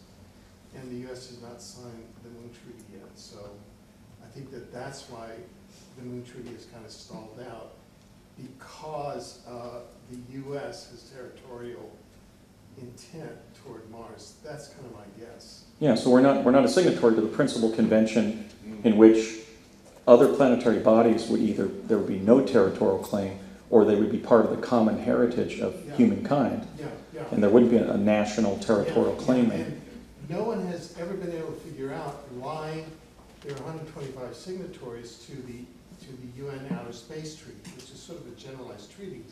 And then when they came to the Moon Treaty, which would be like a piece of cake, it stopped. And I think it has to do with the territorial claims that the U.S. has toward Mars, because the terms of the Mars Treaty extend to every celestial body in the solar system. Right, so what Courtney Hunt was explaining to me is that they were trying to put as many U.S. civilians up there, not soldiers and not diplomats, because settlement is one of the conditions of an ultimate territorial claim. You know, our people have been in that location on that planet for so many years, at so many number of people. So what they were doing was literally sending as many people as possible through the jump rooms and keeping tabs. Ken? And related to that, I've heard that China is using that precedent you just mentioned of the U.S. not signing the Moon Treaty as their own leverage and excuse for their own agendas on Mars too, the Chinese. Right, and you know, we have this... That if America's not going to do it, they don't have to do it. Right, and we have this in public international law, which is, you know, disputes over claims of territorial sovereignty based on length of habitation. You know, the Israeli-Palestinian conflict, the conflict over North America between the Native American presence on the North American continent, and then claims of property ownership by later arrivals, namely the contemporary American civilization, and also here in Hawaii and so forth and other locations. It's an age-old conflict in public international law, and one of the reasons I'm speaking out is I think the United States is doing the wrong thing. Why should we or any other country assert a territorial claim to another celestial body? That seems the height of arrogance and folly. So here we are. Here we are with somebody from the Mars program in the early 80s saying that's what the CIA people are talking about. Let's get as many humans up there. This? Yeah. This is where I'm going in the lecture. So, actually, let me just still stay back here. That image will be explained soon, but let me I'm getting ahead of myself. Among the things that were covered by Ed Dames, let's go back to Ed just to look at him. Among the things that were covered by Ed Dames in his lectures for 3 weeks were subjects like the history of the U.S. presence on Mars. This is a direct quote, a verbatim quote, given early in his lectures, right before he started talking about predation on the surface. Brett Stillings and I are in absolute agreement that Ed said, of the 97,000 plus people that we have thus far sent to Mars, only 7,000 have survived there after 5 years, or 4 or 5 years. So that establishes that at the time we were being trained, almost 100,000 Americans had already been jump room to Mars. So imagine that you're at the next baseball game that you attend back on the mainland, you're at Dodger Stadium or something, and you look at that crowd of tens of thousands of people. If it's an average sample, some of those people in attendance have been on Mars via jump room. Again, David Wilcock, the individual that I supposedly am, but I'm not, I'm obviously a different person. Our esteemed colleague, David, has stated that he believes that it's 550,000. And I was discussing this with Alfred again. If there were 100,000 who had visited in 1980, now, 30 years later, the colony would have grown into at least several 100,000, but it would still be constrained by the carrying capacity of both Mars and the colony. So I think that David Wilcock's estimate is quite accurate. It's a good ballpark figure. Jan. Real quick, why are you supposedly David Wilcock? Just explain that little. Why am I what? You just said something about David Wilcock. Oh, it's long been alleged that we're the same person. That's just a pernicious urban legend. I thought I would address it again to knock it down. We're not alter egos of each other, although I think Chris Gaines is the alter ego of Garth Brooks. But David Wilcock, I'm pretty sure, but David Wilcock and I are not. I just wanted to address that so I could knock it down. Ken? Okay, so you gave the impression during the meeting with the Martians as having a diplomatic status or presence and intelligence. And now it brings into question how they are tolerating us or receiving us or treating us, you know, or even accepting that we have territorial. Well, they're advanced. I mean, they're the vestige of the presence of the High Egyptian, that great maritime civilization that built the Great Pyramid and the Sphinx. On Mars, under Mars, they had more advanced space planes by 1970. It has to be antagonistic to their interests. And that bespeaks the danger of asserting territorial hegemony over another planet is you may come into open conflict with the advanced humanoids with weaponry and spacecraft and so forth on that planet. Yes, Star. What kinds of interactions did you have or people on the base have with the native population humanoids on Mars? Like, Well, I'll describe that, but well, I'm going to have to get ahead in my lecture to address that. But we weren't going up there and consulting them. We were among ourselves, our other Earthling associates, when we were on the surface. We weren't received there in the way that cadre of Martian astronauts had been consulting with my dad.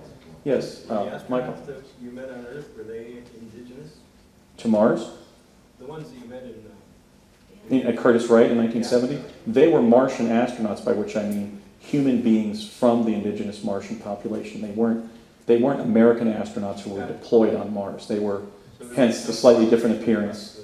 There was some cooperation across the culture.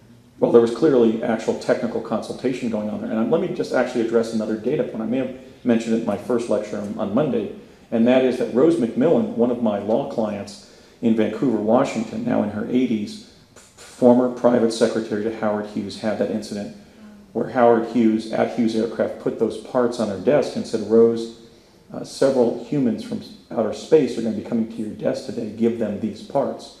So here you have literally the progenitor of Hughes Aircraft, the owner and operator of the jump room technology or building that I'm going to show you next, literally in liaison, Howard Hughes in technical liaison with an off-planet culture. I don't know if it was the Martian one, but it was an off-planet culture.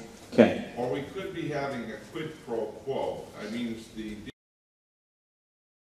remote viewing exercises regarding Mars, and that team at Emory of remote viewers found that the Martians do want to relocate here, that they already have colonies in the mountains outside of Santa Fe, New Mexico, and in remote regions of South and Central America, and that how could we fault them because this is such more of a livable planet? Yeah, give and take. Right, so maybe ultimately my work in the Mars area here publicly will be to acclimate the people of Earth to the reintegration of our Martian relatives back into civilization here on Earth. Why should they be barred from our planet? They are our relatives, and it's a lot nicer to live here than on Mars, and I think we should permit that.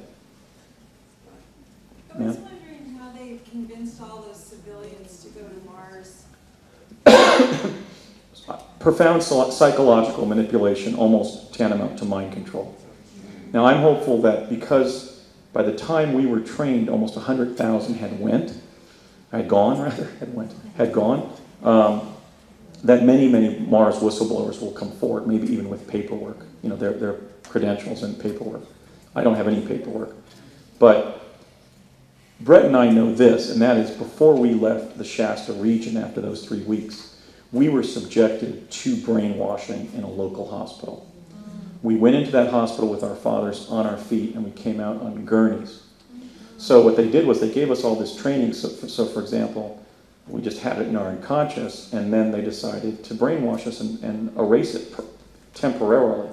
What's amazing is that brainwashing remained locked for decades, so that it just surfaced after I had already done my Mars research findings in 2008. But Brett and I have literally been sitting around, and just commiserating about the fact that we can't believe that it was locked up there for so long. But as I'll show in my further lecture here, there's been very specific data that we've corroborated that can't be the result of mutual delusion or reinforcement of fantasy. And I'll describe some of those data points. And that's why Brett is such an important whistleblower, and why I think he's going to play an important role. Jan? Was that mind control with drugs? I believe that it was, the classic CIA drugging and verbal reinforcement of memory to forget. Remembering to forget. I don't think it was trauma-based but I remember just being in a funk and kind of out of it the whole drive, 800 or whatever, 700 miles back to Chatsworth. Yes. So, how did you feel about your father and being, did you enjoy all this? Were you letting him do it because you were afraid, or? Well, from earliest childhood, I had basically been asked to buck up and deal with experiences that were both awe-inspiring and terrifying as a result of my father being in the aerospace community and in the CIA. So, for example, when he told me around the campfire that some of us are going to Mars, my mind kind of spaced out. It's like, oh great, I'm going back into government service again. I really had no choice. I was born into it. And my dad he was a decent and responsible person. One principle I want to apply here is, again, I don't think I'm borrowing it from Donald Rumsfeld, because I think he stole it from me as a result of quantum access. But, we know what we know what we don't know, but we don't know what we don't know. So what I apply is what I call the post-Vietnam principle, which is you can't presuppose that other kind, compassionate, intelligent Americans would make decisions that you wouldn't do until they start getting involved in intentional wrongdoing, like torture. So was my dad at that point complicit in brainwashing? Yeah. So I can blame him for that. But earlier as a kid on Pegasus, we know he was in denial about the fact that they were using brainwashing. But my point is, if you were sitting around a table in Washington with 12 people who were determining how we would respond to a cultural or an astronomical threat to our planet, let's say, and needed to place teenagers on Mars so that they would become the Mars leaders of tomorrow or whatever, would you go so far as to train kids and maybe even brainwash them if that was a necessary programmatic element? Most people would say no.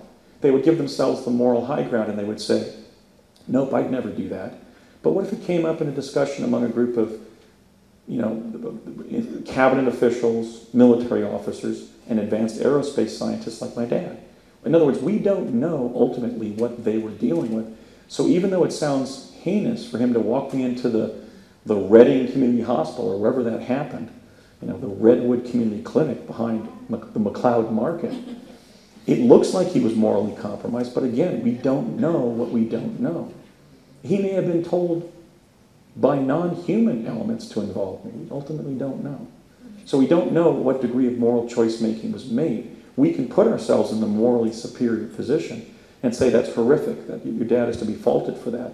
But again, we don't know what was driving the experiences. It might have been totally out of his hand. my impression from both my Pegasus experiences and my Mars experiences is that decent people in these programs, like my father, like Tom Stillings, like Captain Ernest Garcia of the Army Security Agency, that they were trying to buffer the impact on us because they had no control over our involvement. And I certainly was never asked. It was heartening to hear from Laura that she, in a sense, was being both recruited in a manipulated way, but also, to some extent, being given the freedom to decide, to say no, about joining the Mars colony, which is obviously a much more substantial investment of time up there. But I had no opportunity to say no. And again, I'm getting ahead of myself in the lecture, but when Courtney Hunt of the CIA asked me about going up in '81, this is a year after the training program, I declined, as Laura did, and then I ultimately said, why should I, or why do I have to? And he said, because the survival of the human race depends on it. And then at that point, I made the same decision that people in combat make if they believe that their side has the greater moral cause. I decided that I would go even if I would end up dying going up there or on the surface. So it was semi-volitional at that point. But was it scary as hell, just the notion, the thought of going up? Yeah. So, I'm not going to put on any airs and say that I was, John Carter, Mars Explorer. Thanks, I want to go. Get me up there as soon as possible. But as you'll see, I did say something clever in the jump room that I'm happy about on the first time up. But no, I didn't want to go. It was scary. And at the same time, I certainly didn't have an option to say no. Actually, Courtney said, well, you're going up, so get used to it. He was basically saying you can't say no, you have to go. And Courtney also was, like I said, was very idealistic ultimately in helping me integrate my experiences into reality. So, but no, this was an emergency program. If we didn't go, we might lose the planet. The US was leading the effort, and the implication here, the agreement factually between Brett and I, is that right at the time we're being trained, 100,000 had already been sent, 31 years ago. Okay, so what else did Al James talk about except how many we had sent up there? Predators on the surface. He explained that we would be able to outrun most of them. And he showed us drawings and photographs, telephoto lens photographs of the predators, apparently taken by Mars explorers. But he told us that 2 or 3 we would not be able to outrun, and because they were faster than humans. And he said, at that point, you can decide to either fight or sacrifice yourselves. He said, I've often wondered what this would be like. I guess, you've got this little dinosaur in front of you and just kind of like allow yourself to relax and be eaten. Ed has kind of a dark sense of humor. He is Dr. Gloom, or Dr. Doom. Dr. Doom, Mr. Doom? Dr. Doom. So now, what was I given during my trips up there to confront the unenviable prospect that I would confront one of the several species that humans could not outrun? I was given a suicide pill if captured. Brett reminded me of that. I had forgotten that. He said, yes, you said to me on the surface, do you have a suicide pill? Because I've been issued one, and Brett said no. But I had been issued a suicide pill. And I remember being at a barbecue in a backyard in La Cañada near Caltech, NASA JPL. And I was shown this flash gun that we had up there, and it had 3 settings: kill, stun, and heat. It was a metal gun, like a flash gun, and the left position was kill, the right was basically shock. If you shot it at an animal, it would just be shocked. And the third was heat, so you could light a cigarette or start a campfire or something. And they showed me while they were demonstrating. So I don't smoke, and I didn't then. I said, but if you or somebody else does light a cigarette, remember to put it in the right position rather than the left one before you light it. We don't want to lose any personnel from friendly fire. So they had an animal, this poor unfortunate creature. I forget what it was because I repressed it. It was either a cow or a lamb or a goat or something. And I know who said it. Wasn't my dad, but I don't want to say who had the gun. But he said, watch this, Andy, let's have some barbecue. And they took this stun gun and they shot an animal, and it was killed. And they said, go over and see how well done it is, Andy. And I went over to where this animal's remains were, and it was just a pile of ashes. Actually, ashes that you can just blow away in the sun. It wasn't even charcoal, or you couldn't even see any bones or anything. It was just like feathery diaphanous ashes, and I actually blew it over, like just went.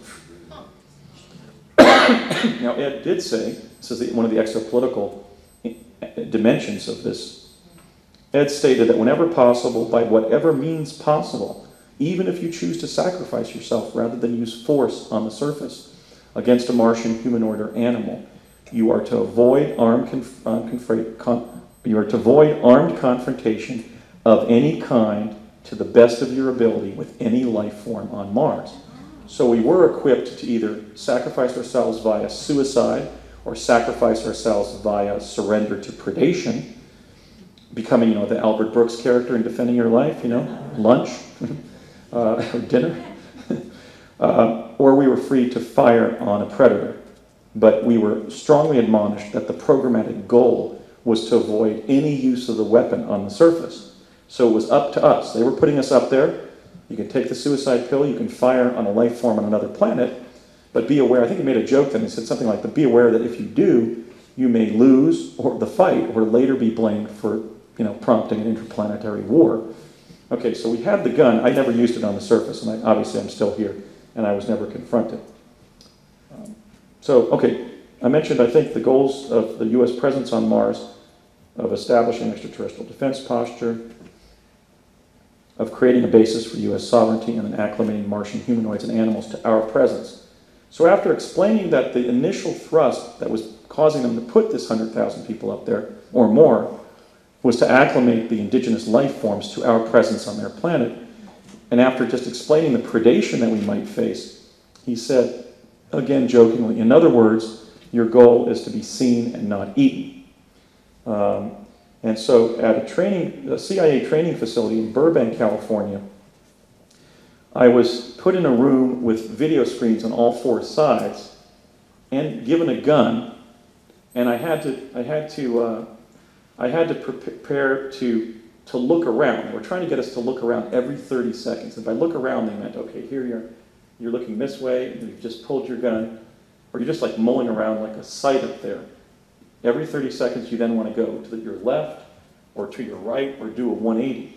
So I did like several hours of training where this woman's voice was going, look around, look around. 30 seconds again, look around. And what they had was they had usually blank screens, but then you might see this little dinosaur-like creature go running along the horizon.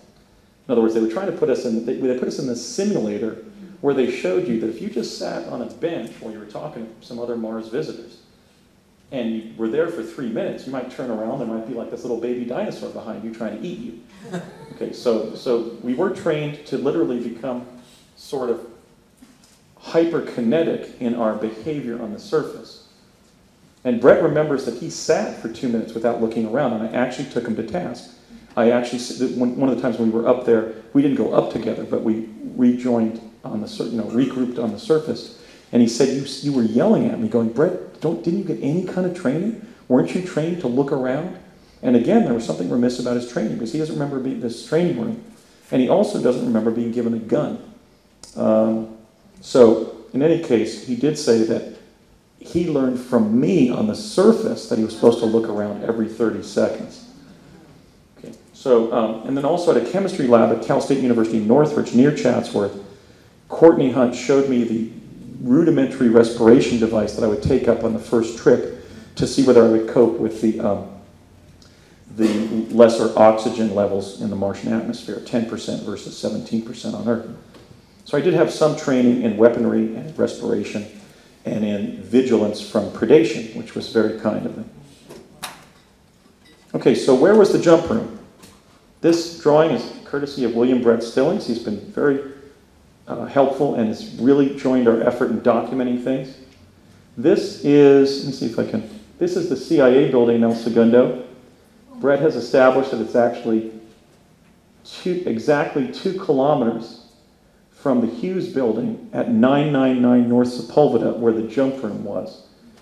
This is a map that is upside down. This is the south. This is the north. So this area here is the southern reaches of the Los Angeles International Airport, LAX.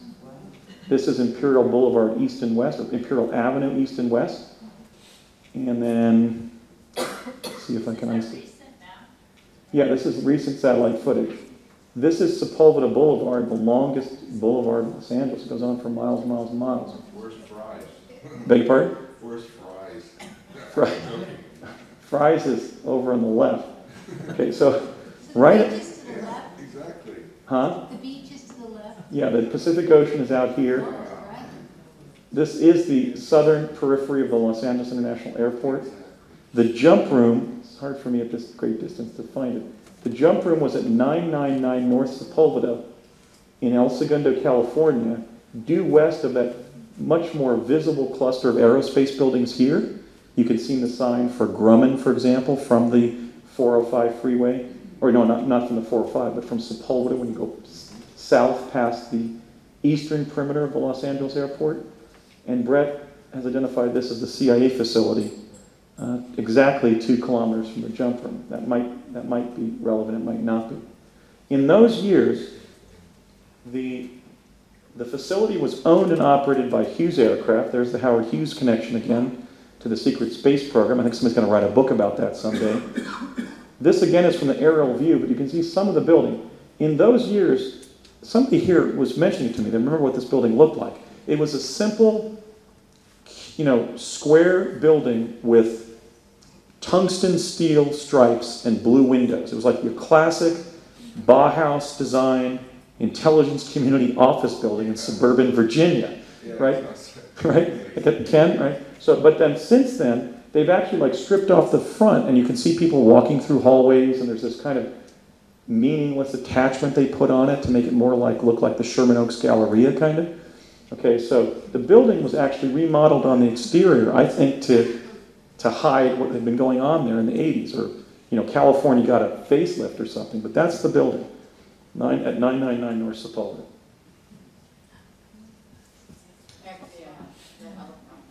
Yeah, with the helicopter pad on top. That's not the teleport, that's just the helicopter pad. It's 6 o'clock. Oh, okay. Would you take a break? Yeah, we're just about ready to jump to Mars. That's a great time to jump into a break. Great. Okay, great, yes. Great. Under the tutelage of Ed Dames. Brett and I have both corroborated the fact that we underwent some form of suppression of our memory at the end of that summer of 80, so that when we were approached during the 81, actually, do I have a signal here? Is Ken here? It's coming up. Oh, it's coming up. So when Brett and I were going up to Mars initially in 81, it's not as if we were in immediate possession of our memories of just having been through the seminar during the previous summer. In fact, in Chatsworth, California, in the summer of 1981, Courtney M. Hunt of the CIA, who really entered my life at this time, and we remained in communication until he had a stroke in which he lost the ability to speak in 2001, introduced me to Regina Dugan that summer, and I understood that meeting to be an introduction to somebody I had never met before, even though I tend to remember people and faces and names and personas. And we had not only been in this very profound experience of being trained for Mars for 3 weeks during the previous summer, but as I noted, we were essentially recreating in the evenings at, for example, the Finlandia Hotel during the last week and a half, and we had all become friends. And so I was introduced to her in summer of 81 and didn't know who she was. So we had been memory blocked about our training, which kind of suggests to me that they just wanted our training to be available almost at the level of the unconscious, like to be wary of predators on the surface, but not thinking about all the details. So here's El Segundo, south, as we go north up the image, where the jump room is at the corner of Sepulveda Boulevard and East Imperial Avenue, or East and West Imperial Avenue, right south of LAX. Hunt took me there in July of 1981. He picked me up in Chatsworth in his private automobile, drove me down there. He parked on a, he made a right and then went into the property and then made a right. And in those years there was I remember there being a road there rather than this parking lot and more grass. And we actually found the traffic stanchion still in place there as a remnant of how this site plan was in 1981. During my August 2010 visit to this facility to try to just reconnoiter the location and prompt my memories of the building.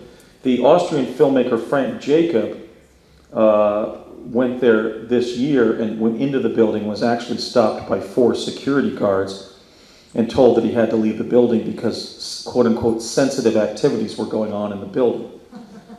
But I've not yet entered the building because I had my experience at the gates of the Sandia National Labs about having my car keys taken away and being told that I was not immediately free to leave because, Homeland Security was being called. So I don't really want to go into that building. As I told Carrie Cassidy of Project Camelot, I don't want to go into that building because the last time I did, I went to Mars. So as we walked in, as you can see today, there's a big 666 at the corner of Sepulveda and Imperial. And in those years, this was, as I said, more of a simple Bauhaus construction. They've renovated the exterior to make it more contemporary in its design. In those years, there was a small metallic 666 over the doorway into the center of the building.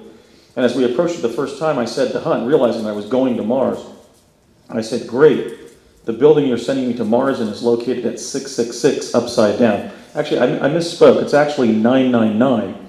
So today, there's if you're down there in El Segundo, there's 3 big red 9s.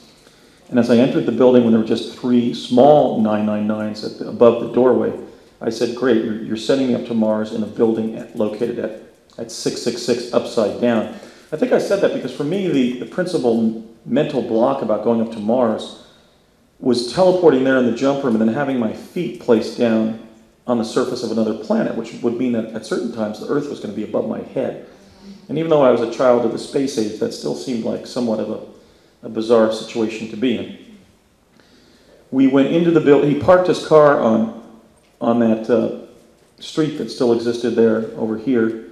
We went in here, went into the elevator area that's sort of recessed into close to the center of the building. You go around, at least then you went around a wall and you found an elevator landing. We went up to the 5th floor. We went into the only office that was on the 5th floor, which was a large suite, not unlike those Fijian suites that lawyers use where you have a big marble counter and multiple offices around it. And there was just one man working there.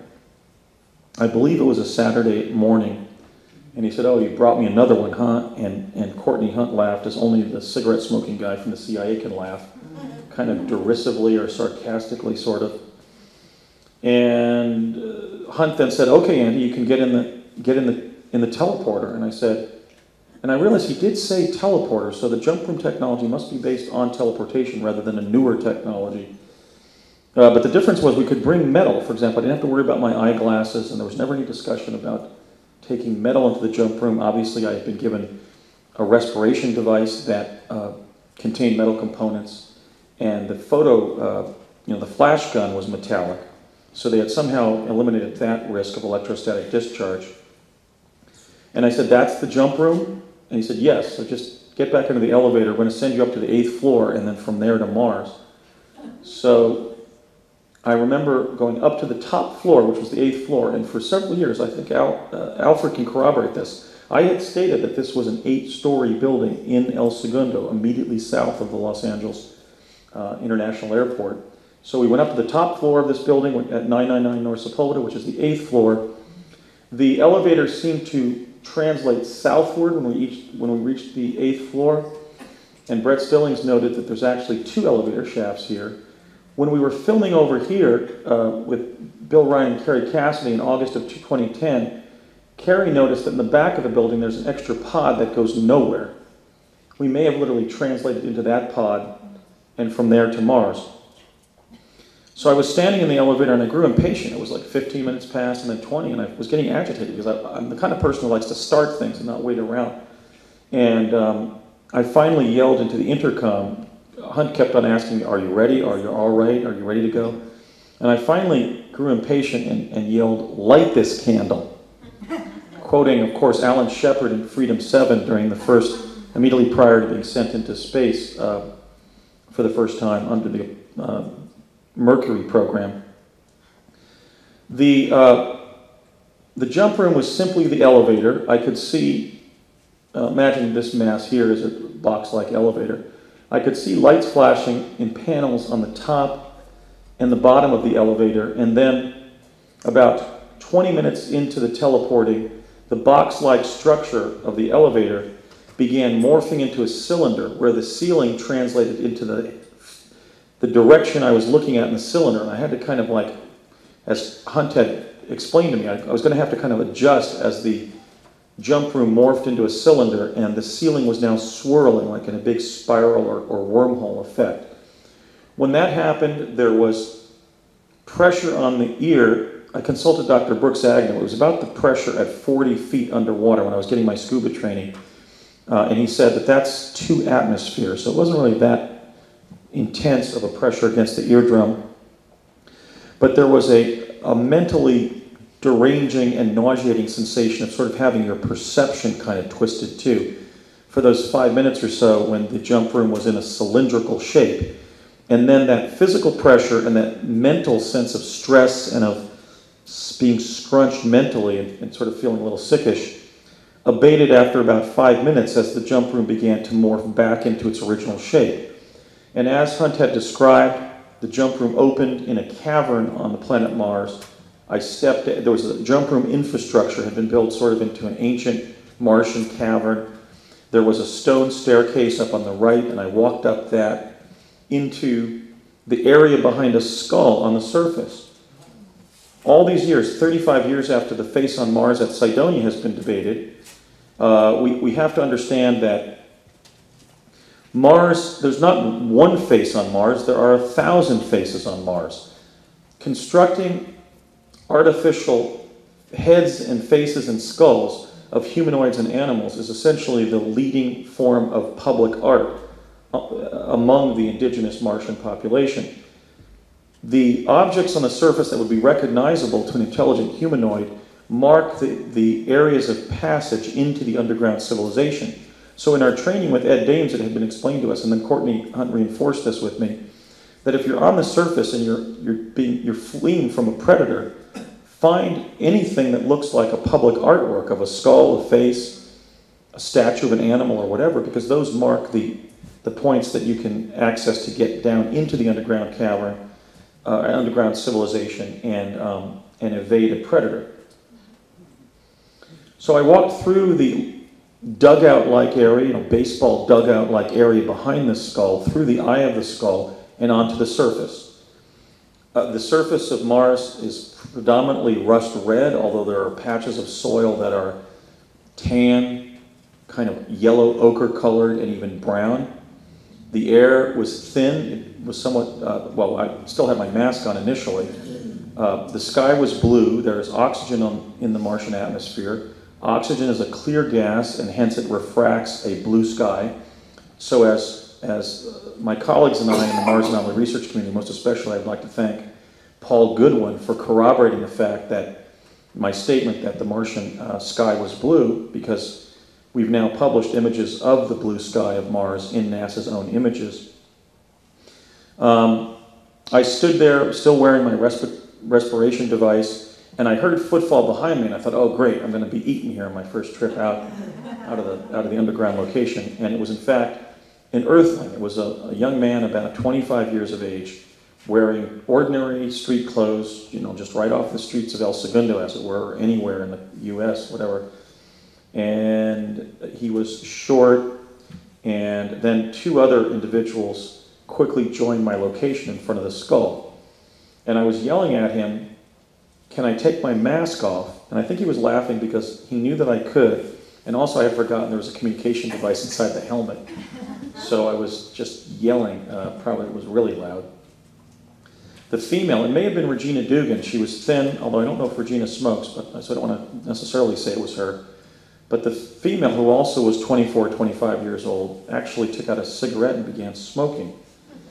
Hence, I guess, she had really adapted to the lesser oxygen. And so I stood there, and he said, yes, you can take your mask off. I took my mask off, and the best way I can describe what it was like to breathe on Mars is that it's kind of asthmatic, like that temporary asthma you get in a smoggy city like Los Angeles or Sao Paulo, Brazil, after a day of exercise, like swimming all day in a smoggy climb, and then you have kind of this temporary asthma where you have difficulty getting a full breath. It was sort of like that. I could breathe, I didn't get faint or anything. And in all my subsequent trips to Mars, I never brought any respiration equipment. In that location in particular, there was a pungent sulfuric smell, which I believe is the sulfur content of the Martian atmosphere or ground. And I pretty much just stood there for about 9 minutes, and I said, can I go home now? And they said yes, because I knew that it was just going to be an initial trip and that I had to go by myself. That was sort of the protocol, so you didn't always feel you had to. We had to get used to going up there by ourselves, so they sort of, it was sort of a trial by fire where we had to go up the first time by ourselves. So I went back down the staircase into the jump room, the door was open, and sat there for 45 minutes. And in that location, the door closed automatically. You didn't go through this protocol to make it close.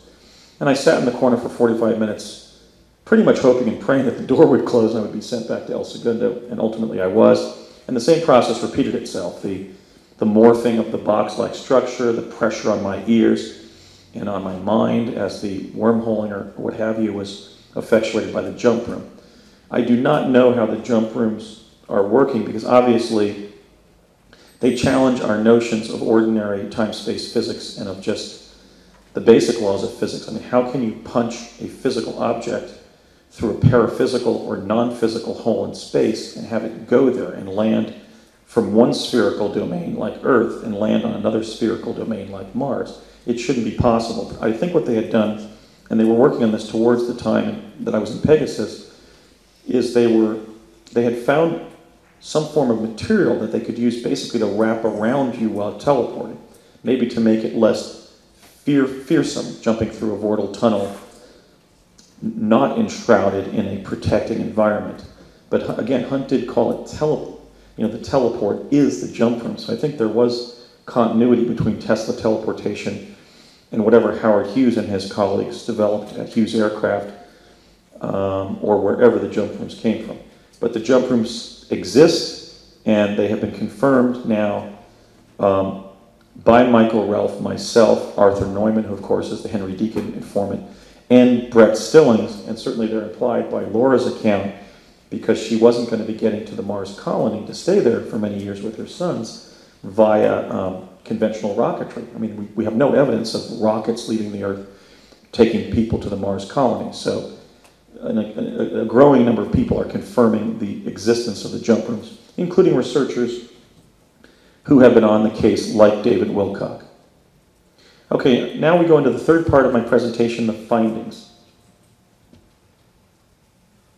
My findings begin in, let me go back just a step, one tick back. On the second trip, I go up there with Courtney Hunt in August of 1981, and we walk out of the same skull on the surface. I don't have any respiration equipment, nor does Courtney. He was a smoker, chain smoker, but he could breathe on the surface.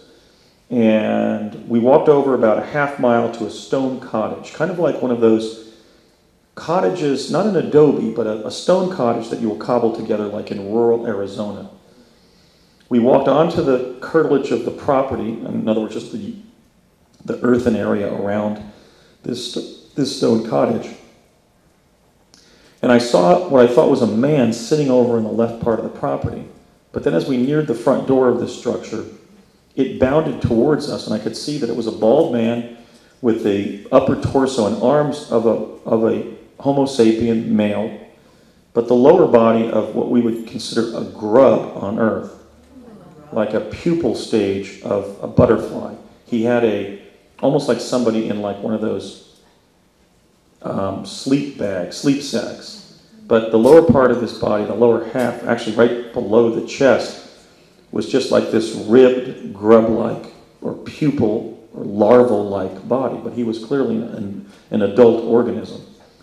And I interpreted his noise as being lethal, because we had been, clearly the fear of predators was still informing my behavior. even if it was suppressed by brainwashing from the previous year and the previous summer. And he bounded towards us, making a noise. The best I can describe it is to say that it sounded like a dog barking and a man snarling simultaneously. It was like,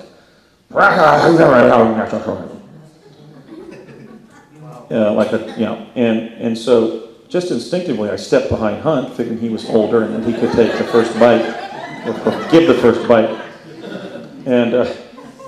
And Courtney was exceptionally distilled in his sense of humor, and without even looking back at me, he said, "He's harmless." And that, in fact, was the case. Courtney then grabbed the rusty screen door. It was actually a screen with a metal frame that had thoroughly rusted, and he opened up the door, and it fell away in his hands, and he stacked it against to the side.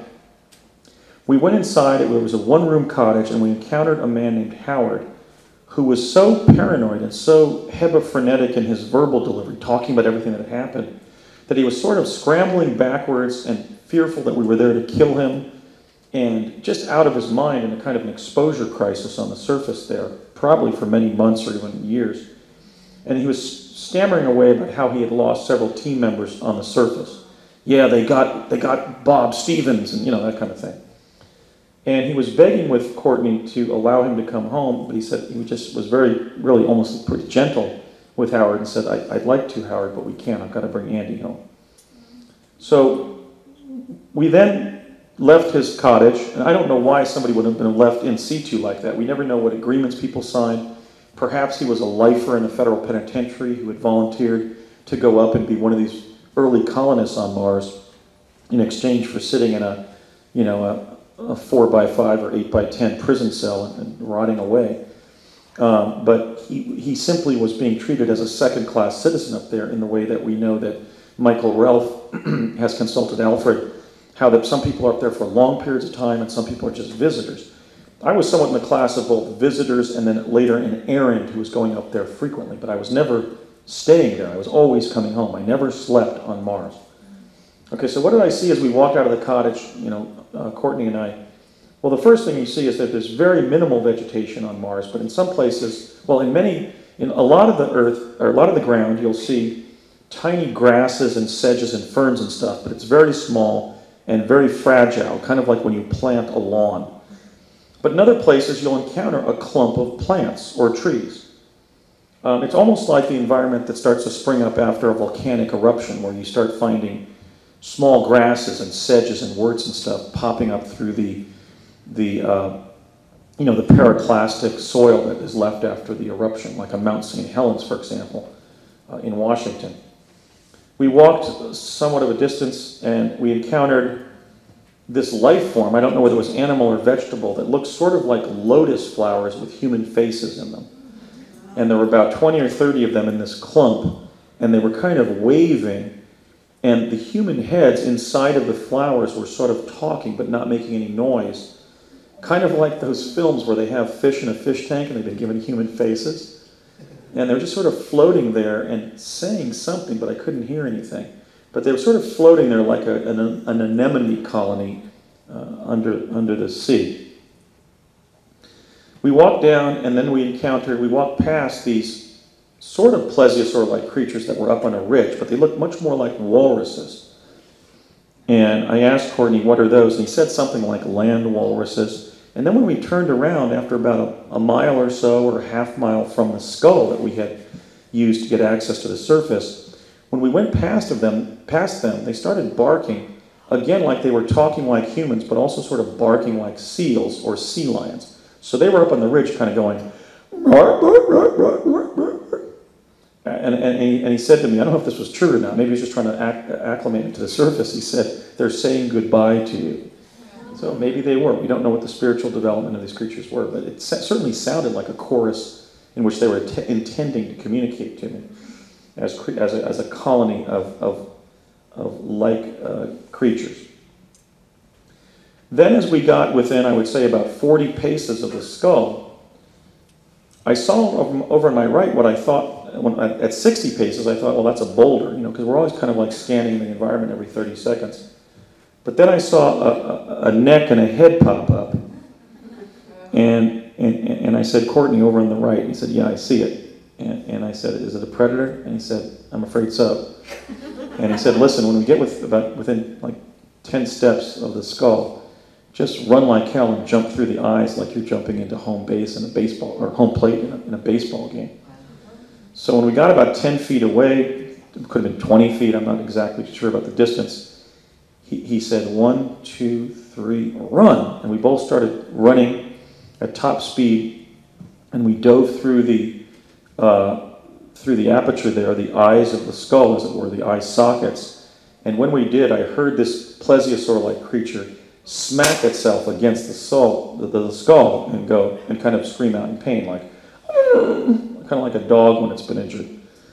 And then we scampered down the steps, and as we're running down the steps to the jump room, because we really wanted to get in the jump room, not just in the underground location there, I said, is that a carnivore? And this is a direct quote. He said, hell yes, that thing has teeth running all the way back down its throat. So that was my first attempt to evade a predator on Mars. And it was successful because, as Ed Dames had explained, the predators on Mars, almost all of them can be outrun by humans. That would make sense in a biome with limited nutrient cycling, right? Because as we found in our Mars data, Mars seems to have a greater number of creatures that are sessile rather than mobile, that just sort of loaf around every once in a while, which is adaptive in an environment of high predation because you're not seen by a predator, and low nutrient cycling. You don't have that much energy from your diet. So I think a lot, and certainly Ed Dames shared with us the fact that a lot of the predators will eat you, but fortunately we can outrun them, or at least are established to a factual certainty, has been secretly given at UCLA since during World War II. I found some truth adherents who had long-time tenured positions, non-professors, but they had staff positions at UCLA who said, yeah, we've taken all kinds of accounts of people sitting in this Naval Postgraduate School lecture program at night while earning their public degree. So in 1984, I earned my BA in history, but when I had my degree check in the College of Letter and Science advisor's office in Murphy Hall there at UCLA, she said, Andy, I've got a bit of a problem. I've got this set of transcripts for you. We've checked your social security number, your student ID number, and you're ready to earn a BA in history from the day division. And she said, when do you sleep? And I said, why? And she said, because I also have this set of transcripts, how you were like studying from like 7 to 2 o'clock in the morning, and you earned 36 semester hours, or quarter units rather, 36 quarter units of advanced math. Are you some kind of prodigy? And as we had been instructed in that class, I said, no, it's just a technical glitch, you can shred it. So I actually shred the evidence of that math degree. And again, I bring that up to show that even in our public universities like UCLA, young people are being decanted into secret educational programs. I mean, is that consistent with the ideals of a free people, of a self-governing people? I mean, I was placed in that by the CIA, and it was really being used as a context, I think, to control me during this 1981-83 time period. Because those were not only the years or the times that bracket that second secret baccalaureate program at UCLA, they are also literally the times that I was regularly going into Santa Monica, California, visiting an affiliate of the RAND Corporation, getting a little data diskette, the size of the ones that would emerge commercially 10 years later, you know, the little 3¼ inch hard floppies with the 1.44 megabytes of storage. Then getting back into my car, driving to El Segundo, and parking where Courtney had first parked there on the street that used to be there, and walking into this building, checking in on the 5th floor, and then taking that jump room to the surface with the data disk. I was an errand. I think I went up and back about 20 times or so. During those trips, after the first 2 initial ones in the summer of '81, from fall of '81 to the end of the spring '83 school year, the 3rd quarter there at UCLA, I was taking those data disks up there. The jump room wasn't in the cavern. It was like this mine shaft where there were like 7 or 8 stories underground. And we would walk up a catwalk and onto the surface. I would walk about maybe about half a mile to 3/4 of a mile And just to give you an idea of how rudimentary our presence was before the colony was built, per se, there was just like this devastated brick building. It looked like the ruins of, let's say, a German city after, the bombing during World War II. There was just this decrepit brick building, and I would go through this opening in the front of the building, and there was one of our team members in kind of this computer console type room they had cobbled together on the ground floor of this gutted brick building. And I would just pass the data disk over to him across the table, and he'd say, "Thanks a lot, catch you later." And I'd walk back to the jump room and jump room home. Brett remembers one time on the surface, of course, that I scolded him for not looking around. But one thing that Brett Stillings and I were able to corroborate, and this shows you how there's a proof in the law that the counterintuitive factual assertion is often right. And it's kind of a counterintuitive or counterlogical kind of argument. Brett and I have corroborated the fact that we remember that when we were in the jump room on Mars, we were trained to push a master key and then the number of the floor we were on. Well, what would happen on Earth if you did that? The elevator door would open and we wouldn't have gotten home. But we corroborated the fact that both of us remembered our training and doing it, where we would push the master key, and then if we were on floor 2 of this 7 or 8 story mine shaft like elevator infrastructure with a human being standing behind a glass pane looking in at us, kind of protecting us, so to speak, we would push the number of the floor we were on, and that would cause the door of the jump room to close, unlike an elevator on Earth. We would hear on the intercom, "Are you ready to return?" And we were then supposed to say in a pretty loud, clear voice, "Ready to return." And then we would return via jump room to El Segundo. I think Brett is going to be a key whistleblower because he was being driven over there to jump room to Mars by his father when he was in the last year of junior high school, and is now going to come forward publicly. Okay, so that was basically my experience on Mars. The 2 trips, one by myself, one with Courtney Hunt, and then maybe 20 or 25 trips where I was just bringing data up there from Santa Monica to El Segundo to Mars and then back to El Segundo. Brett and I have been conversing and sharing memories of specific times when we were with Courtney Hunt on the surface. One time I told him, "Oh, Courtney's kind of gruff, but he's a good guy, you don't have to worry about him." I remember one time we were kind of like in this shack and there was wind howling outside. I know we were with Courtney Hunt of the CIA. Courtney was then about 50. He was born around 1930, so he was about 51 in 1981. Early 50s by 83. And Brett has remembered that when he was in the presence of Courtney and I was the one who asked him why he wasn't looking around all the time to look for predators. So that was essentially my experience on Mars. Sometimes when I was walking down to that gutted brick building to give the data disk to one of our personnel, I would see one of the more sort of, I don't want to use stigmatizing terminology here. Some of the Martians are hail fellows well met, like an astronaut on Earth, and some have a kind of more recondite personality and sensibilities, like where you'll see them walk past a doorway and they're like hyper wary. Of course, you'd have to be on a planetary surface with predators ready to eat you, but they just looked a little stranger. As Paul Goodwin says, has said, Mars is the Halloween planet. So these Martians were a little spookier, a little scarier in their personality, but I was always concerned about possibly being a victim of foul play on the surface because their personalities were so recondite, so frightened and secretive that it was strange to see them pass a doorway in their black caftans and look out and sort of, get a fix on who was walking by. This human, 20-year-old from Los Angeles. So I did have contact with Martians in that sense on the surface, but we were not liaising at that point to Martian humans or Martian semi-humans or the other typology of Martians, which is kind of a hybrid of a human being from Earth and a gray extraterrestrial, because we were there implementing the goals of the program, which was pretty much just to acclimate the Martians to the presence of Earthlings, but also to carry out some of these support functions. And in my case, it was to do what I had done in Pegasus as a boy, which was take information to a location where I could be counted on to remember where I was, who I interacted with, and able to get home in an alien place. So that was essentially my experience on Mars. There was really nothing more elaborate than that.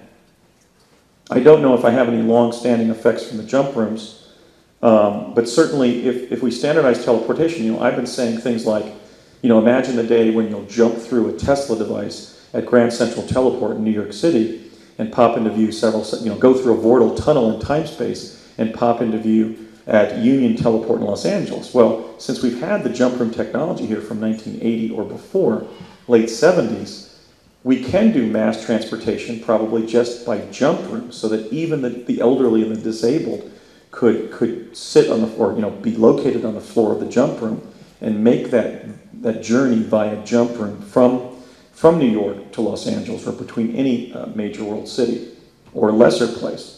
So, in fact, we probably don't have to put the mass public through the trauma of feeling vulnerable in the vortal tunnel. They'll have the advantage of being encapsulated in a room, and then the door will open and they'll be elsewhere at their destination. Okay, so part 3, findings. Please hold your questions because I got a little bit behind in time when I was answering a lot. I'm now about halfway through my presentation.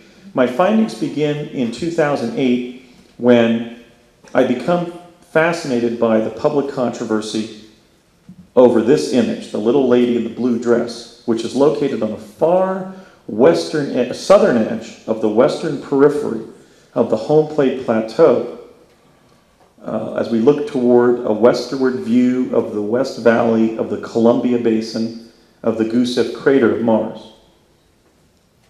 I had taken some art history at Cambridge, just auditing it just for general interest in art and stuff. And I saw clearly that this is a statue. We have the head, apparently, of a female, an arm, a flowing body that has been depicted to possess a human form. And unlike all the naysayers who really astounded me with the idiocy, just with the simplicity and oversimplification of their argument, there's a male figure here lying prone as if this was a statue and he broke off and fell down. So this was from NASA image PIA 10214. So in fact, this controversy, which began after this picture was taken by the rover Spirit in November of 2007, this image was featured widely on the internet as a possible anomaly on Mars, beginning when it was released to the public by NASA JPL in January of 2008. So I was interested right away because I knew it was a statue.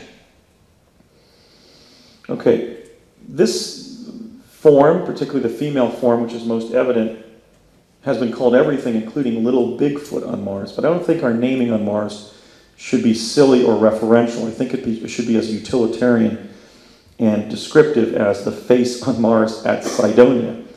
So I invented the terminology, the beings on the edge, because they're on the edge of the vast expanse of the home plate plateau. Now, why was I convinced beginning in January of 2008 that this was a statue?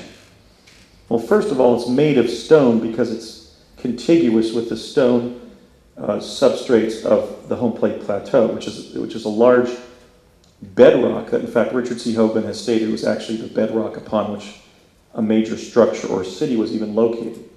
So the little lady in the blue dress here is literally carved out of the edge of the stone, like there was a burl of stone that then got crafted into a semi-prone female and then attached male form. Artists have told me, Andy, there's something weird about this statue because she's either kneeling or sitting. She's not running. This is a semi-prone posture of sculpture, of statuary. The second reason, as an amateur art historian, a couple classes in it, that I was convinced it was an ancient statue, is that it possesses highly articulated human form. In nature, we have things that we look at a Camel Rock in New Mexico, and we say, well, that kind of looks like a camel. Or the Old Man in the Mountain in New Hampshire, you kind of see a man's face. But you don't get a classical human form carved by the forces of nature, wind and water and time and fragmentation and so forth. You get something that we then have to apply the pareidolia effect to see a human form or some animal form in. You don't get literally the articulation of an intentional statue, and that's what we see in both of these forms.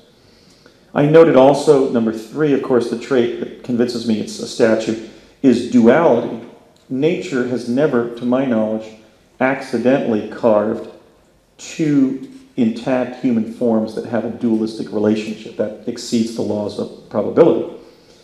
4th, there's correspondence. I clipped this out and I found that I could migrate this up here, and the right side of the male was dovetailed right into the left edge of the female figure, like South America and Africa were before those continents separated. Of course, there's also gender, and there's gender actually represented by clothing, in the sense that the apparently female form with the more dominant breasts and a wider hip displacement, as we find in female humanoids who carry live babies in their womb, also corresponds to the fact that the male seems to be wearing more male-like garb in the nature of a shirt and pants, and he's also bald, where she seems to be possess either long hair or some kind of hood or scarf around her head. So I found gender assignment just in the differentiation between their apparent clothing. The male, I don't see at all. You don't see him at all? He's broken off, and his head is here. His arms, like he had his right arm around her, his arms are here. His torso is here, his tummy's there, and what we can see of his pants and leg are here. And there's kind of like an insert. You know, when porcelain artists make a composite statue, they create a tab on one piece, and they use like a tongue and groove method, and they put a little aperture in the receiving piece, and they then put the two pieces together, and they fire it, so you get two forms that are attached. He's literally the male figure that was on her left with his arm behind her or around her, and he's now broken off and tumbled down to the side, so that the male piece of the statue is lying prone with his head here, his right arm here, his left arm here, his midsection, and then what we can see of his legs. And I actually cut this out, and this edge, when rotated and enlarged, fits perfectly into the left side of the female form. Do you see the female form? Yeah. Okay, so I found gender and clothing. I mean, nature had never put pants on the old man in the mountain in New Hampshire, nor a saddle on Camel Rock in New Mexico. I saw movement, as I said, from a layperson's perspective. I thought she was running, but artists have told me she's sitting down or beginning to kneel, or gingerly walking down with the right leg cocked this way, as somebody does when they kneel or genuflect or gingerly walk down an incline, but not running. Then artistic styling, in the sense that, okay, this isn't just a dress, this is a dress with some kind of texture to the way that it's formed. That is to say, there's some elegance to the folds of the dress. It's not accidental, it's not a tube skirt, but a more classically flowing gown of some kind. There's fragmentation, and that's one of the traits of ancient statuary. Over time, statues break because they're made of stone or terracotta or something else. In fact, the Venus de Milo once had arms. So here we have a female statue with the male figure broken off, and indeed her left arm may have broken off, but her right arm, with flesh tones evident at the end of it, and then some kind of blouse, the right arm of a blouse indicated there. So fragmentation actually establishes the intentionality of statuary. And then I think the coup de grace is, as many of the sculptors that I called, well, that's a pedestal. I said pediment in my paper, so I asked the forgiveness of the artistic community. I said pediment in my research paper. I meant pedestal. She's on a pedestal. So a sculpture implies the existence of a sculptor. This constituted, I realized in January 2008, not even thinking about my Mars experiences earlier in life. In fact, beginning 28 years earlier in life, and back in 1980, just focusing on the phenomenology of what we were now seeing on Mars, I realized this constituted prima facie evidence of life on Mars, because statues are made by statue makers, and the statue makers have to be advanced intelligent life forms. Not necessarily Homo sapiens, but at least life forms evolved enough to think about making representations of life forms on their planet or another planet, and possessing opposing digits, opposing thumb, or at least opposing hands to craft sculpture or statues. Now, what was even more disturbing, and that Alfred I have to commend again for being right in there as a leading exopolitical theoretician and practitioner, he was right in there with humanity, listening to me and helping me publicize my findings, because the rest of the statuary complex there at the edge of the home plate plateau is fraught with frightening implications, and that is these two forms, at least the female form that's still there, is mounted on the head of a rock carving, which is a plumed serpent that bears some residual pigmentation, but it's basically a horse-like or reptilian-like head or alligator-like head that is biting the neck of a bearded white male human, and that blood is ushering from the bite wound right here. So what we have is a Jesus-like figure here with hair and a beard and an eye and an eyebrow and a nose. And this hirsute reptile, this hairy snake, is lunging over and is shown representationally to be biting his neck. And then red pigment was used to show him being sacrificed. Now, Alfred noted that this would be consistent with the plumed serpent iconography of the Aztecan and Mayan cultures. Quetzalcoatl, the plumed serpent god, being the mythological creature present at human sacrifices. Well, human sacrificed by whom? Other humans in the Aztec and Mayan experience? Reptilian ETs on Mars who may once have been on Earth?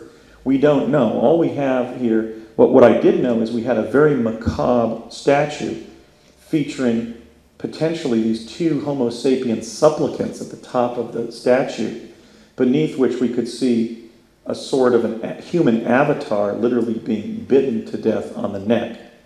Now that could be a work of art in and of itself with no ultimate consequence. That could be some kind of funereal statue in a Martian cemetery that showed the ultimate experience of death that all living creatures undergo. Or it could literally be a ritual sacrifice area of humans or something else. But as I began to contemplate the fact that this first statue we were finding on Mars involved the death of a human being, I became quite alarmed, and Alfred and I were actually trying to get the paper out in December of 2008 because we realized we had found disturbing data on Mars. You know, you find the first evidence of life in this sense, in an indirect sense, on Mars, and you find this kind of statue, it's cause for concern. Then branching out beyond the expanse of the home plate plateau, I thought, well, if there's a statue, there's statue makers. And that led me to find in this rock enclosure on Tsiolkovsky Ridge what I contend is a flesh-toned humanoid with a bulbous head here, the V-shaped torso and the pants and legs. And then in this picture you can see a little better, it's a wider shot. So you can see sort of the gray ET face on this beveled rock here, and you can see sort of the solar face on this more scallop-shelled kind of rock. This is an intentional enclosure, like we would put slabs of boulders together like at a rest area on a state highway. And then beyond, there's this circular enclosure with other bulbous forms that seem to be the heads of juveniles of this species. This would be consistent with what Virginia Olds, a career CIA officer, told me 4 days after I published The Discovery of Life on Mars, that there are several humanoids, including one that more closely resembles the gray extraterrestrials of the UFO contact literature. What do we have? We have the bald head, the neck, his torso. On some images, I can even see the scalpuli on his upper back, pants cinched around the waist, which demonstrates the intelligence of clothing or cultural advancement involving being garbed, and his belt and his legs. He may be standing or even just kneeling in the dirt back there, but this was, you know, a close-up of this is, of course, the image that my father showed me when he was cutting my hair back in 1969, back in Morris Plains. I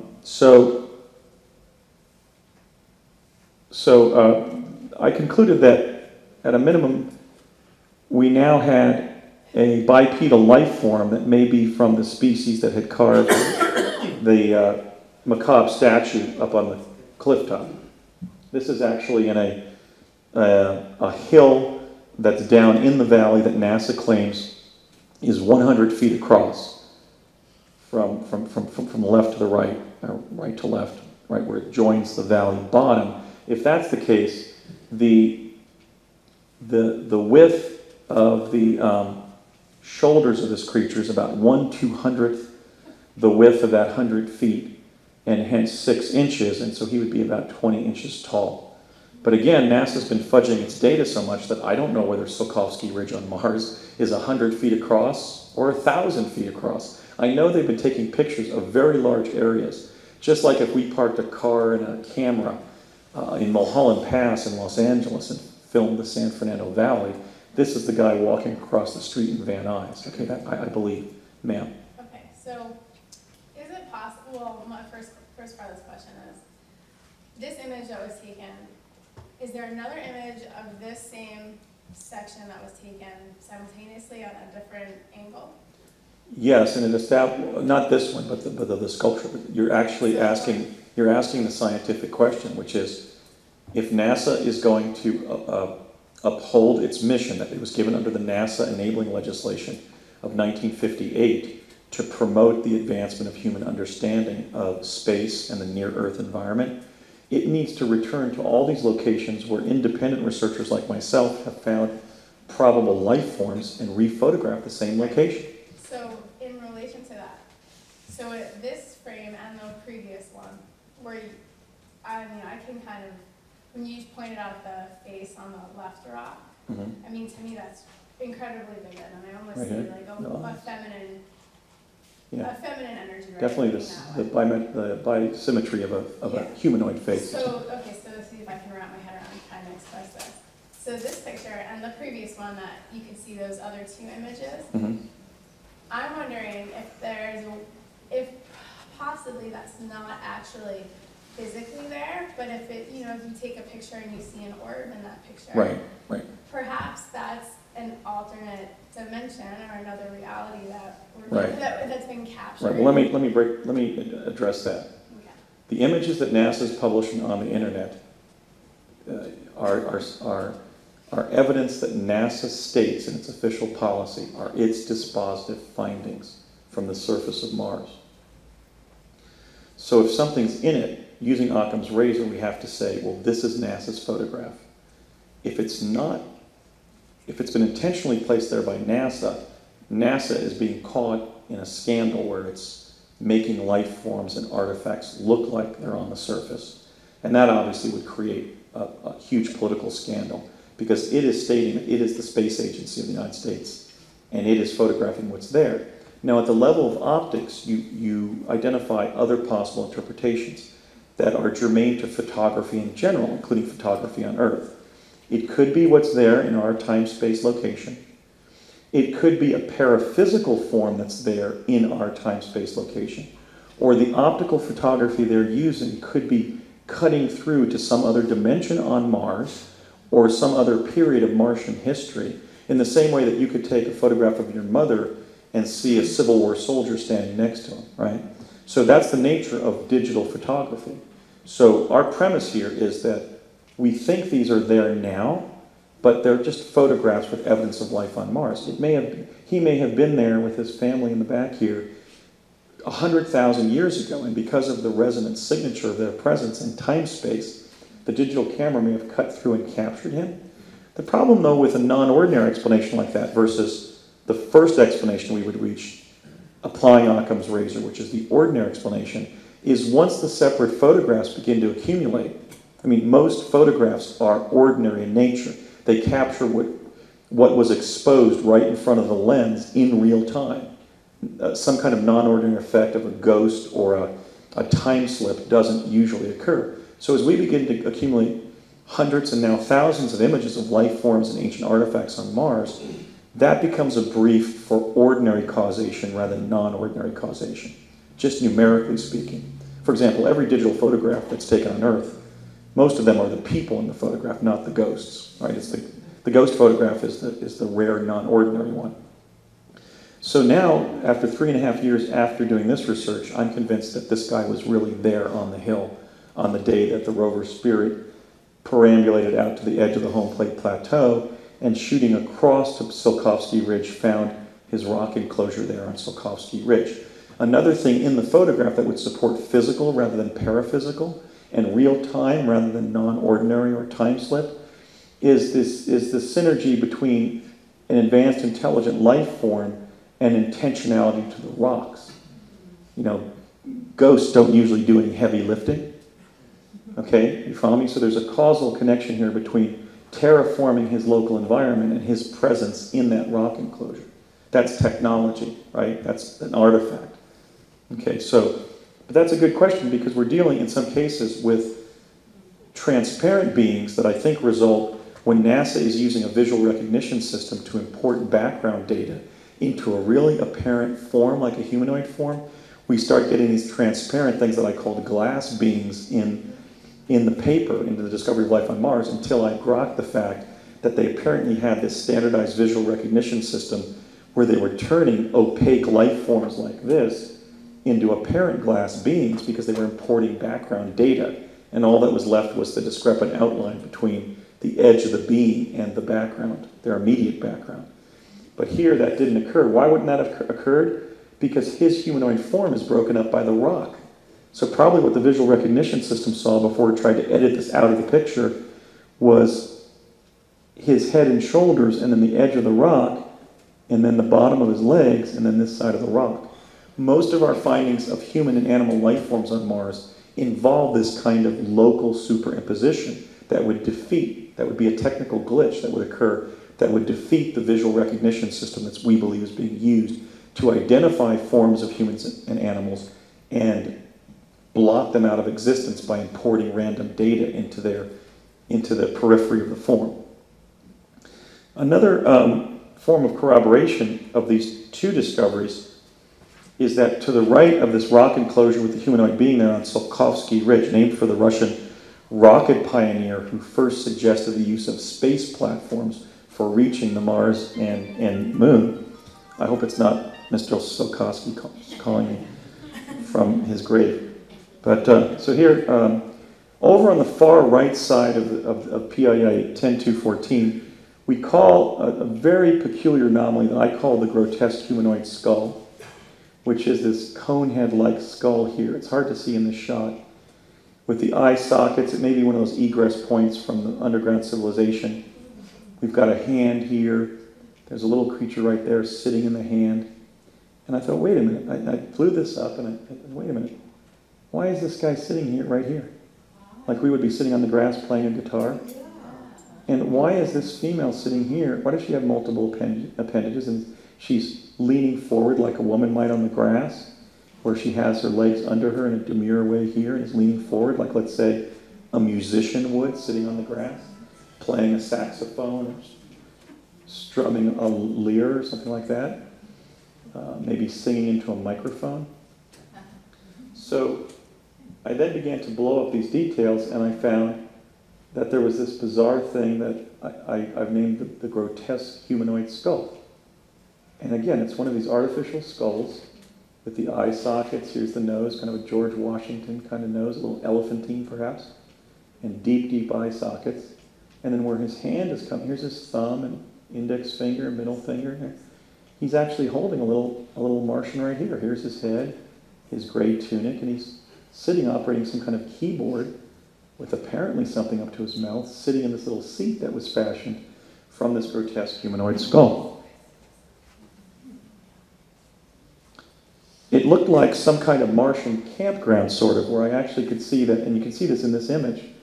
The area where they've been recreating or walking around is actually darker soil here. See this area here? Like on a beach on Earth, where people have established a campfire or campground, and it's darker because it's trammeled more and maybe some moisture has come up from underneath. But this soil is all darker right around the periphery of this apparent male, what I think is clearly a female, multiple appendages, and the male there, and there's some over here. There's actually a pregnant female right here behind a patch that got superimposed over the image. We can see her head, her arms that she's holding behind herself to steady herself on the ground, and then her belly is distended. And one of my anomalous friends noted that she's looking right across at a group of like objects that are on the ground that might be larvae or babies in swaddling clothes here. Now, why would they have put this extra data over the pregnant female? Well, what does a pregnant female form show? Something that you really don't see elsewhere in nature. You know, the distinctive distended belly of a pregnant mammal or humanoid is identically a life image, you know, a life design. So I think they superimposed data to block her out, because it could be a sunscreen or something, but it doesn't seem to, the shadow pattern doesn't indicate any kind of shadow effects. Well, there's shadowing here, right? So if the sunscreen had been in play, she would have placed it in front of herself here, not to her left. I think this is the visual recognition system that NASA's been used in this case to obscure a pregnant female humanoid in an immediate location near another female with multiple appendages, an apparent male who seems to be larger than both females, and a very kind of tubby, larger creature right here with irregular features, a head and a torso. He seems to be throwing something. When I think, you know, when I look at the fact that this one seems to be holding a keyboard, and this one has his arms like we have when we're playing a guitar, and she's holding something right up to her mouth like you'd hold an alto saxophone, I wouldn't be surprised if these are Martians recreating and actually playing musical instruments, not at the beach, but at the park where the grotesque humanoid skull is. So we can't, one of the ways of seeing the life forms on Mars is to not see or imagine Mars as we would wish it to be, but just try to see it as it is, because it is, after all, another planet with a distinctive ecology and civilization. We have to be respectful of that fact and not superimpose our judgments over this image, for example. Maybe this grotesque humanoid skull wasn't built because these types of Martians have a sick artistic sensibility, but just because this is some kind of amusement park where there are fanciful sculptures like this. I mean, we don't know. So we want to withhold our judgment until we find out more and more about the U.S. presence on Mars and what we've learned about the indigenous ecology and civilization. So I can see it very clearly on my laptop, so if anybody has any questions later, I'd be happy to stay and show you better images that are here. There's a little bit of over-illumination, of course, whenever you do PowerPoint publicly like this. But here's a blow-up of the skull. Here's a blow-up of the male figure sitting on the grass. Now somebody said, Andy, those must be sculptures because you've got this blending like you get, you know, when you make a porcelain Madonna. You know, it looks like a painted piece of porcelain. But that could be obliteration from the multiple iterations of the photograph. That doesn't necessarily have to be as flat and curvilinear a form as it is, as with the female here with multiple appendages. She's got literally 3 appendages coming out of her right side, like a crustacean would, or a helgermite or something like that on Earth. Ridge, a horse-like creature. Louis Reinhardt has found another small horse that could be more like, maybe like a hyena-like creature with horse-like anatomy or legs. This is a cow. After I appeared on Coast in 2009, I received a call from a self-described Montauk researcher in Kansas who told me that Illuminati cattle barons were raising cows already on the Martian surface. Well, that would make sense because it would provide beef for the colony and fertilizer for the soil. But my question there is, well, what would a ruminant like a cow be eating on such a barren planet? But this does look like a black kind of heifer cow to me. It's way in the back and hence is very degraded. This is a frog-like or toad-like sculpture, I believe. A turtle-like sculpture. These, I believe, are living creatures. There are these serpentine-like creatures coming over the right side of Tsiolkovsky Ridge, and they have human-like faces, as many of the serpents do on Mars. Brett and I confirmed that we were shown that by Ed Dames in 1980. And here's another slug or leech-like creature with a very Dr. Seuss-like head and face. One of the things that is astonishing in the Mars anomaly research community, particularly findings made by Louis Michael Reinhardt, is that many of the indigenous creatures on Mars look Seuss-like, almost as if Theodore Geisel had been inspired by secret government files of what's on Mars or past life on Mars. Of course, we have the case of Boriska, the Russian boy who seems to be a Mars reincarnation-y. I was having flashbacks of a life on Mars, maybe my experiences up there during these 3.5 years when I've been doing the research. But this is an example of the fact that some of the faces and heads of these creatures look disturbingly Seuss-like. We have then the second category, which are creatures that are hybrids of known Earth species, including living Earth species. Alfred introduced us here to what we're calling the land octopus, which is this terrestrial octopus-like structured creature with a very large face or head of like a Labrador retriever or even a lion in the center here. And again, he's moving towards the rover. So here you have, if it's a menagerie shot, that NASA, if this image is a menagerie that NASA put up there, they really did superficial work because they had many life forms that are actually walking towards and facing the camera. But I don't think it's that, because I think these creatures are independently moving towards the camera, either to see what the rover is. By the way, I found out from Emily Craig. Emily Craig is a controversial figure in the Mars anomaly research field. But she told me that NASA put blinking lights and sound generators on the rovers to startle life forms and make them look up at the rover so they could be photographed. And throughout 10.2.14, I see evidence of that, where they seem to have been alerted by the presence of the rover spirit, and are actually moving across the West Valley of the Columbia Basin to see what this robot is that's moving and then across the surface of their home environment. Are these things mostly carnivores?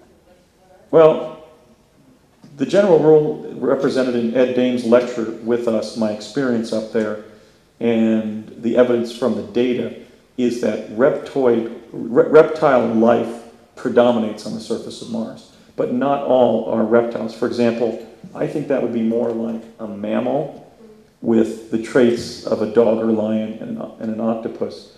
I don't believe that's a reptile, and I think that's probably so slow that, a child could easily outrun it. Well, what do they eat? Each other. And I'm kind of getting ahead of my lecture here, but in biomes where there's a very horizontal nutrient recycling cycle, what you have is rapacious consumption of predators by predators. For example, when Captain Jacques-Yves Cousteau took the crew of the Calypso to Clipperton Island, which is a desert atoll 1,300 miles west of Baja, California, he found that the whole island had been denuded of life except for one crab species that was cannibalizing itself. So what you have in a very arid and lifeless desert environment is rapacious predation of predators by predators. And hence humanoids like us become delicate prey. So this, I believe, is pretty slow moving. And he's actually with other creatures that are coming forward in this image. But that's too degraded here. Okay. Now, as I said, reptile species predominate.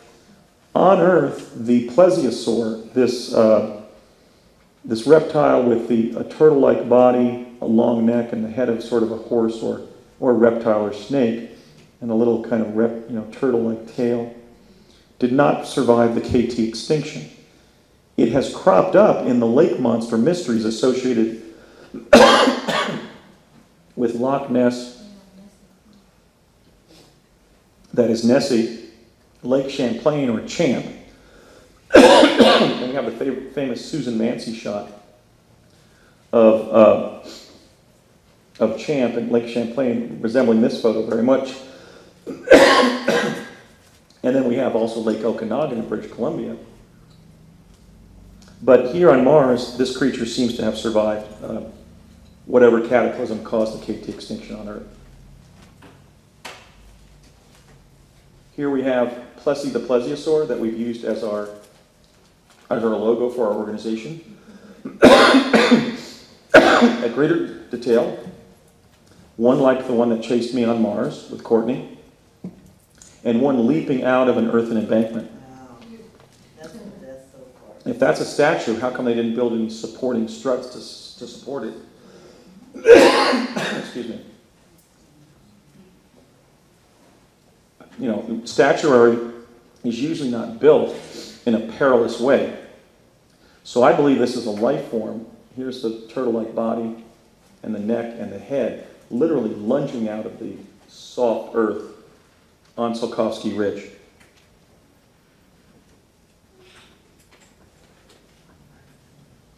So the third category would be extinct Earth species. These don't exist anymore on Earth.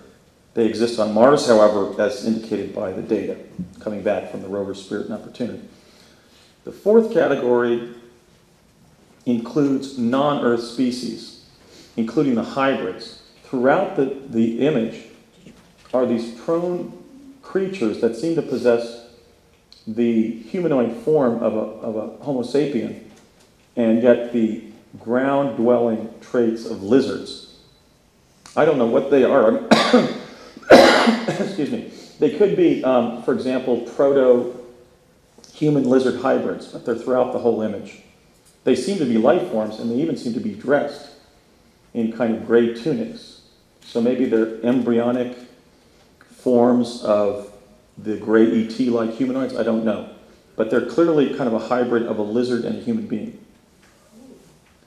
In this category, we can also place creatures that we don't believe have ever existed on Earth, and hence, while much of the data from Mars indicates that the Martian biosphere shares a genetic heritage with Earth, because we find creatures that either exist on Earth or once existed on Earth, we also find several images every once in a while, clearly several in PIA 10214, we find several creatures that don't really resemble anything that has appeared on Earth. For example, a filamentous sponge-like creature with the head or face of a dog.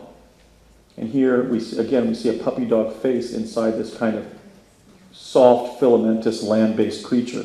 It comes close to a sea sponge in its makeup, but a dog's face in its appearance. It could be a shaggy dog, but I was inventing fanciful names to interest school children in what's on Mars, so I called this the Woofy. And I took a whooping from Ray Villard and many others. So anyway, there's no way on Earth, in terms of the Earth, the descent of species on Earth, that you could have a sea sponge with that level of simplicity somehow hybridized without genetic engineering with a canine. So again, these are some of the exciting questions in biology, in this case exobiology, that we're going to see in the 21st century. This is one of my favorite shots because it shows both a life form and a statue. Here at the far right edge of the home plate plateau, you see this jagged sort of Doberman Pinscher or demonic humanoid head. Can I see a show of hands of who can see a kind of like a Doberman Pinscher, kind of savage canine or demonic face? The eyes, the nose socket, the mouth, and just kind of peering up towards the cliff. Clearly a statue that's been carved here in the available rock, just as the little lady in the blue dress on the far left side of the western edge of the home plate plateau is. Behind the behind the cliff, however, seemingly standing, is this dromedary or giraffe-like face that we call the spying giraffe. Here's a close-up. The spying giraffe features bulbous eyes, blue shading around beneath its eyes on its face, and then almost reddish lips, and a kind of a giraffe-like coloration, a kind of a caramel and off-white coloration, and then some kind of sac on the top of its head, such as was possessed by dinosaurs to make sound.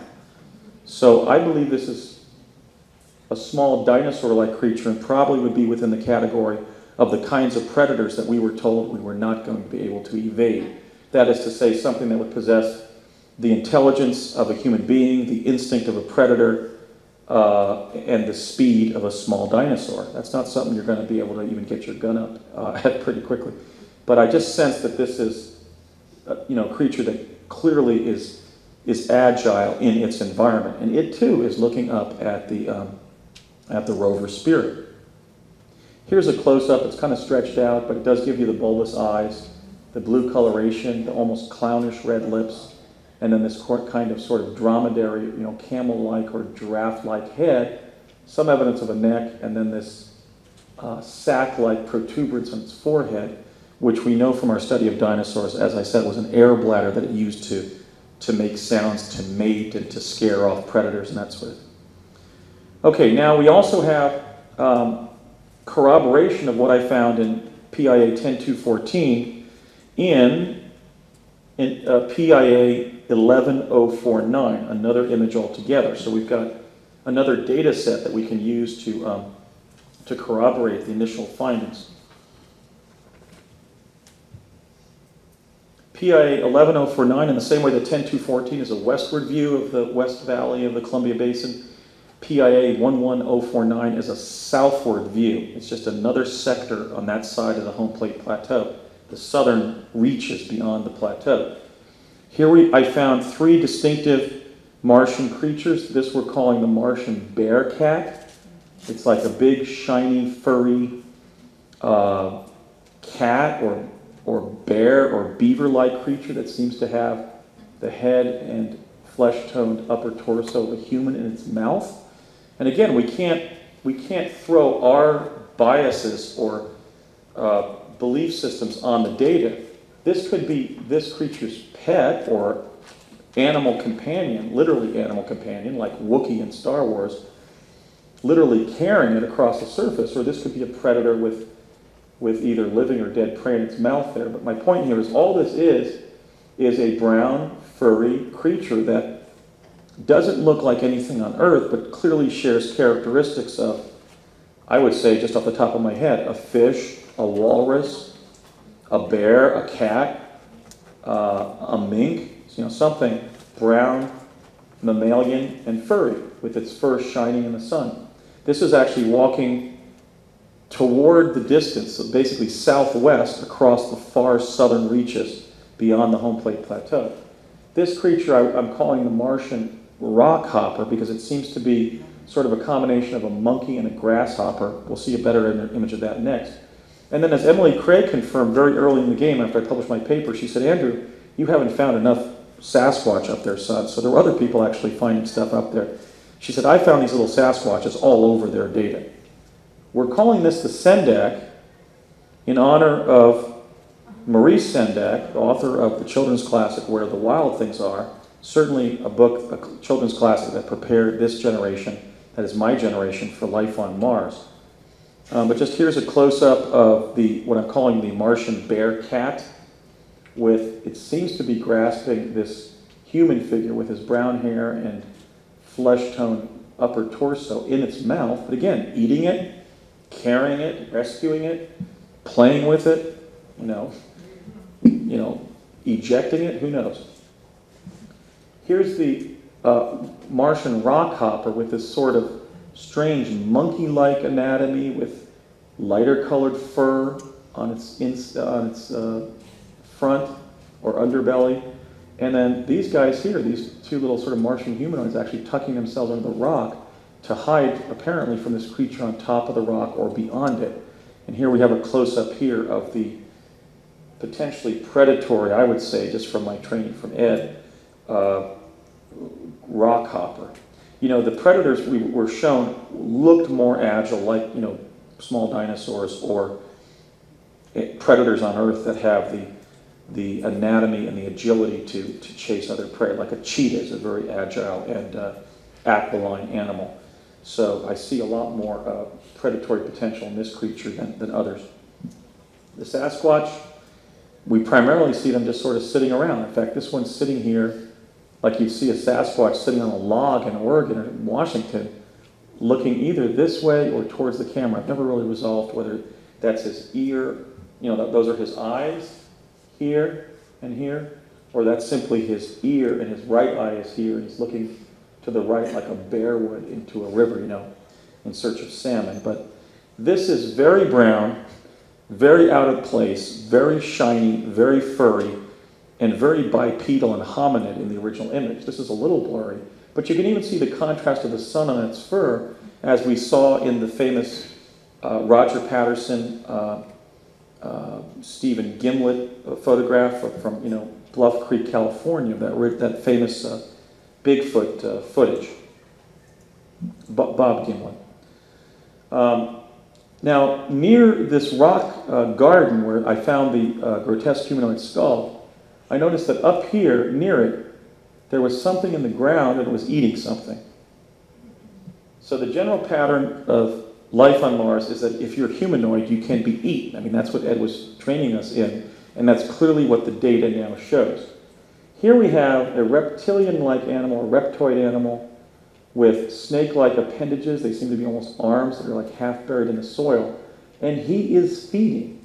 Okay, here this snake-like head or dinosaur-like head is biting on something.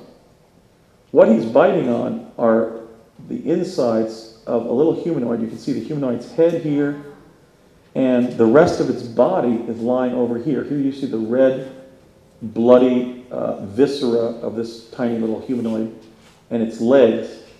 And so what we see here is a kind of a snake-like reptile that's sitting half submerged in the soil and feeding on one or two little humanoids. Curiously, and this is just, I can't believe how long there's been data from Mars that establishes this pattern of reptoid predation of little humanoids.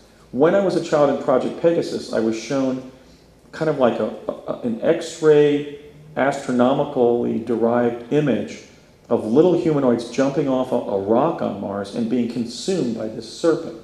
So here we literally find more evidence of that with him tearing something from the upper torso, here's the head, of a poor little humanoid, and then the humanoid's midsection cut off here with the red blood and his feet, his legs and feet right here.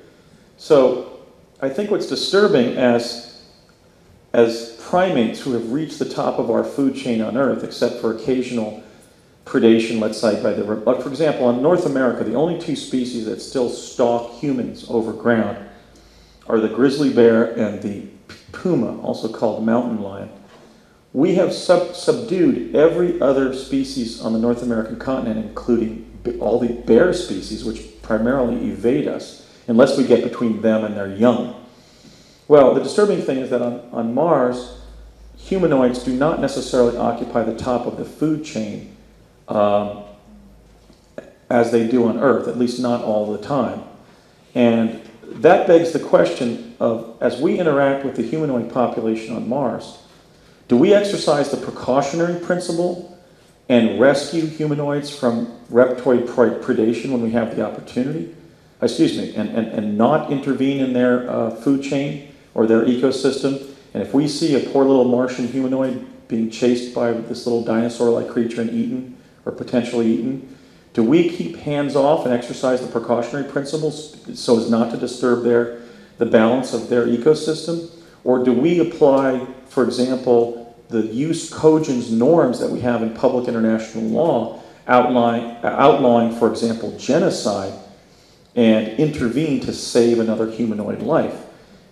As we travel more and more to Mars and have a greater presence there, it's going to set up these inevitable conflicts of laws, precautionary principle versus anti-genocide, for example, and we're going to have to decide what to do. I think what we should probably do is not intervene in the ecosystem of Mars because we don't know enough about what the consequences would be. It seems to me almost like a classic case for the application of the precautionary principle rather than more idealistic notions and nostrums from public international law. Here's another example of a reptoid. We have this green head of this dinosaur-like little, or lizard-like creature standing behind its prey, which is, here's the blue costume of a humanoid, here's his head lying on the ground, and sadly you can see that his legs have been bitten off right about where our knees would be. And you can see that, in fact, the reptoid's about the size of this humanoid and still apparently has killed it and is guarding his prey on the surface, as a reptile predator would in a biome where there's very little available nutrition for any creature. Here's a close-up where we can see this sort of bug-eyed green head of a reptoid here, and here's a close-up of the humanoid's head and his pale blue garb and what's left of his legs. I have a kind of a blocked memory, I think, of somebody actually, a human from Earth actually undergoing, being killed by a predator on the surface, and I think I pretty much have it blocked it, because he just fought it, and then his gun ran out, or he lost his gun or something. He just kind of surrendered, made a joke, and got eaten. But so I'll have to have some hypnotherapy to pull that up to conscious recollection, clearer recollection, I should say. Okay, so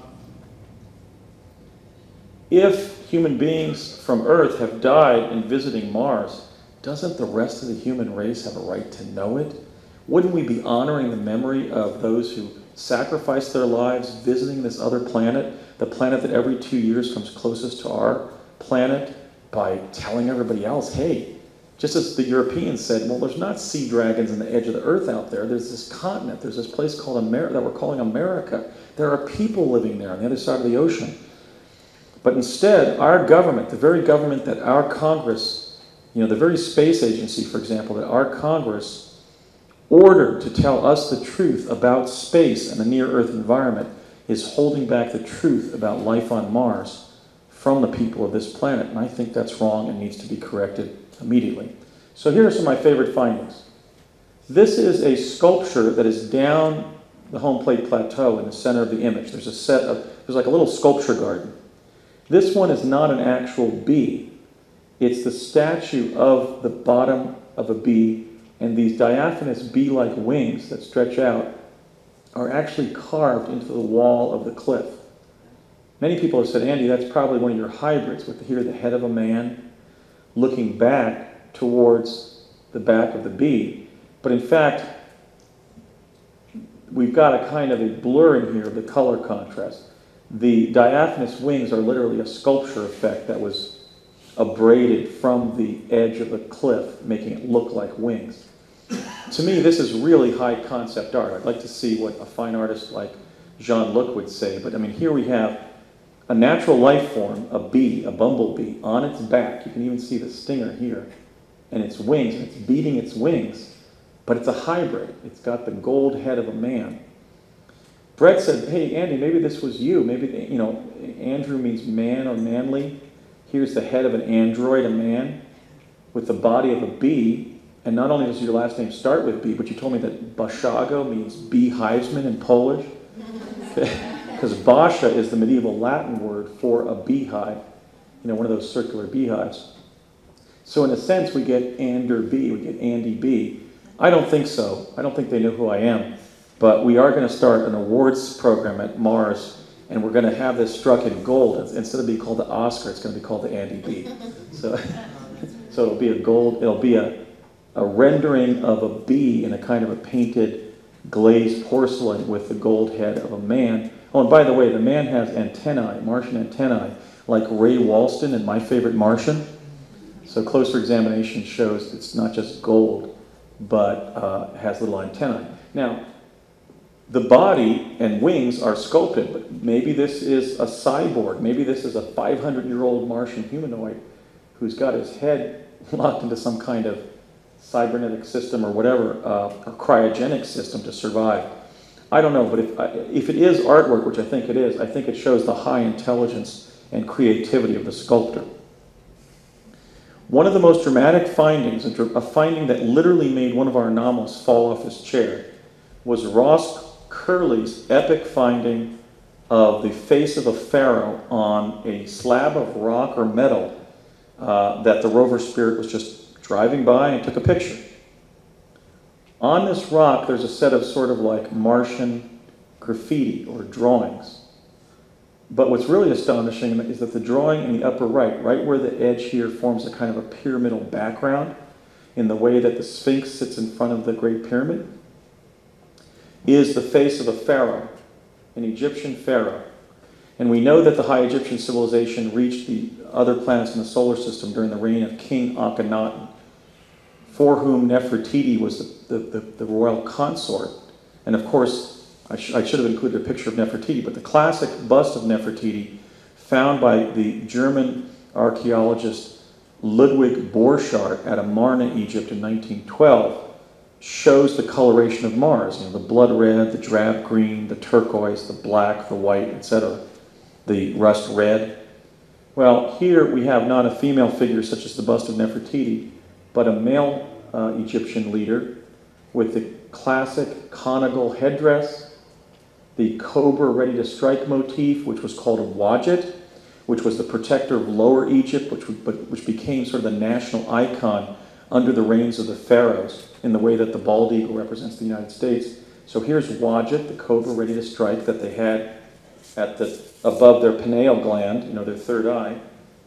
Then we have a face that seems to possess both European and African features. We know that during the reign of the pharaohs, the Egyptians, who were, you know, Near Easterners and hence Caucasian, began to adopt the children of the Nubians or the Ethiopians, take them into the Egyptian leadership class, sometimes intermarry with them, but also often creating pharaohs of them. There was a whole line of black pharaohs. This individual may be one of them. It's an individual that possesses sort of a biracial phenotype like Barack Obama, for example, possesses with a white mom and a black dad. I don't think it's Obama. I think it's maybe Akhenaten. Our friend Freeman Fly has found the connections between the Obama family and Akhenaten's family. In fact, he was symbolized by the radiance of the sun and the rosebud, and those are the two Secret Service handles for his two daughters, which is kind of interesting. But anyway, here we have a pharaoh with both Caucasoid and Negroid features. We can see his eyes, his nose, his mouth, and like all of the Egyptian pharaohs on Earth and on Mars, not just a beard, but a beard growing directly from the bottom of his chin. So if anybody wants to see this closer, if it's a little blurry there, come up and I can show you online here because it's crystal clear right here.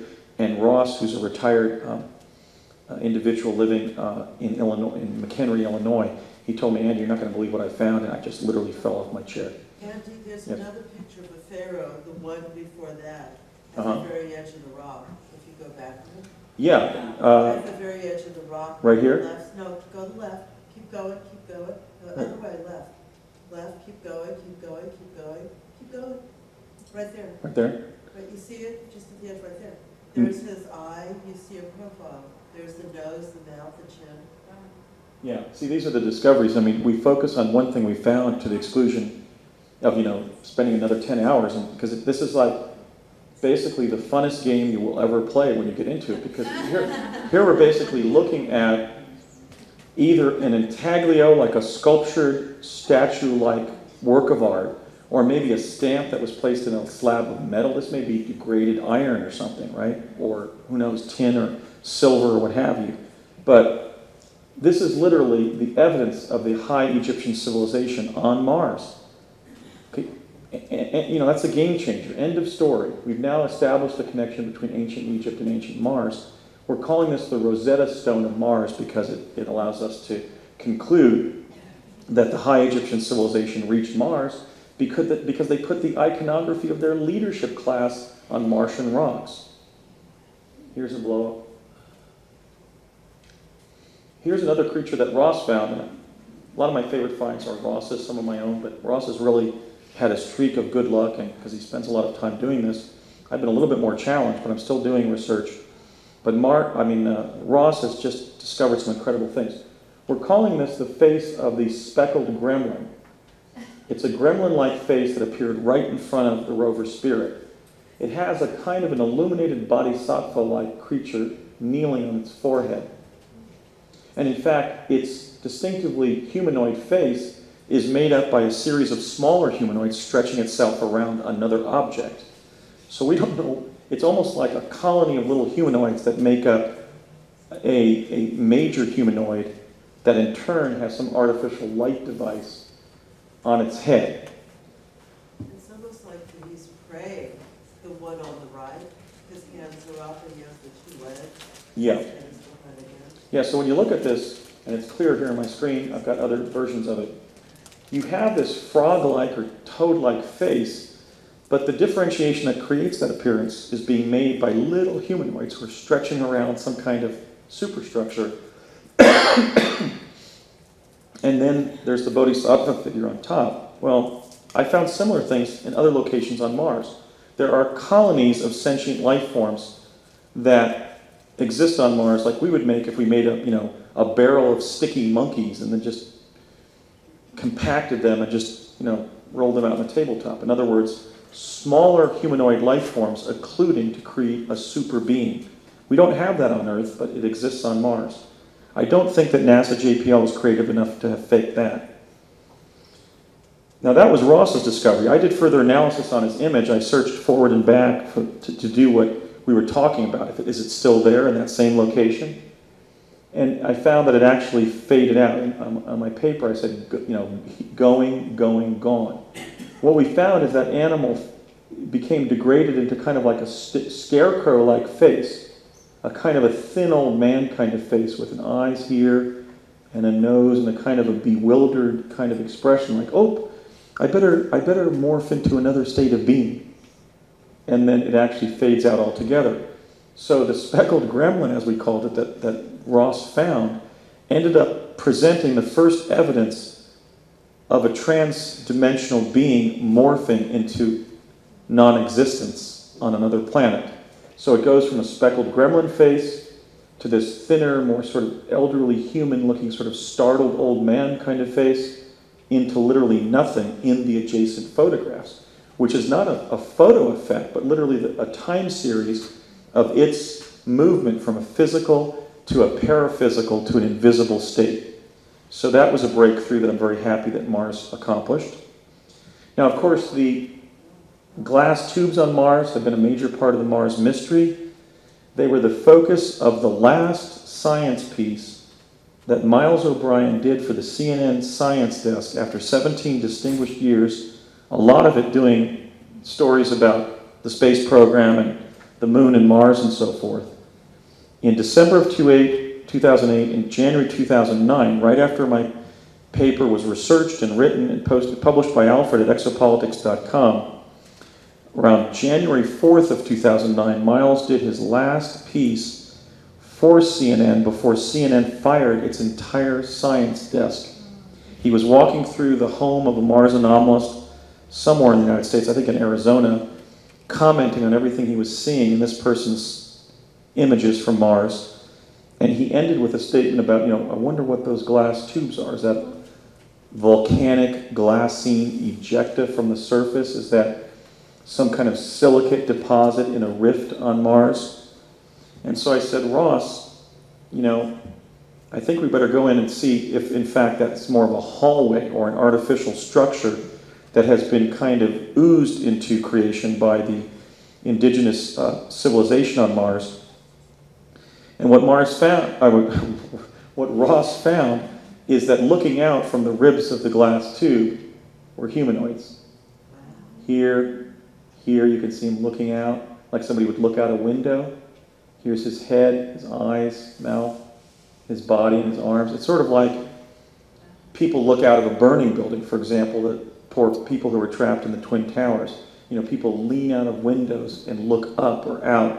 So here we have, there's different versions of this, but basically inside the ribs, beyond the glass, there are either humanoids intentionally staring out or some kind of bizarre sculpture field, some kind of art gallery where they made glass tubes on the surface and then stuck a bunch of statues in them.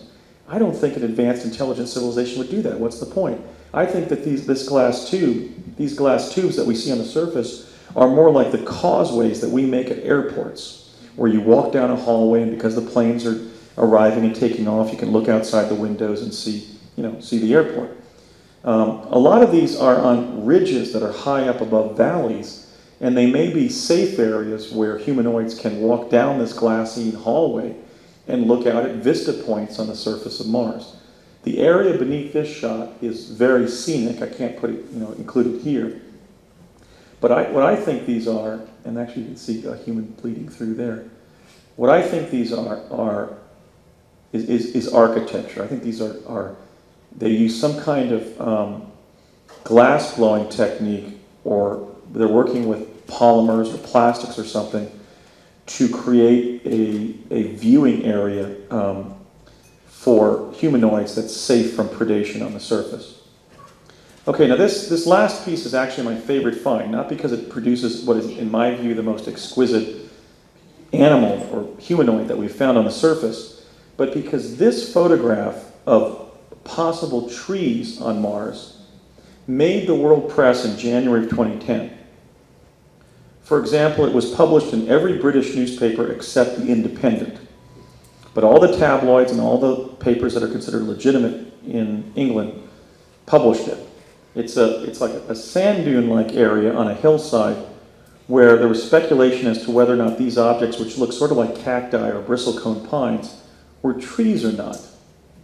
Clearly they look like trees in a vegetated desert planet. They look like the kinds of bristly kinds of plants that you find, for example, in sand dunes.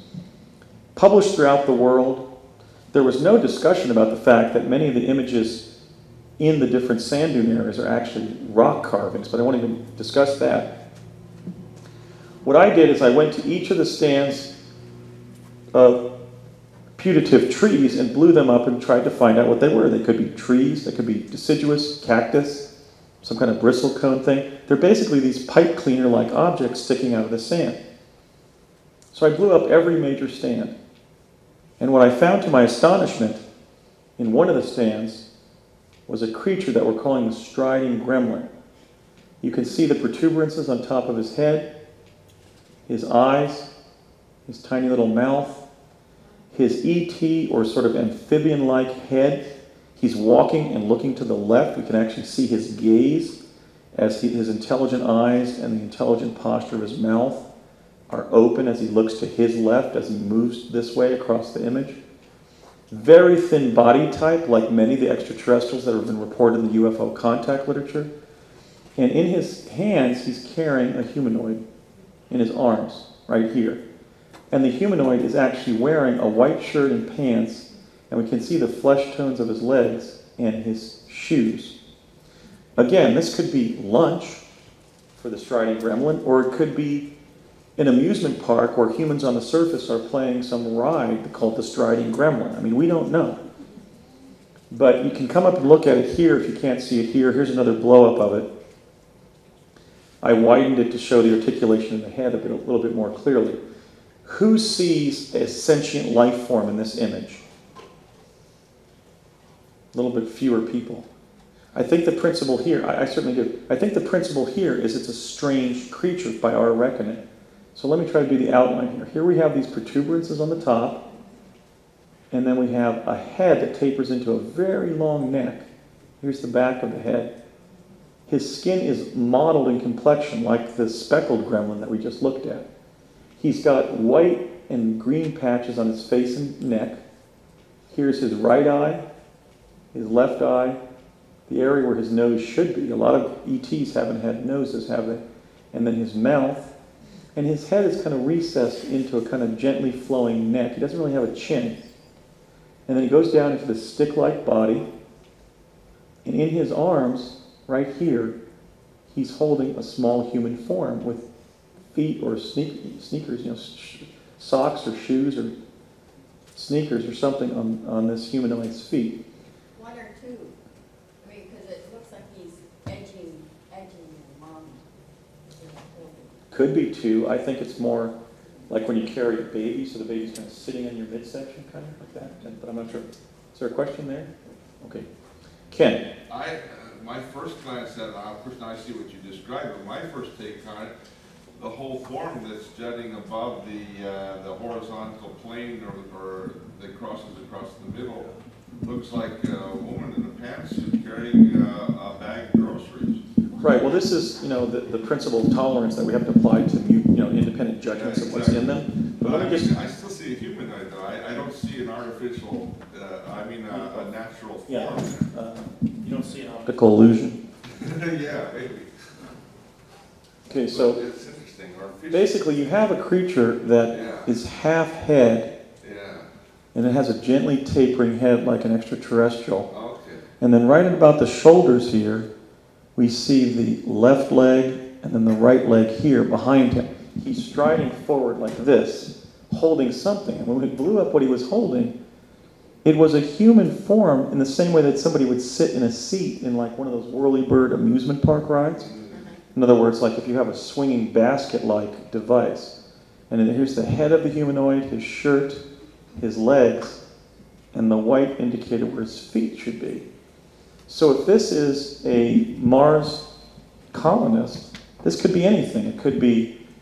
This could be, again, a Martian life form that interacts in a symbiotic way with humans and plays with them, carries them across the vast distance of the Martian surface. It could be a predator that has just killed this human or is going to kill it, to eat it. It could be some artificial or genetically engineered construction that's carrying this. But if you want to come up and look at my laptop, you can see that we have high articulation in this modeled face of this creature, which, like the spine giraffe that we just looked at, has some kind of protuberance or air bladder-like extension on its head. So I think this picture, ultimately, when it's fully analyzed, is a game changer because it allows us to say, well, wait a minute, there's a life form there, but this picture went a whole way around the world. We're not even looking at what's in the data. I mean, we're supposed to be an intelligent civilization here on Earth. Okay, so some final thoughts. And then I'll take as many questions as you'd like to ask. Let's see here. So, final thoughts are that Mars is inhabited. If you don't believe all of the data, I would urge you to consider some of the data, which I think, as we say in the law, creates a rebuttable presumption that something is true, which means that it establishes the premise that that thing is true until it's successfully refuted. It's sort of like a preliminary yes. I think it's even more. It's like a supra-rebuttable presumption at this point. And all those who are providing information about the U.S. presence there, let's just say you want to tackle what the Mars anomalists are saying. Well, then you're going to have to refute the data because the data is becoming overwhelming. I don't believe that NASA is hiring dozens of artists to paint fake life forms into its images, especially when NASA seems devoted to adhering to the Robertson panel to literally debunk and ridicule claims of extraterrestrial life, which is what the Durant report of the Robertson panel was about in 1953. So I believe the data convincingly shows to a clear, convincing, and compelling standard of evidence that Mars is inhabited. Because that's the case, we must craft law and policy pertaining to our activities on Mars, or future activities, if you don't believe we've reached Mars, with a view to the fact that Mars is not only another planet, but an inhabited planet. We must therefore protect Mars under international treaty from the externalities of visitation, exploration, habitation, and colonization by human beings from Earth. In visiting and exploring Mars, we must proceed cautiously and diplomatically in consideration of the fact that Mars has an indigenous ecology and an indigenous civilization, and that indigenous civilization has been built over many thousands of years by advanced, intelligent humanoids, much like ourselves. The habitation and colonization of Mars has already begun. That's my position. It was the reason I was sent to Mars in 1981 to 83, and the reason that Laura Eisenhower was asked to go to Mars and join the secret Mars colony in the 2006-2007 timeframe.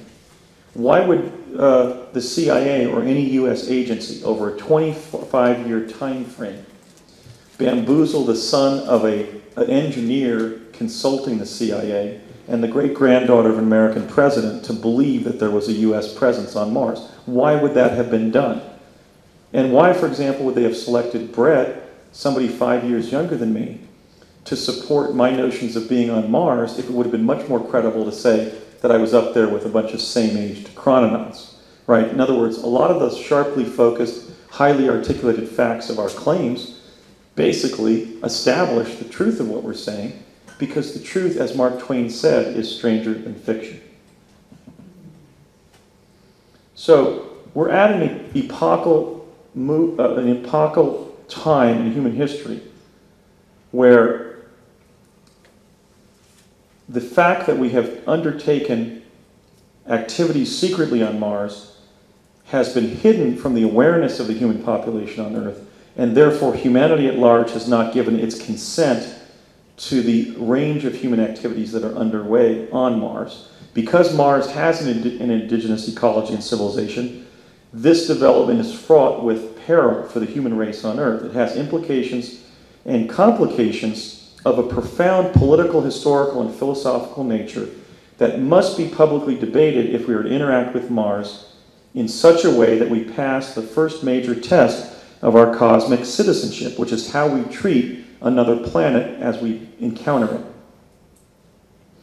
We must also extend the protections provided human life forms and animal life forms and entire ecosystems that we find today on Earth in public international law, environmental law, endangered species protection, and international environmental law, respectively, to Mars, for in the final analysis, Mars does not belong to us, it belongs to the Martians.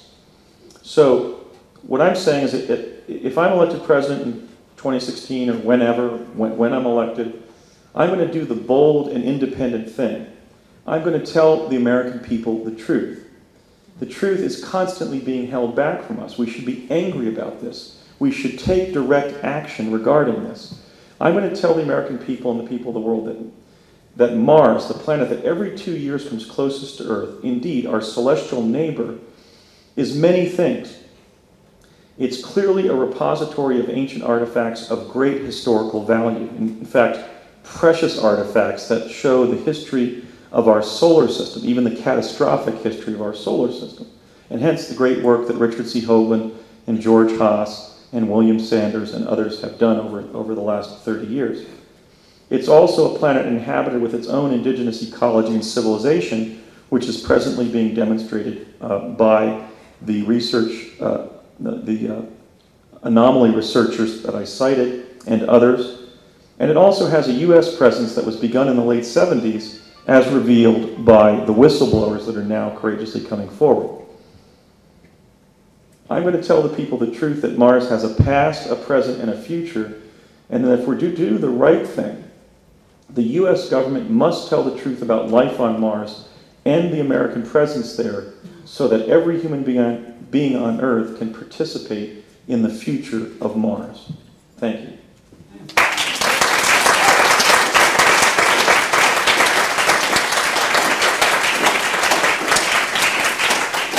So I'd be happy to open up the floor to any questions that you might have. I have some. Yes, Star. With respect to what do you do if you see one of the creatures eating a little humanoid? What do you do? Well, what are the Martian people who came to Earth that you met? Yeah. How do they interact with them? What do they do? What's their protocol, for example? We don't know. It seems that some of the humanoids being consumed by reptoids seem to be a smaller, stubbier species. They may be just animals that look like humans, but I guess the conflict is that the precautionary principle states that you take no action if you can do irreparable harm to a natural system. But what we see being consumed are bipedal hominids that we identify with as such. Right. And our own legal mores require us to intervene to save human life from genocide. The reason I bring up the word genocide is not to exaggerate, but because in the gully beyond the home plate plateau, there are thousands of humanoid bodies. I just didn't want to share that kind of macabre fact in Kona, Hawaii, such a beautiful natural area, such beautiful people. But that's where the data goes when you analyze PI 10214, is it doesn't look like a big cemetery. It looks like a big humanoid killing field where reptoids are making this big sticky goo of humanoids. So we're talking about basically two diametrically opposed legal nostrums coming into direct conflict, and that's going to require the participation of our greatest minds like Alfred Weber. Ken? In fact, when you mentioned that part that you just referenced, I just go back to 150 years when we were conquering the Great Plains and going by in trains and cowboys just decimating the buffalo herds. Shooting buffalo with Winchester rifles from the trains. You know, exactly. So at least we have some kind of terms of engagement policy in place now that hopefully will not repeat the extremes of the past. Well, yeah. Well, let me address where we are in the historical moment. Where we are in the historical moment is the human civilization on Earth, at least in a hortatory sense, following World War II, is committed to upholding the Nuremberg principles outlawing aggressive warfare, genocide, and crimes against humanity. So that was the evolution of the 40s and 50s. And then the evolution of the 60s, 70s, and 80s were the environmental and international environmental protections to protect endangered species and ecosystems, where you have a whole another set of principles. So there are really two areas of law that are coming into direct conflict. Since it's not our planet, and I guess since I'm an environmentalist, I would urge the precautionary principle rather than the application of use cogents norms outlawing genocide, because although they are humanoids being consumed, they're being consumed on another planet in an entirely different ecosystem context. So who are we to presume that we have to save them? Or even then just go willy-nilly shooting guns or weapons out there because, you know, you see something to shoot or defend yourself or, you know, Yeah, else. I mean, it's heartrending to see another humanoid being devoured like a rodent, but that's what we're finding in the images. Could that be disinformation from NASA? Again, they're not going to refute extraterrestrial life by establishing it. That's completely illogical. They're not in that game. Star. So, could any of these creatures be successfully brought back to Earth? Probably already. Question, or have any of them? And then also, like, when you go up there, or when others are living up there, how do they feed themselves? Like, do they send a big Suisan truck full of food up through a jump? Well, you know, Or how does the practical aspect of living in, like, do they have internet? Can they call on walkie-talkies? I mean, how do they communicate? well, I said that, you know, taking the jump room to Mars from El Segundo to Mars was easier than taking the red eye from Los Angeles to New York. Oh, yes. I mean, yes. the jump rooms are getting up there in 20 minutes or so, 25. At least they were in 1981 to 83, so they're maybe even going up faster. So servicing the human colony, or the large superstructures that are up there now for the U.S. colony, is a piece of cake. It's easier than putting, you know, Florida oranges on a 16-wheeler and pointing it at Seattle. Yeah. Okay, and then how about the creatures? Could They could come here. I asked Courtney Hunt, I said to him, you know, being aware of what was going on in the space program and having a dad in that area, of, you know, that era, and having, you know, astronaut posters on my wall, and then being involved in Pegasus, I was very keenly interested in the space program as a child and so forth. And I remembered the fact that the Apollo astronauts, for example, were in seclusion for 72 hours to prevent contamination of our human civilization on Earth with bacteria and virus that might be on the moon. And I said, how come we're not being screened each time we come back or quarantined? And he said, we've determined that the germ profile on Mars is identical to Earth's. Now, maybe that's the case because of the interaction, the commerce, and the movement of Earthlings and Martians during the first civilization on Earth, that all the basic bacteria and virus were spread to each respective planet. But then after 11,500 years of isolation, you would figure that some of those protozoa would start swimming in the opposite direction and so forth. So I think it was just basically CIA negligence that he even said that we weren't being screened. Yes? An anomaly I see is, you know, why would they spend time making all these sculptures? That's time consuming if your chance of being eaten in 30 seconds is so great. Well, we were doing things that took hours of duration up there too. The situation you're in is one in which you simply have to remain wary for what might be coming over the horizon. It's not a feeding frenzy because it's a desert planet where most life forms are immediately evident the minute they're anywhere near your environment. So if you think of, let's say, the Anza Borrega Desert down in San Diego, you know, you can be hiking and you can see a turtle flop over a ridge, you know, half a mile away. You know, so it's easy to not be eaten there. The problem is that some of them were faster than us, but most of them were slower than us. And hence we would assume for the humanoids that are doing the sculpting, they can look around and protect themselves. But they also are very furtive and tend to stay underground or in buildings. They're not foolhardy. They're not like all traipsing all over the countryside. I mentioned how when I walked down that road on the way to the dilapidated brick building to deliver the data disk, that I'd see Martians sort of furtively looking out of doors, you know, in their black or dark blue caftans. So it's just not it's not an environment where any humanoid can presume to feel as safe as we would, simply having to avoid stepping on a rattlesnake in the Anza-Borrega Desert, right? But so they can enjoy the surface. They just have to be more watchful of potential predators. Right here, ma'am. Right there. Yes. Yes. Mm-hmm. Could it be possible you were saying that there was sulfuric. There was a sulfur odor when I took off my mask. Yes. To me, all these statues, many of the statues, dead or alive, seem so arbitrarily spread over the area.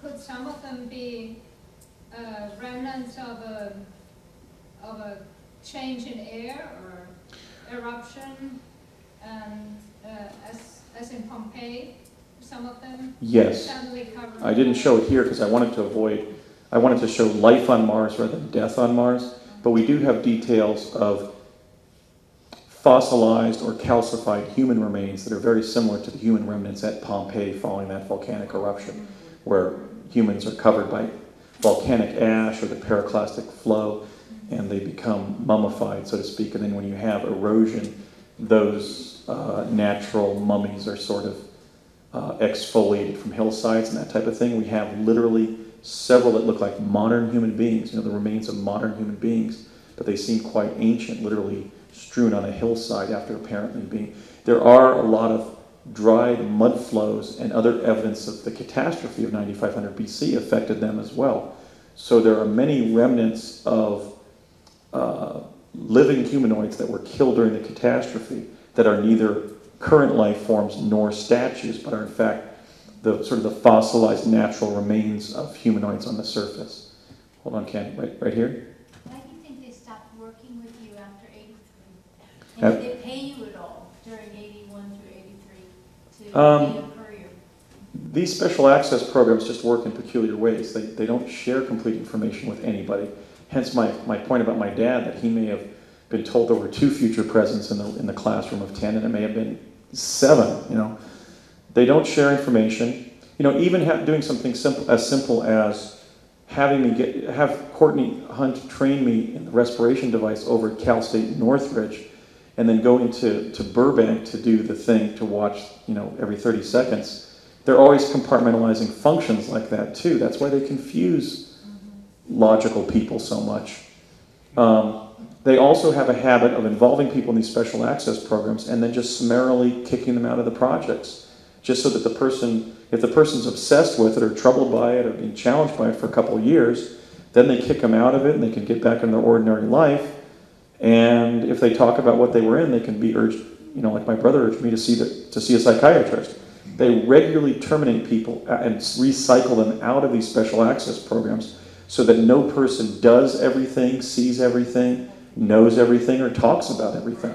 So after those 3 years of going up there, it was sort of like, okay, Andy, you're going to be getting your college degree in a year. Bye-bye. I just wasn't called anymore to go into Santa Monica, to go over to El Segundo and bring the disc up to Mars. So it's just basically the arbitrary way that the intelligence community works all the time, in a kind of an intentional arbitrary approach. Ken? You mentioned the peripheral social life, during Project Pegasus, eating in the restaurants and, human contact. Oh, it was... Do you have recollection of spending enough time on Mars where you had to have a drink or a refreshment or nourishment? No, there was never... or anything? No, I was going and returning quickly, wow. Sometimes spending hours up there, but I was never drinking. I was getting chronically dehydrated. I still am. Brett doesn't remember any food either. And another thing about the Obama-Dugan connection is we never met them up there. We don't know whether they audited that class for a Mars enrichment seminar for a future president and DARPA director, or whether there's this rebuttable presumption that the President of the United States was brainwashed as we were, and then sent up there. Or in the corridors, or say at the base stations where you arrived, looking down hallways or anything, did you see any logical forms of, logistics like? Well, there was one strange thing. It was actually an illogical form. Well, actually, let me use your question as a segue to an illogical element. Brett and I both remember being sent to a hallway that was kind of built under an arbitrary freeway overpass-like structure.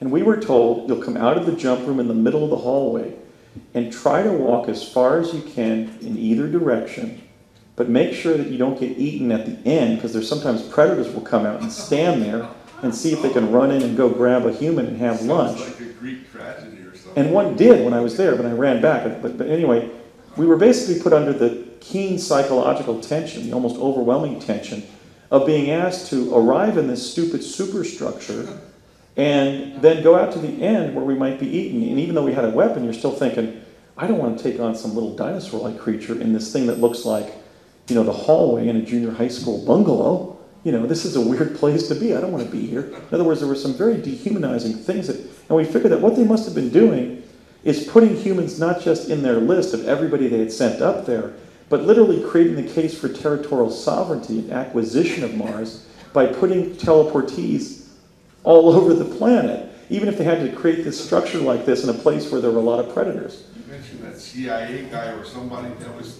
like a prospector living out, you know, on your running radio interviews, you were walked out to the guy that had been living in some bungalow out on the fringe? Well, no, I was talking about Howard, about living in like a stone cottage. Oh, yeah, yeah. But that's a segue to the fact that in one of those hallways, some kind of predator had shot something at several humans, and they were sort of sticking up in the corner of the hallway, like in a clear glassine, like ejecta from an animal. And the joke was, oh, that's actually, it was Newman. You know? Oh, that's Newman. Nobody liked him anyway. And there was like this, you know, human from our civilization who had been, So there were some very macabre elements, and it was a constant assault to your psyche. And I'm happy to say that neither Brett nor I or the others who've been up there have committed suicide, but it was really, Laura used a wonderful metaphor. I almost actually started crying, which was, sort of like being placed in a season of hell. I think you used Hades as the metaphor. My mind was often racing with the sensation that like I was in a low-grade nightmare.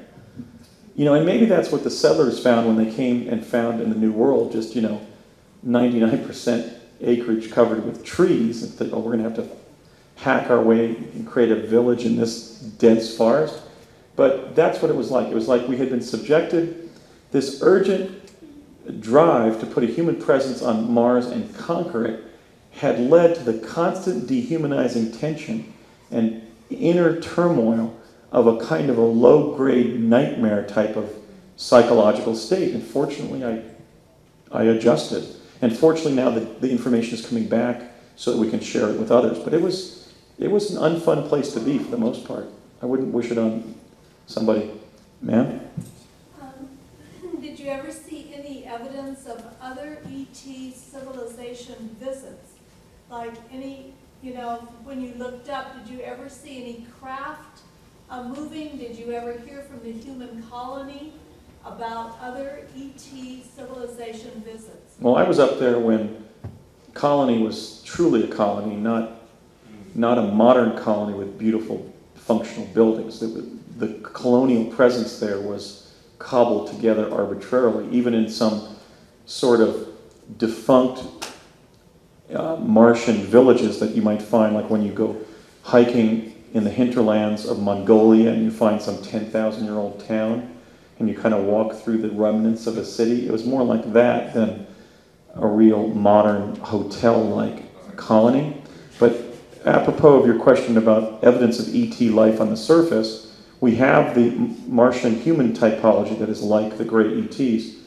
Also, in the kind of sculpture garden that we find there along Tsiolkovsky Ridge, there's a sculpture of a lenticular craft with a little beam poking out of it. There's a kind of a memorialization of different themes of spaceflight on different parts of Tsiolkovsky Ridge, including this kind of exquisite jade green boulder with a highly articulated Asiatic face and several rocket sculptures lying on top of it, as if memorializing, let's say, an ancient Chinese rocket probe that successfully landed on the red planet.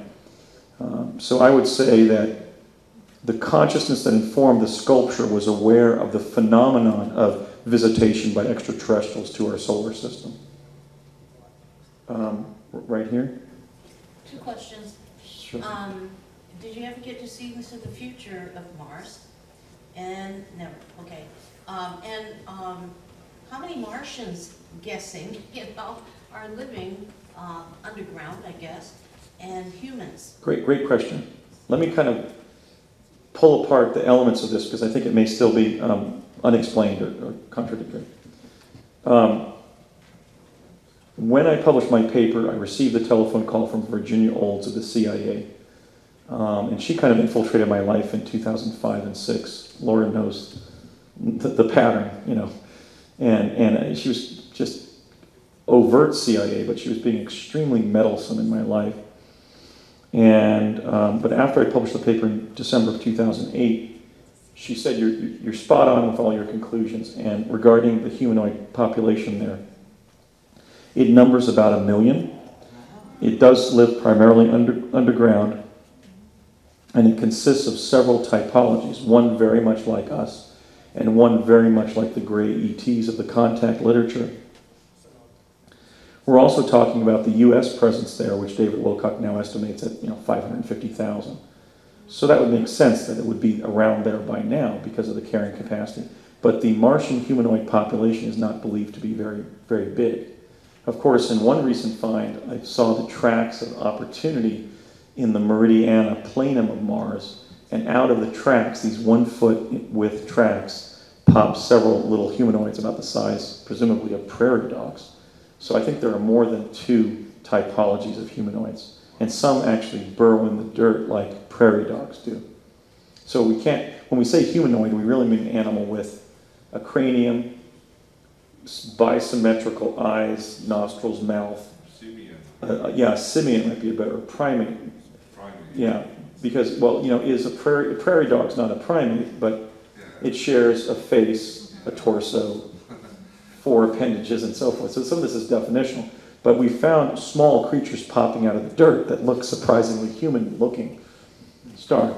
So, the people who visited again that you met down in the States, I'm wondering, how did they manufacture their spacecraft, for example? Right, well. And how do they support underground 1 million human types? Well. How do they do food? How do they do water?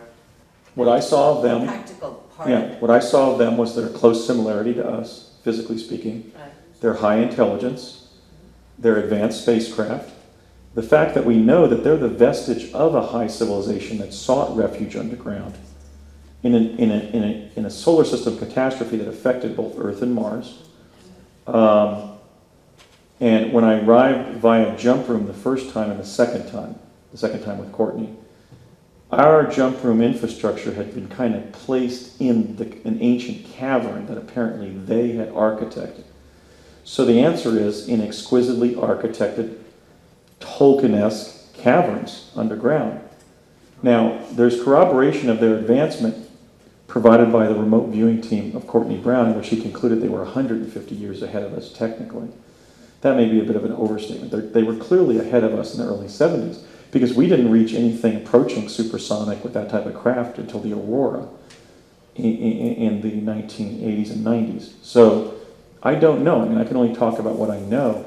I have had only minimal contact with that faction of Martian that has been aligned with us. And we don't know whether they're still aligned with us because, of course, the 2 Russian probes to Phobos were shot down by the indigenous Martians, presumably on Phobos. So there may have already been hostilities in which the Martians that we were aligned with in 1970 said, no, we don't like what your goals are here.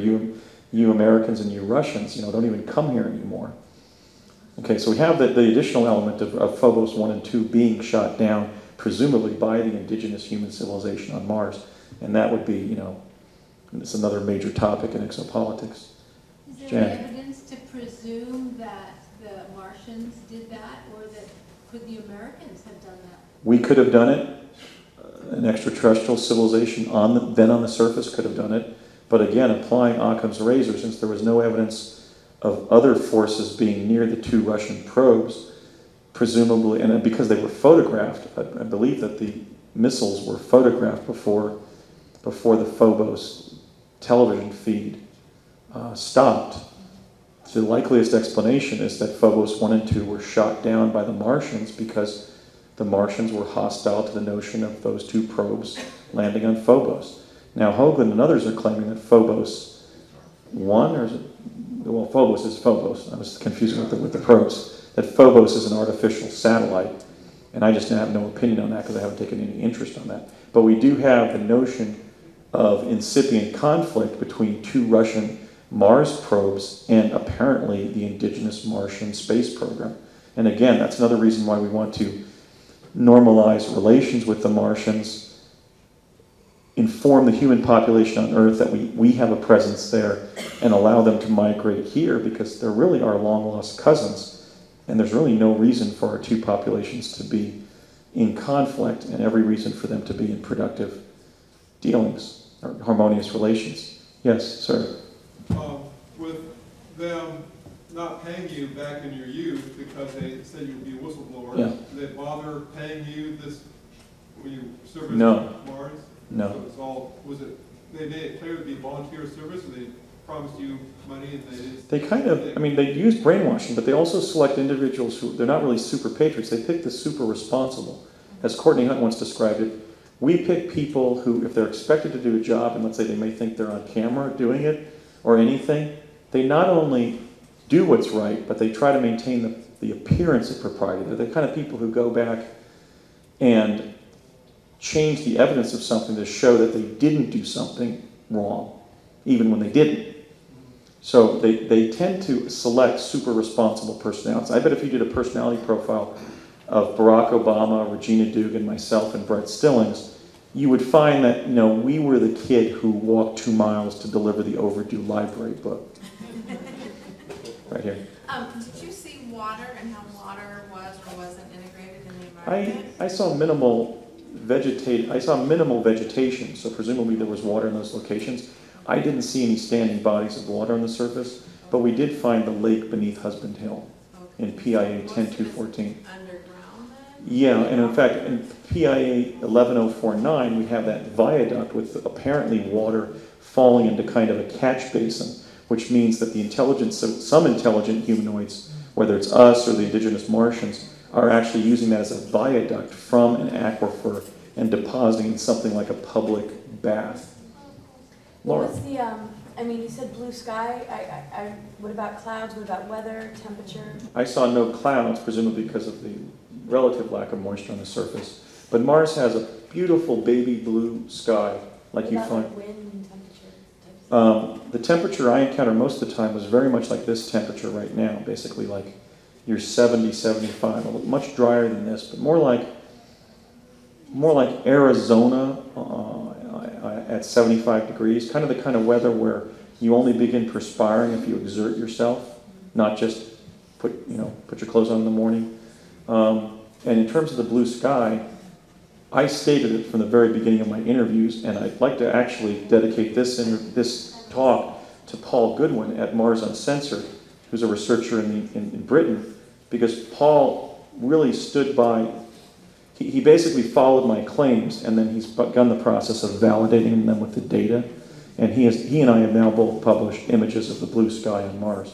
It's a very beautiful blue, kind of like when you're in Arizona, and there's extremely diffuse cloud cover, so you get that kind of pale, baby blue blanket kind of blue. That's the color of the sky there, against a very rusty red terrain. Right here? Were you ever told to bring something back and didn't, or had you ever desired? No, both in Pegasus and the Mars project, we were practicing basically the prime directive. In fact, the phrase the prime directive from Star Trek was even used in the lectures. And relative to life forms there, not just artifacts, we were instructed never to return with anything. Although one time I came back with the red dust of Mars on my hiking boots, and my mother asked, well, what's that red stuff on your boots? And I said, well, I was down behind the gas station, I was just talking to somebody, and I was kicking at this dirt pile where there was rusting spark plugs. And again, I was trained to lie to my mom. I don't feel good about that. But so no, artifacts were not supposed to come back because this was a deep black project where a Martian artifact we would have been responsible for for ending ending operational security. So we were under orders not to return with any animal life form or artifact or even basic natural evidence like a rock or intentional soil in our pocket or anything like that. And no life form, certainly. But also, I just want to emphasize the point again that, the post-Vietnam take on my information, if my information was presumed to be valid, which it is, would be, oh, look at how bellicose the United States was being in establishing its hegemony on planet Mars. But in fact, we were under express instructions that it was our option to sacrifice ourselves and not fire our weapon if we were going to be eaten. So in other words, the onus was on us to begin hostile dealings, and we were instructed not to if we could tolerate it. So we were given weaponry, but we were basically instructed to try to not to use it. And Ed even said, I've often imagined what I would do if I was in front of one of those things, and I guess I would say something like, oh, it's been a good life, bite my head off. He said something like that. So bite my head off first. So really, the point I'm making there is, while we were a hegemonistic presence, we were not a militaristic presence. We were applying the Prime Directive and literally instructed to try to be willing to sacrifice ourselves rather than use the weapon to kill a predator that was going to eat us. Michael? There's a long-standing debate about where everything evolves. I was just wondering if you had an overview. And your thing about the microbial life being the same on Earth and Mars triggers that. I mean, do we have coevolution? Does the life come from one place to the other? I'm not an adherent to this view, but I suspect that the notion of panspermia, that there's been intentional seeding of life on inhabitable planets, explains the commonality of life forms that we find on Earth and Mars. And, we see these common substrates, present Earth species on Mars, extinct Earth species, hybrids, and life forms that have never appeared on Earth, but that still follow the patterns of form and structure that we associate with biological life forms. Do you think the indigenous ones evolved on Mars? Yes, I think that there's a strata of indigenous life forms on Mars, and that the human presence that's like us is the result of a Mars colony established by the High Egyptian civilization. I think it makes much more sense that this beautiful, sustainable, abundant biosphere that we live in built that first civilization on Earth to include the Great Pyramid, the Sphinx, the Great Platform of Baalbek in Lebanon and so forth, and other phenomenal artifacts. And that it then went to Mars and created a colony that then introduced those humans into Mars, who then got separated from us and have been breeding in isolation from us since then. And in support of that, I would marshal the fact that the Great Pyramid, the same day every year, the passageway of the King's Chamber focuses a red orb on the wall above the head of the sarcophagus of the pharaoh to mark as a kind of a marking stone to the linkage between Egypt and Mars. So I think we got there with human life, and then those humans got cut off from us by the catastrophe and have been breeding in isolation ever since. But if you think about the relative genetic isolation, let's say between Europeans and, I don't know, let's say indigenous people in Central America, that isolation may have been as much as 11,500 years, and reproduction can occur between individual human beings of such diverse backgrounds. So I think we may even be able to intermarry and breed with the surviving human remnant on Mars if they were to come here. Yes, ma'am? Could you say a bit more about the connection between Akhenaten and Obama? Well, it's been noted that he and Michelle Obama and their two daughters, Sasha and Malia, closely resemble basically several figures from the highest Egyptian civilization. The point I was making is that when you examine the Secret Service names that Barack, Michelle, Malia, and Sasha Obama were given, they seem to refer to Pharaoh Akhenaten.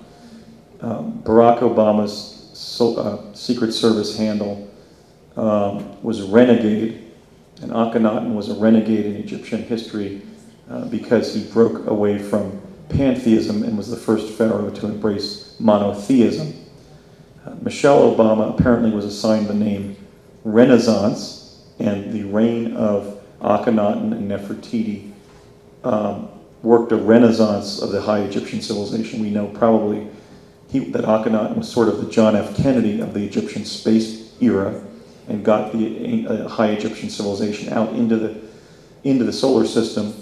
In the famous, I forget what they're called, they're not amulets, but what are they called? The Egyptian identity symbols? Cartouches, thank you, I always forget that word, such a strange word.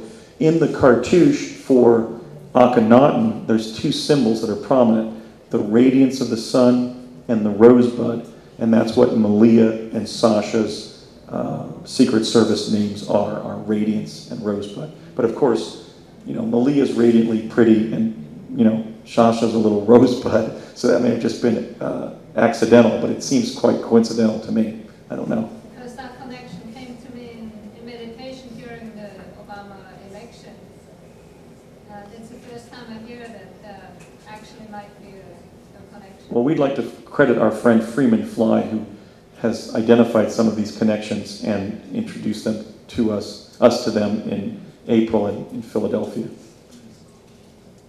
So, but it's certainly coincidental that 4 Secret Service names of the president, his wife, and their 2 daughters would seem to resonate with the history and significance of Pharaoh Akhenaten. That seems very strange, especially since Barack Obama so closely resembles one of the pharaohs as seen in statuary.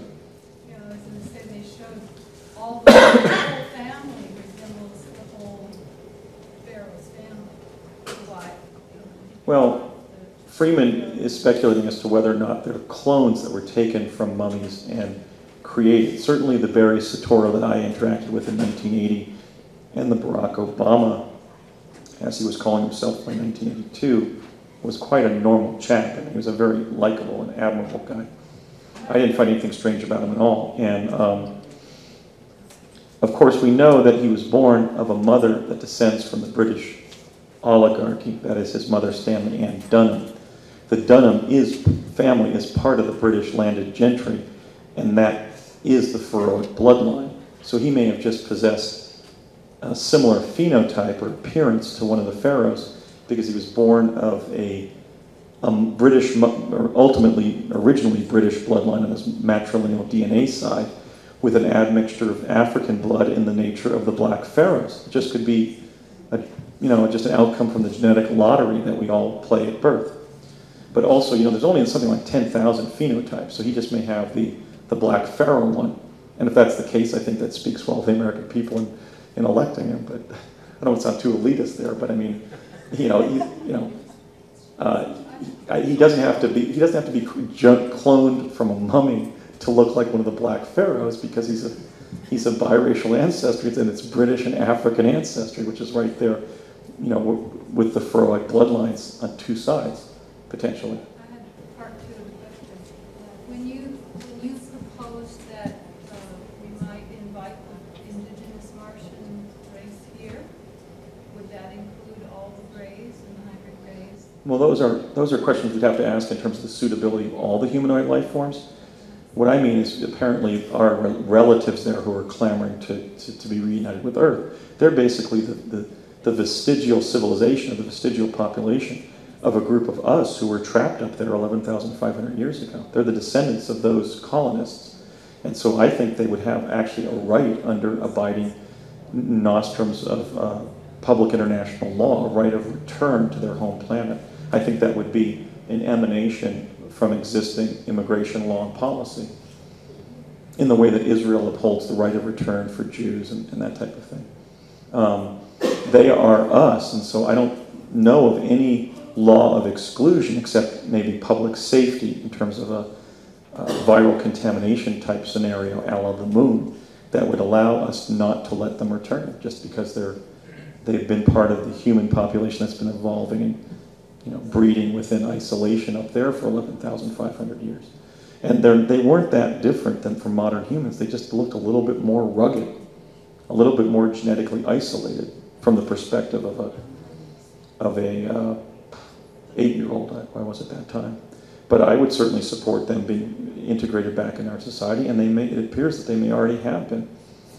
But we don't know if they all live together underground, how integrated this society is with all the different species or the different cultures. We don't. And if they're very integrated and possibly intermarried and hybridized together, then how would you separate? I would, if they're nonviolent and humanoid and sentient, I think that we should try to integrate them. I think I was mentioning how the evolution of the Nuremberg principles and the whole emergence of human rights under, for example, Eleanor Roosevelt, the international, the Universal Convention on Human Rights, the Nuremberg principles, and sort of the evolution of public international law after World War II, and then environmental law can now be applied to the Martian context. And then the third area would be the evolution of civil rights laws in the 1960s and just the evolution of the public understanding that people, let's say with different skin tones, are human beings just like each other, is also something that comes right at the time in Earth history where we would have to exercise not just toleration or tolerance, but respect and say, well, these people, the men of their culture may look a little bit more rugged than our men, because they've been breeding in isolation for almost 12,000 years. I guess what I'm saying is we've laid the foundation also in civil rights law and the new understanding that people have that, all of us human beings share 87% of the same genes, that we can recognize that other people aren't, another species just because they possess different indelible characteristics. We now have the opportunity to apply that to our genetic relatives on another planet. So I would think that it might be complicated if they're in fact intermeshed with other life forms from the cosmos, but then again, if they're nonviolent, sentient neighbors of ours, why wouldn't we integrate them into our civilization if they asked? I would think we should explore that. I think it would be good, especially for us. Star? How readily do you think they could adapt to Earth life on the surface? And currently with things like radiation all over the place and economic situation going crazy, maybe they'd, have trouble coming here and living like an Earth human. Right. With everything in the social structures and the economic structures and the way things have been controlled for so long. I mean, they might be better off where they are in a way, except or if the they, beauty of well, Earth. And yeah, because they've evolved underground and hence may have less melanin to produce pigment to block solar radiation even on a planet like ours with an adequate ionosphere, they might have to choose between living underground on Mars and, as Courtney Brown found, living under a mountain in Santa Fe, New Mexico. I think if I had that choice, I would pick the underground location in New Mexico.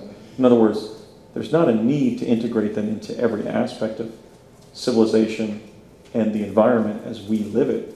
But the fundamental question of whether we should permit them to come here and settle here if they ask, I think we're under not just a moral duty, but an ongoing legal and political duty to say yes, because they are the remnant of stranded humans. There.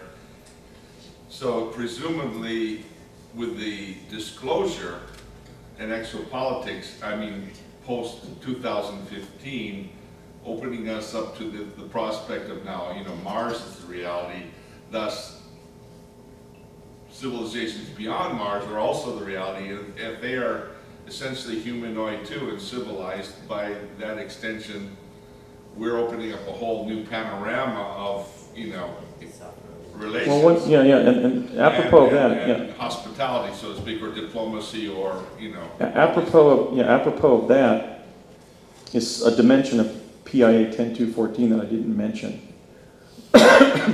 which is a speculative notion that Alfred and I were maintaining, that perhaps PIA 10214 is a Martian psyop directed at us.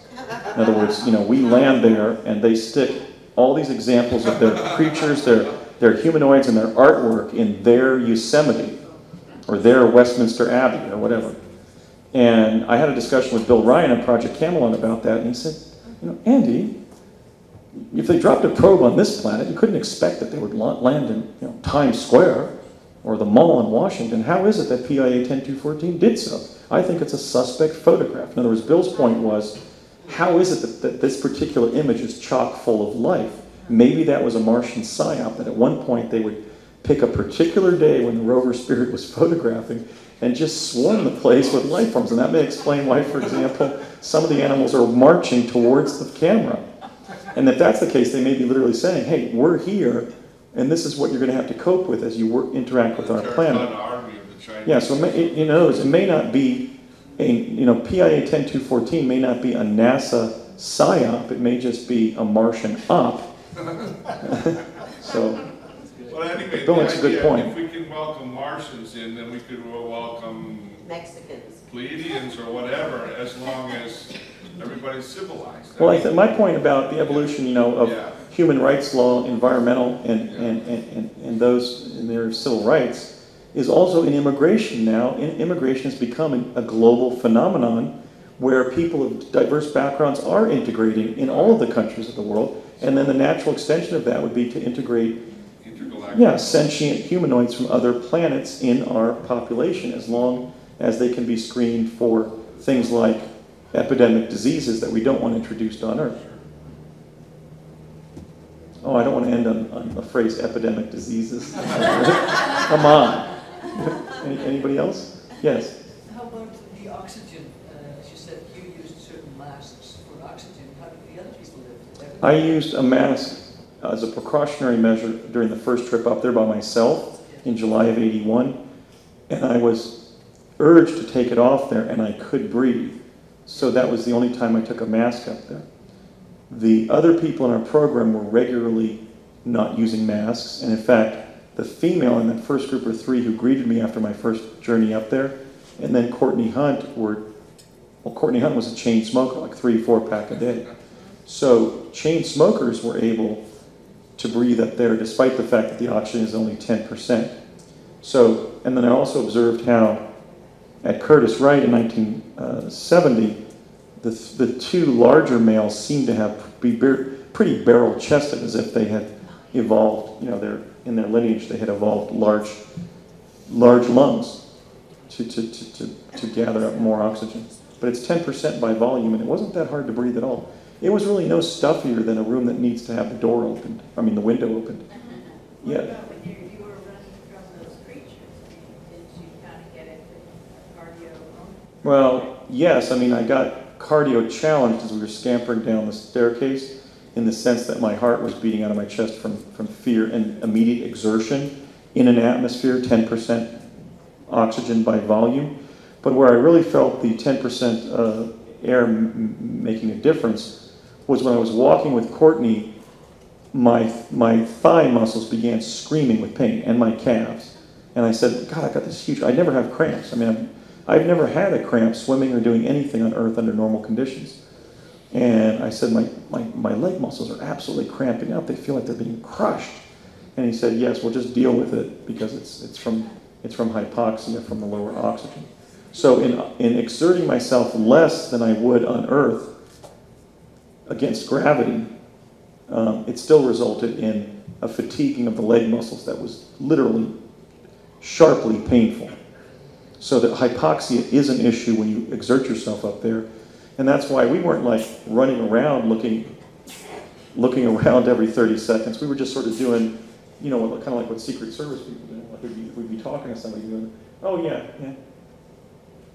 I know what you mean. We were looking around. We weren't running around. We were actually urged to remain as sedate as possible unless we were running from a predator and had to save our lives. Yes. Yes. Okay. In your discussion with Barry about his name change, what was that thought process? I didn't have a discussion with him about his name change. I asked him his name in Weed, at the college grounds, and he said Barry Sotoro. When I met him close to summer, or 2 years later, he introduced himself as Barack Obama, and we actually had a discussion not about his name change, but just about his unusual name. And he said, oh, my dad was from Africa. And that's another reason why I support the president against these insinuations that he's not a legitimate American, because when I met him, he said, my dad's from Africa.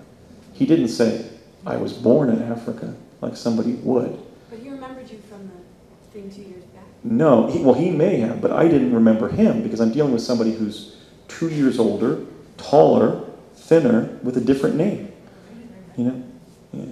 And in fact, if you look at the Barack Obama's pictures, he looked like his high school graduation photograph, where he looked heavier, he had an afro, and he was calling himself Barry Soetoro. So when I met, God, I thought I turned this off, sorry. When I met Barack Obama, after he had spent a year at Columbia also, in a more sophisticated environment than Eagle Rock, California, or even, let's say, Honolulu growing up or whatever, he was a different person. He had evolved. And as somebody who reached the presidency, especially as a member of a minority group, must be a pretty quick study. So it was almost like I was meeting a different person. I didn't say, and besides that, I was blocked as a result of the brainwashing from remembering the training course 2 years earlier. That's another paradox of the case. Even a year later, in the summer of '81, when Courtney pulled this kind of Harry meets Sally thing between me and Regina in Chatsworth, I didn't remember her from the previous summer. In fact, she joked as she was leaving about that. She said, "Oh, Courtney, you got this guy brainwashed or something."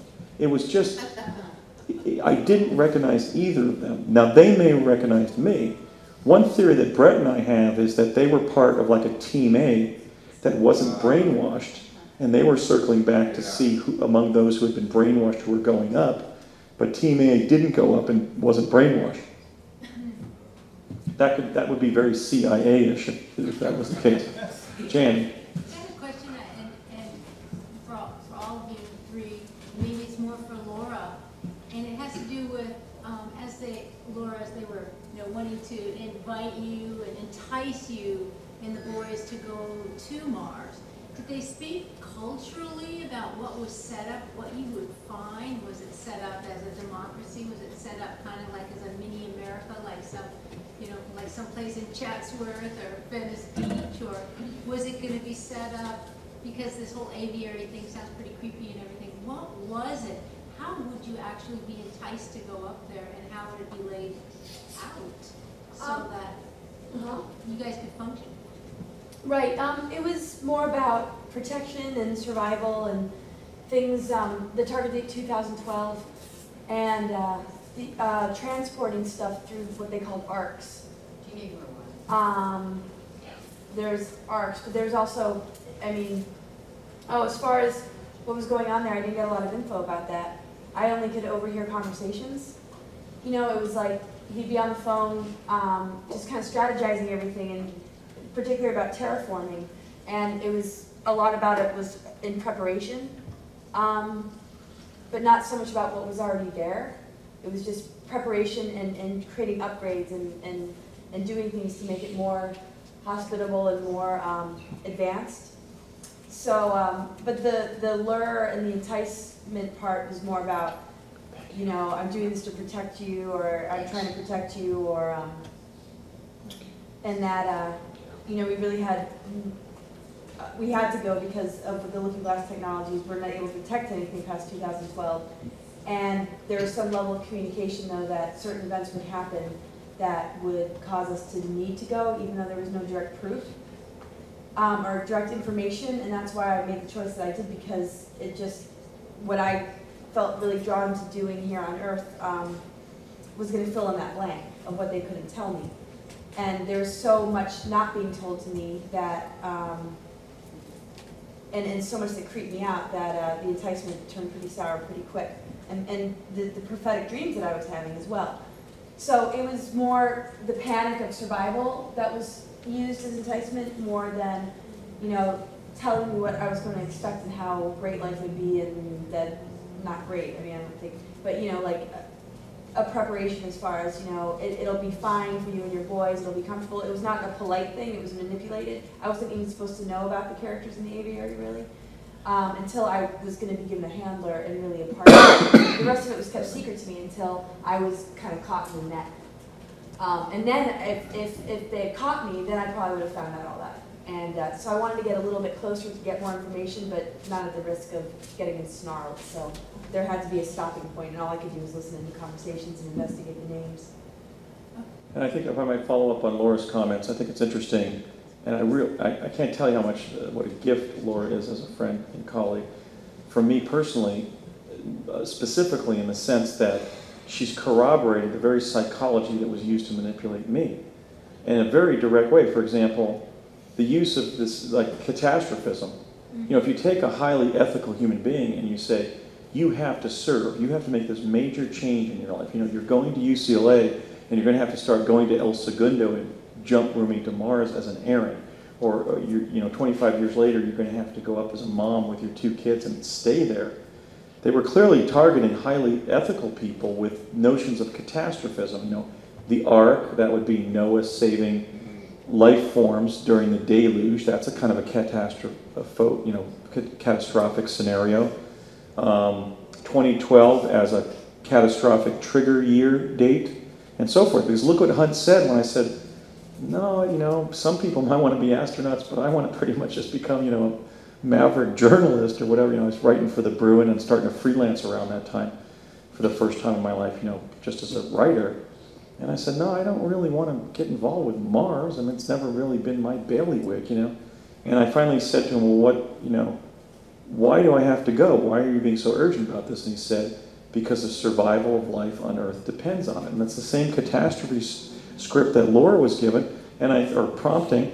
And that might, you know, what we have to remember is that, I mean, I don't know, this would be something for future articles by Alfred, but that would be, well, what if it was just the CIA line just to establish the U.S. presence there, vis-a-vis the potential Russian or Chinese presence, for example? Right, and these were the same people associated with the weaponry that's damaging our planet, our health, and everything. So it doesn't make much sense to be lured into a, you know, due to catastrophe when they're the ones with the buttons and the gadgets of destruction here on Earth. And we know now from Brett's testimony that he wasn't given a suicide pill and he wasn't given a gun. Well, he was 13, but I mean, he was up there. So what was that about? That means they were willing to use a young person without giving the security precautions that protections that we were given. So I was just struck by the analogies in the way that, you know, my psychology as an ethical young person was clearly manipulated in a highly similar way. And, you know, what are the chances? For me, that's pretty profound. I'm very grateful to Laura for that.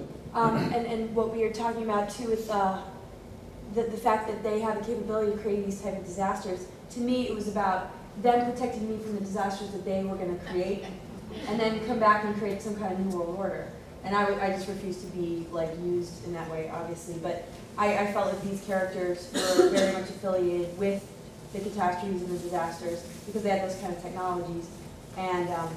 And that's the same kind of manipulation they did to my ex, which is acting like his abductions and how they set him up to have those experiences were part of their artificial telepathy and my lab programs and the alien technology that they had. So anyway. Yeah. Ken? It's just, again, I go flashback 150 or some years, I see the corollary is slightly different though, but how propaganda was used. You remember like Horace Greeley in St. Louis, go west, young man, the Oregon Trail. You know, people being told that, you know, there's something out there, you know, take your risk, you know what I mean? Yeah. We've used propaganda before, you know, of right. course, in different ways. When vested commercial interests have had a vested interest in creating a frontier movement, like the California Gold Rush, most of the miners just found destitution in California. A lot of the money was made selling blue jeans and shovels, you know, and most of the miners failed. There may be an analogy here to inducing young people to go up and establish basically the U.S. presence on Mars, not because it will help us protect Earth from astronomical cataclysm or from extraterrestrial incursion, but simply so that the U.S. of A. has the high road by occupying the planet that every 2 years comes closest to Earth. That's very much what, if you look at the history of the CIA, I think that on a coin toss basis, or maybe using Occam's razor, that's probably what was going on, was just catastrophism in the service of naked imperialism. So that will be how I'll spin it when I'm on with Amy Goodman. But no, I mean, seriously, I think that may have been what was going on. Courtney Hunt, after all, was a cousin of E. Howard Hunt of Watergate fame, and a more distant cousin of the Hunt brothers of Texas, including Haroldson Lafayette Hunt, who we now know was one of those individuals present at Clint Murchison's house the night before President John Fitzgerald Kennedy was assassinated in Dallas, and and had actually funded the newspaper ad that accused John F. Kennedy of treason. So I include Courtney in my story as a hero only in the sense that he was a Mars explorer, and he was a provider of critical information to me long after we worked together.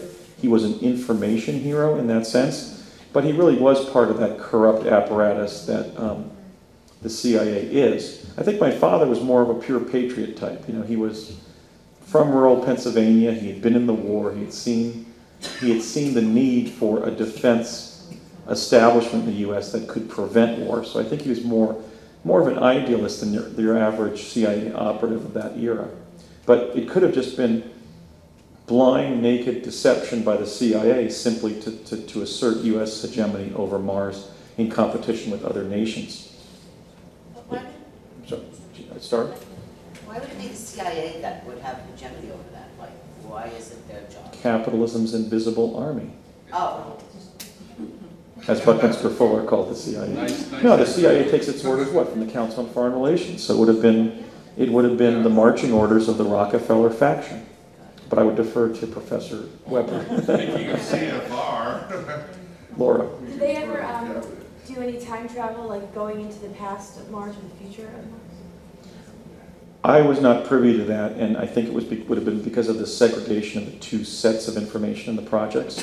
The same way that I can take my experiences and then spin them into prongs of my truth campaign. I mean, organically and authentically, but just, you know, basically evolve them into a public advocacy effort is possible because they completely segregated my time travel and Mars experiences except for the jump rooms. So for example, I was never in any chronovisor lab in West LA where I was shown what Mars was like 10,000 years ago and what it would look like 1,000 years after the colony was established. So, were you aware of any reptilian presence or Anunnaki presence on Mars? well, reptilian in the sense that they were predatory reptiles, but in terms of the schema implied by Anunnaki or reptilian, no. And so if part of it was to create an extraterrestrial defense posture, like Hunt said, how come I didn't see any cosmic Waffen-SS anywhere on the surface of Mars? You know, it kind of begs the question of what he was really talking about by an extraterrestrial defense posture. That may have literally been cosmic Cold War propaganda or cosmic Cold War paranoia, because I never saw any evidence of a battle between U.S. forces and Martians or anything off-planet besides that sculpture of a UFO, you know, in this image. In other words, there didn't seem to be anything going on except the creation of a U.S. presence there. So, Jan. If we have that kind of technology to get to Mars, are there, we could have that technology to get to, if you can do it once, in one place, we could do it anywhere. Well, no, not necessarily. I mean, one of the constraints on teleportation, presuming that the jump rooms are Tesla teleportation based, as Hunt's comments seem to suggest they were, but I don't know. They may have been even a more advanced technology. One of the constraints is you have to be in a habitable zone when you arrive. So, for example, if you jump room to Venus as a protoplasmic organism, 60% made of water, you would quickly be burned alive in its 600-degree Fahrenheit surface temperatures. So you have to, if you're going to jump room anywhere else in the cosmos, it has to be to a habitable zone. Well, there's so many other close sources. Yeah, some of the moon, you know, in other words, those planets that are within the Goldilocks range presumably can be jump room to, and many or all probably have been in the intervening 30 years, which I guess is an implication of my presentation. But I don't have any information about that because I was, you know, dismissed from that part of my activities for the government in 83. Yeah. One of the reasons for the Mars base was because of human survival of some kind, and a global cataclysmic event that would, Mars base would be that that place where they could survive, why would not the global cataclysmic event also affect Mars? Why would that be isolated only to the Earth and not? Well, he didn't say a global cataclysmic event. You're kind of conflating two parts of my presentation. Okay. I was talking about the solar system catastrophe that severely damaged Mars and Earth, and then I was talking about how Courtney Hunt stated in trying to induce me to go up there because human life on Earth depends on it. Yes. But even if it was a catastrophic scenario, one ready explanation is the fact that Mars is on an irregular orbit from Earth, and hence it could be a survival base in the event of something coming directly at us that was known to be hitting us and quite possibly would not hit Mars because they just don't go around the sun. Mars traces an irregular orbit relative to Earth. So there's times when we could essentially put enough people on Mars for the whole Earth to be knocked out of the heavens by a huge comet or something, and we could still protect the human genome on Mars. So in the statement that I issued with Laura after Alfred interviewed us, we stated that, it is really a very good thing to think about protecting the human genome on Mars and other planets, but not if it involves basically slavery, genocide, and mind control. Slavery of the participants, mind control of the participants. And what? And like the human race and what they're doing here to just... Yeah, and doing it to this population, the whole postmodern dystopia that we're in, because we have a negative space program and a negative technical infrastructure that has to be changed into a positive one. But so we commented on the fact that it really is a good thing to try to protect the human genome in this way, because we know, for example, if you read a book like, let's say, Graham Hancock's book, The Mars Mystery, we were hit by something that may return. And that's indeed why we should protect the ruins on Mars, so we can figure out where it's coming from and when it's going to arrive. So it makes perfect sense to protect the human genome and other planets, but not if you have to impose a fascistic, mind-controlling technocracy to achieve it. That we don't; those elements are not necessary to have a space program. There was no need to brainwash Brett and I to forget our summer in Shasta. What was the point? I was a tough kid. I had time traveled as a little 7 or 8 year old. I was now 19 years old. It was just their exercise of their own sick view of human nature and of government. And if there's total honesty and disclosure and the human race was privy to everything, then people could make the choice to go, and nobody would have to be mind controlled. It would just be an idea that people could say, yeah, we understand that with cataclysms and these kind of threats that this is a smart idea and people could make a choice. And it would be all done in an open way, and we could actually trust our leaders, and we would actually feel cared about and taken care of, and that's just not the case. So something is being hidden deeper than all of these scenarios. Yeah, and we know we get optimum performance from people who want to do things. I mean, if you want to pitch for the New York Yankees, you get your shot at high school and college and AAA baseball.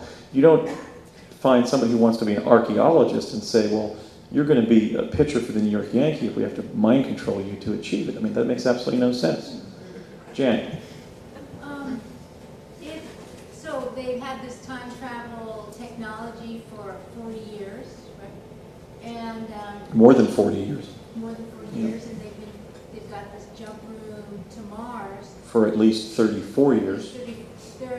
It seems To to go to me 1977. that they used the time travel technology then to look at the past and future of Mars, to understand a cataclysmic event, and the fact that they didn't stop 9/11 and they haven't stopped Haiti, and in fact maybe encouraged a lot of these things or stayed out of the way and let these things happen. It seems to me that there are then people in the know about, certain, cataclysmic timelines. And We'll never know as long as we won't know as long as what is perpetuated is what Jim Marrs has called rule by secrecy. Yeah. At the heart of my truth campaign is not a dual focus on time travel and life on Mars. I am advancing the cause of those two issues, but it's really focused on the fact that we have to move beyond the model of rule by secrecy that oppresses us. I mean, we haven't even been getting valid data about how industrial forces are mutating the human genome. Look at the pathfinding work that Loren Murray and Alfred have been doing in terms of depleted uranium and what the genetic impact of our own weapons systems has been. I mean, so as long as we have rule by secrecy, we may very well lose our civilization on Earth because we weren't told what the choices were or what the impacts of our activities were. So my truth campaign is in a broader sense, and I'm just using my own experiences in the time travel project and the Mars project almost as metaphors for the fact that we need a new era of openness in government because our group survival will probably depend on it. Because when small elite groups make these kind of decisions, they don't necessarily reach the right decisions. But for example, how about permitting us to go up there with weapons? Maybe the policy should have been, if you draw the Joker card and there's a predator that you can't outrace in front of you, start saying your prayers. You're not going to have a gun because we don't want to start an interplanetary war.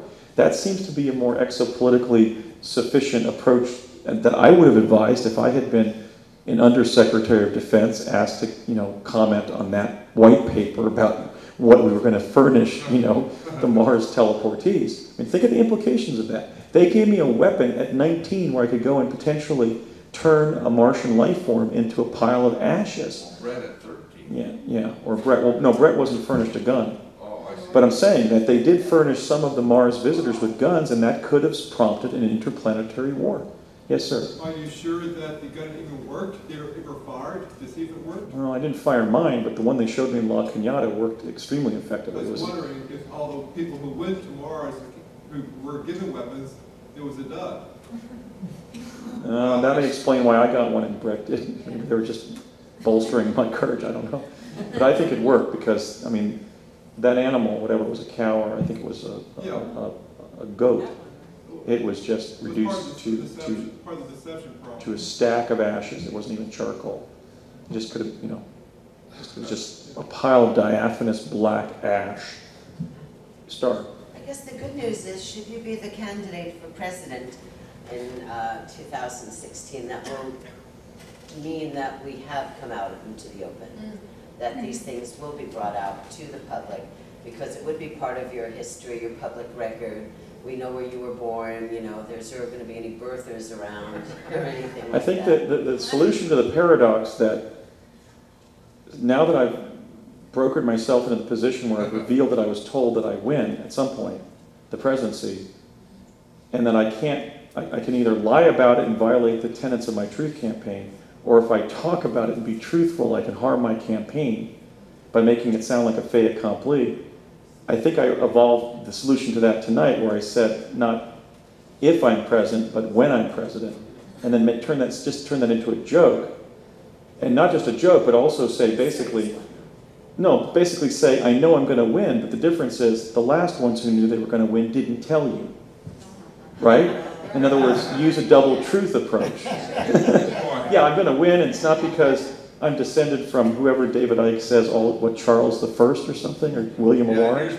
I don't have any British ancestry that I know about, so I can't be in that lineage of 44 men who have all been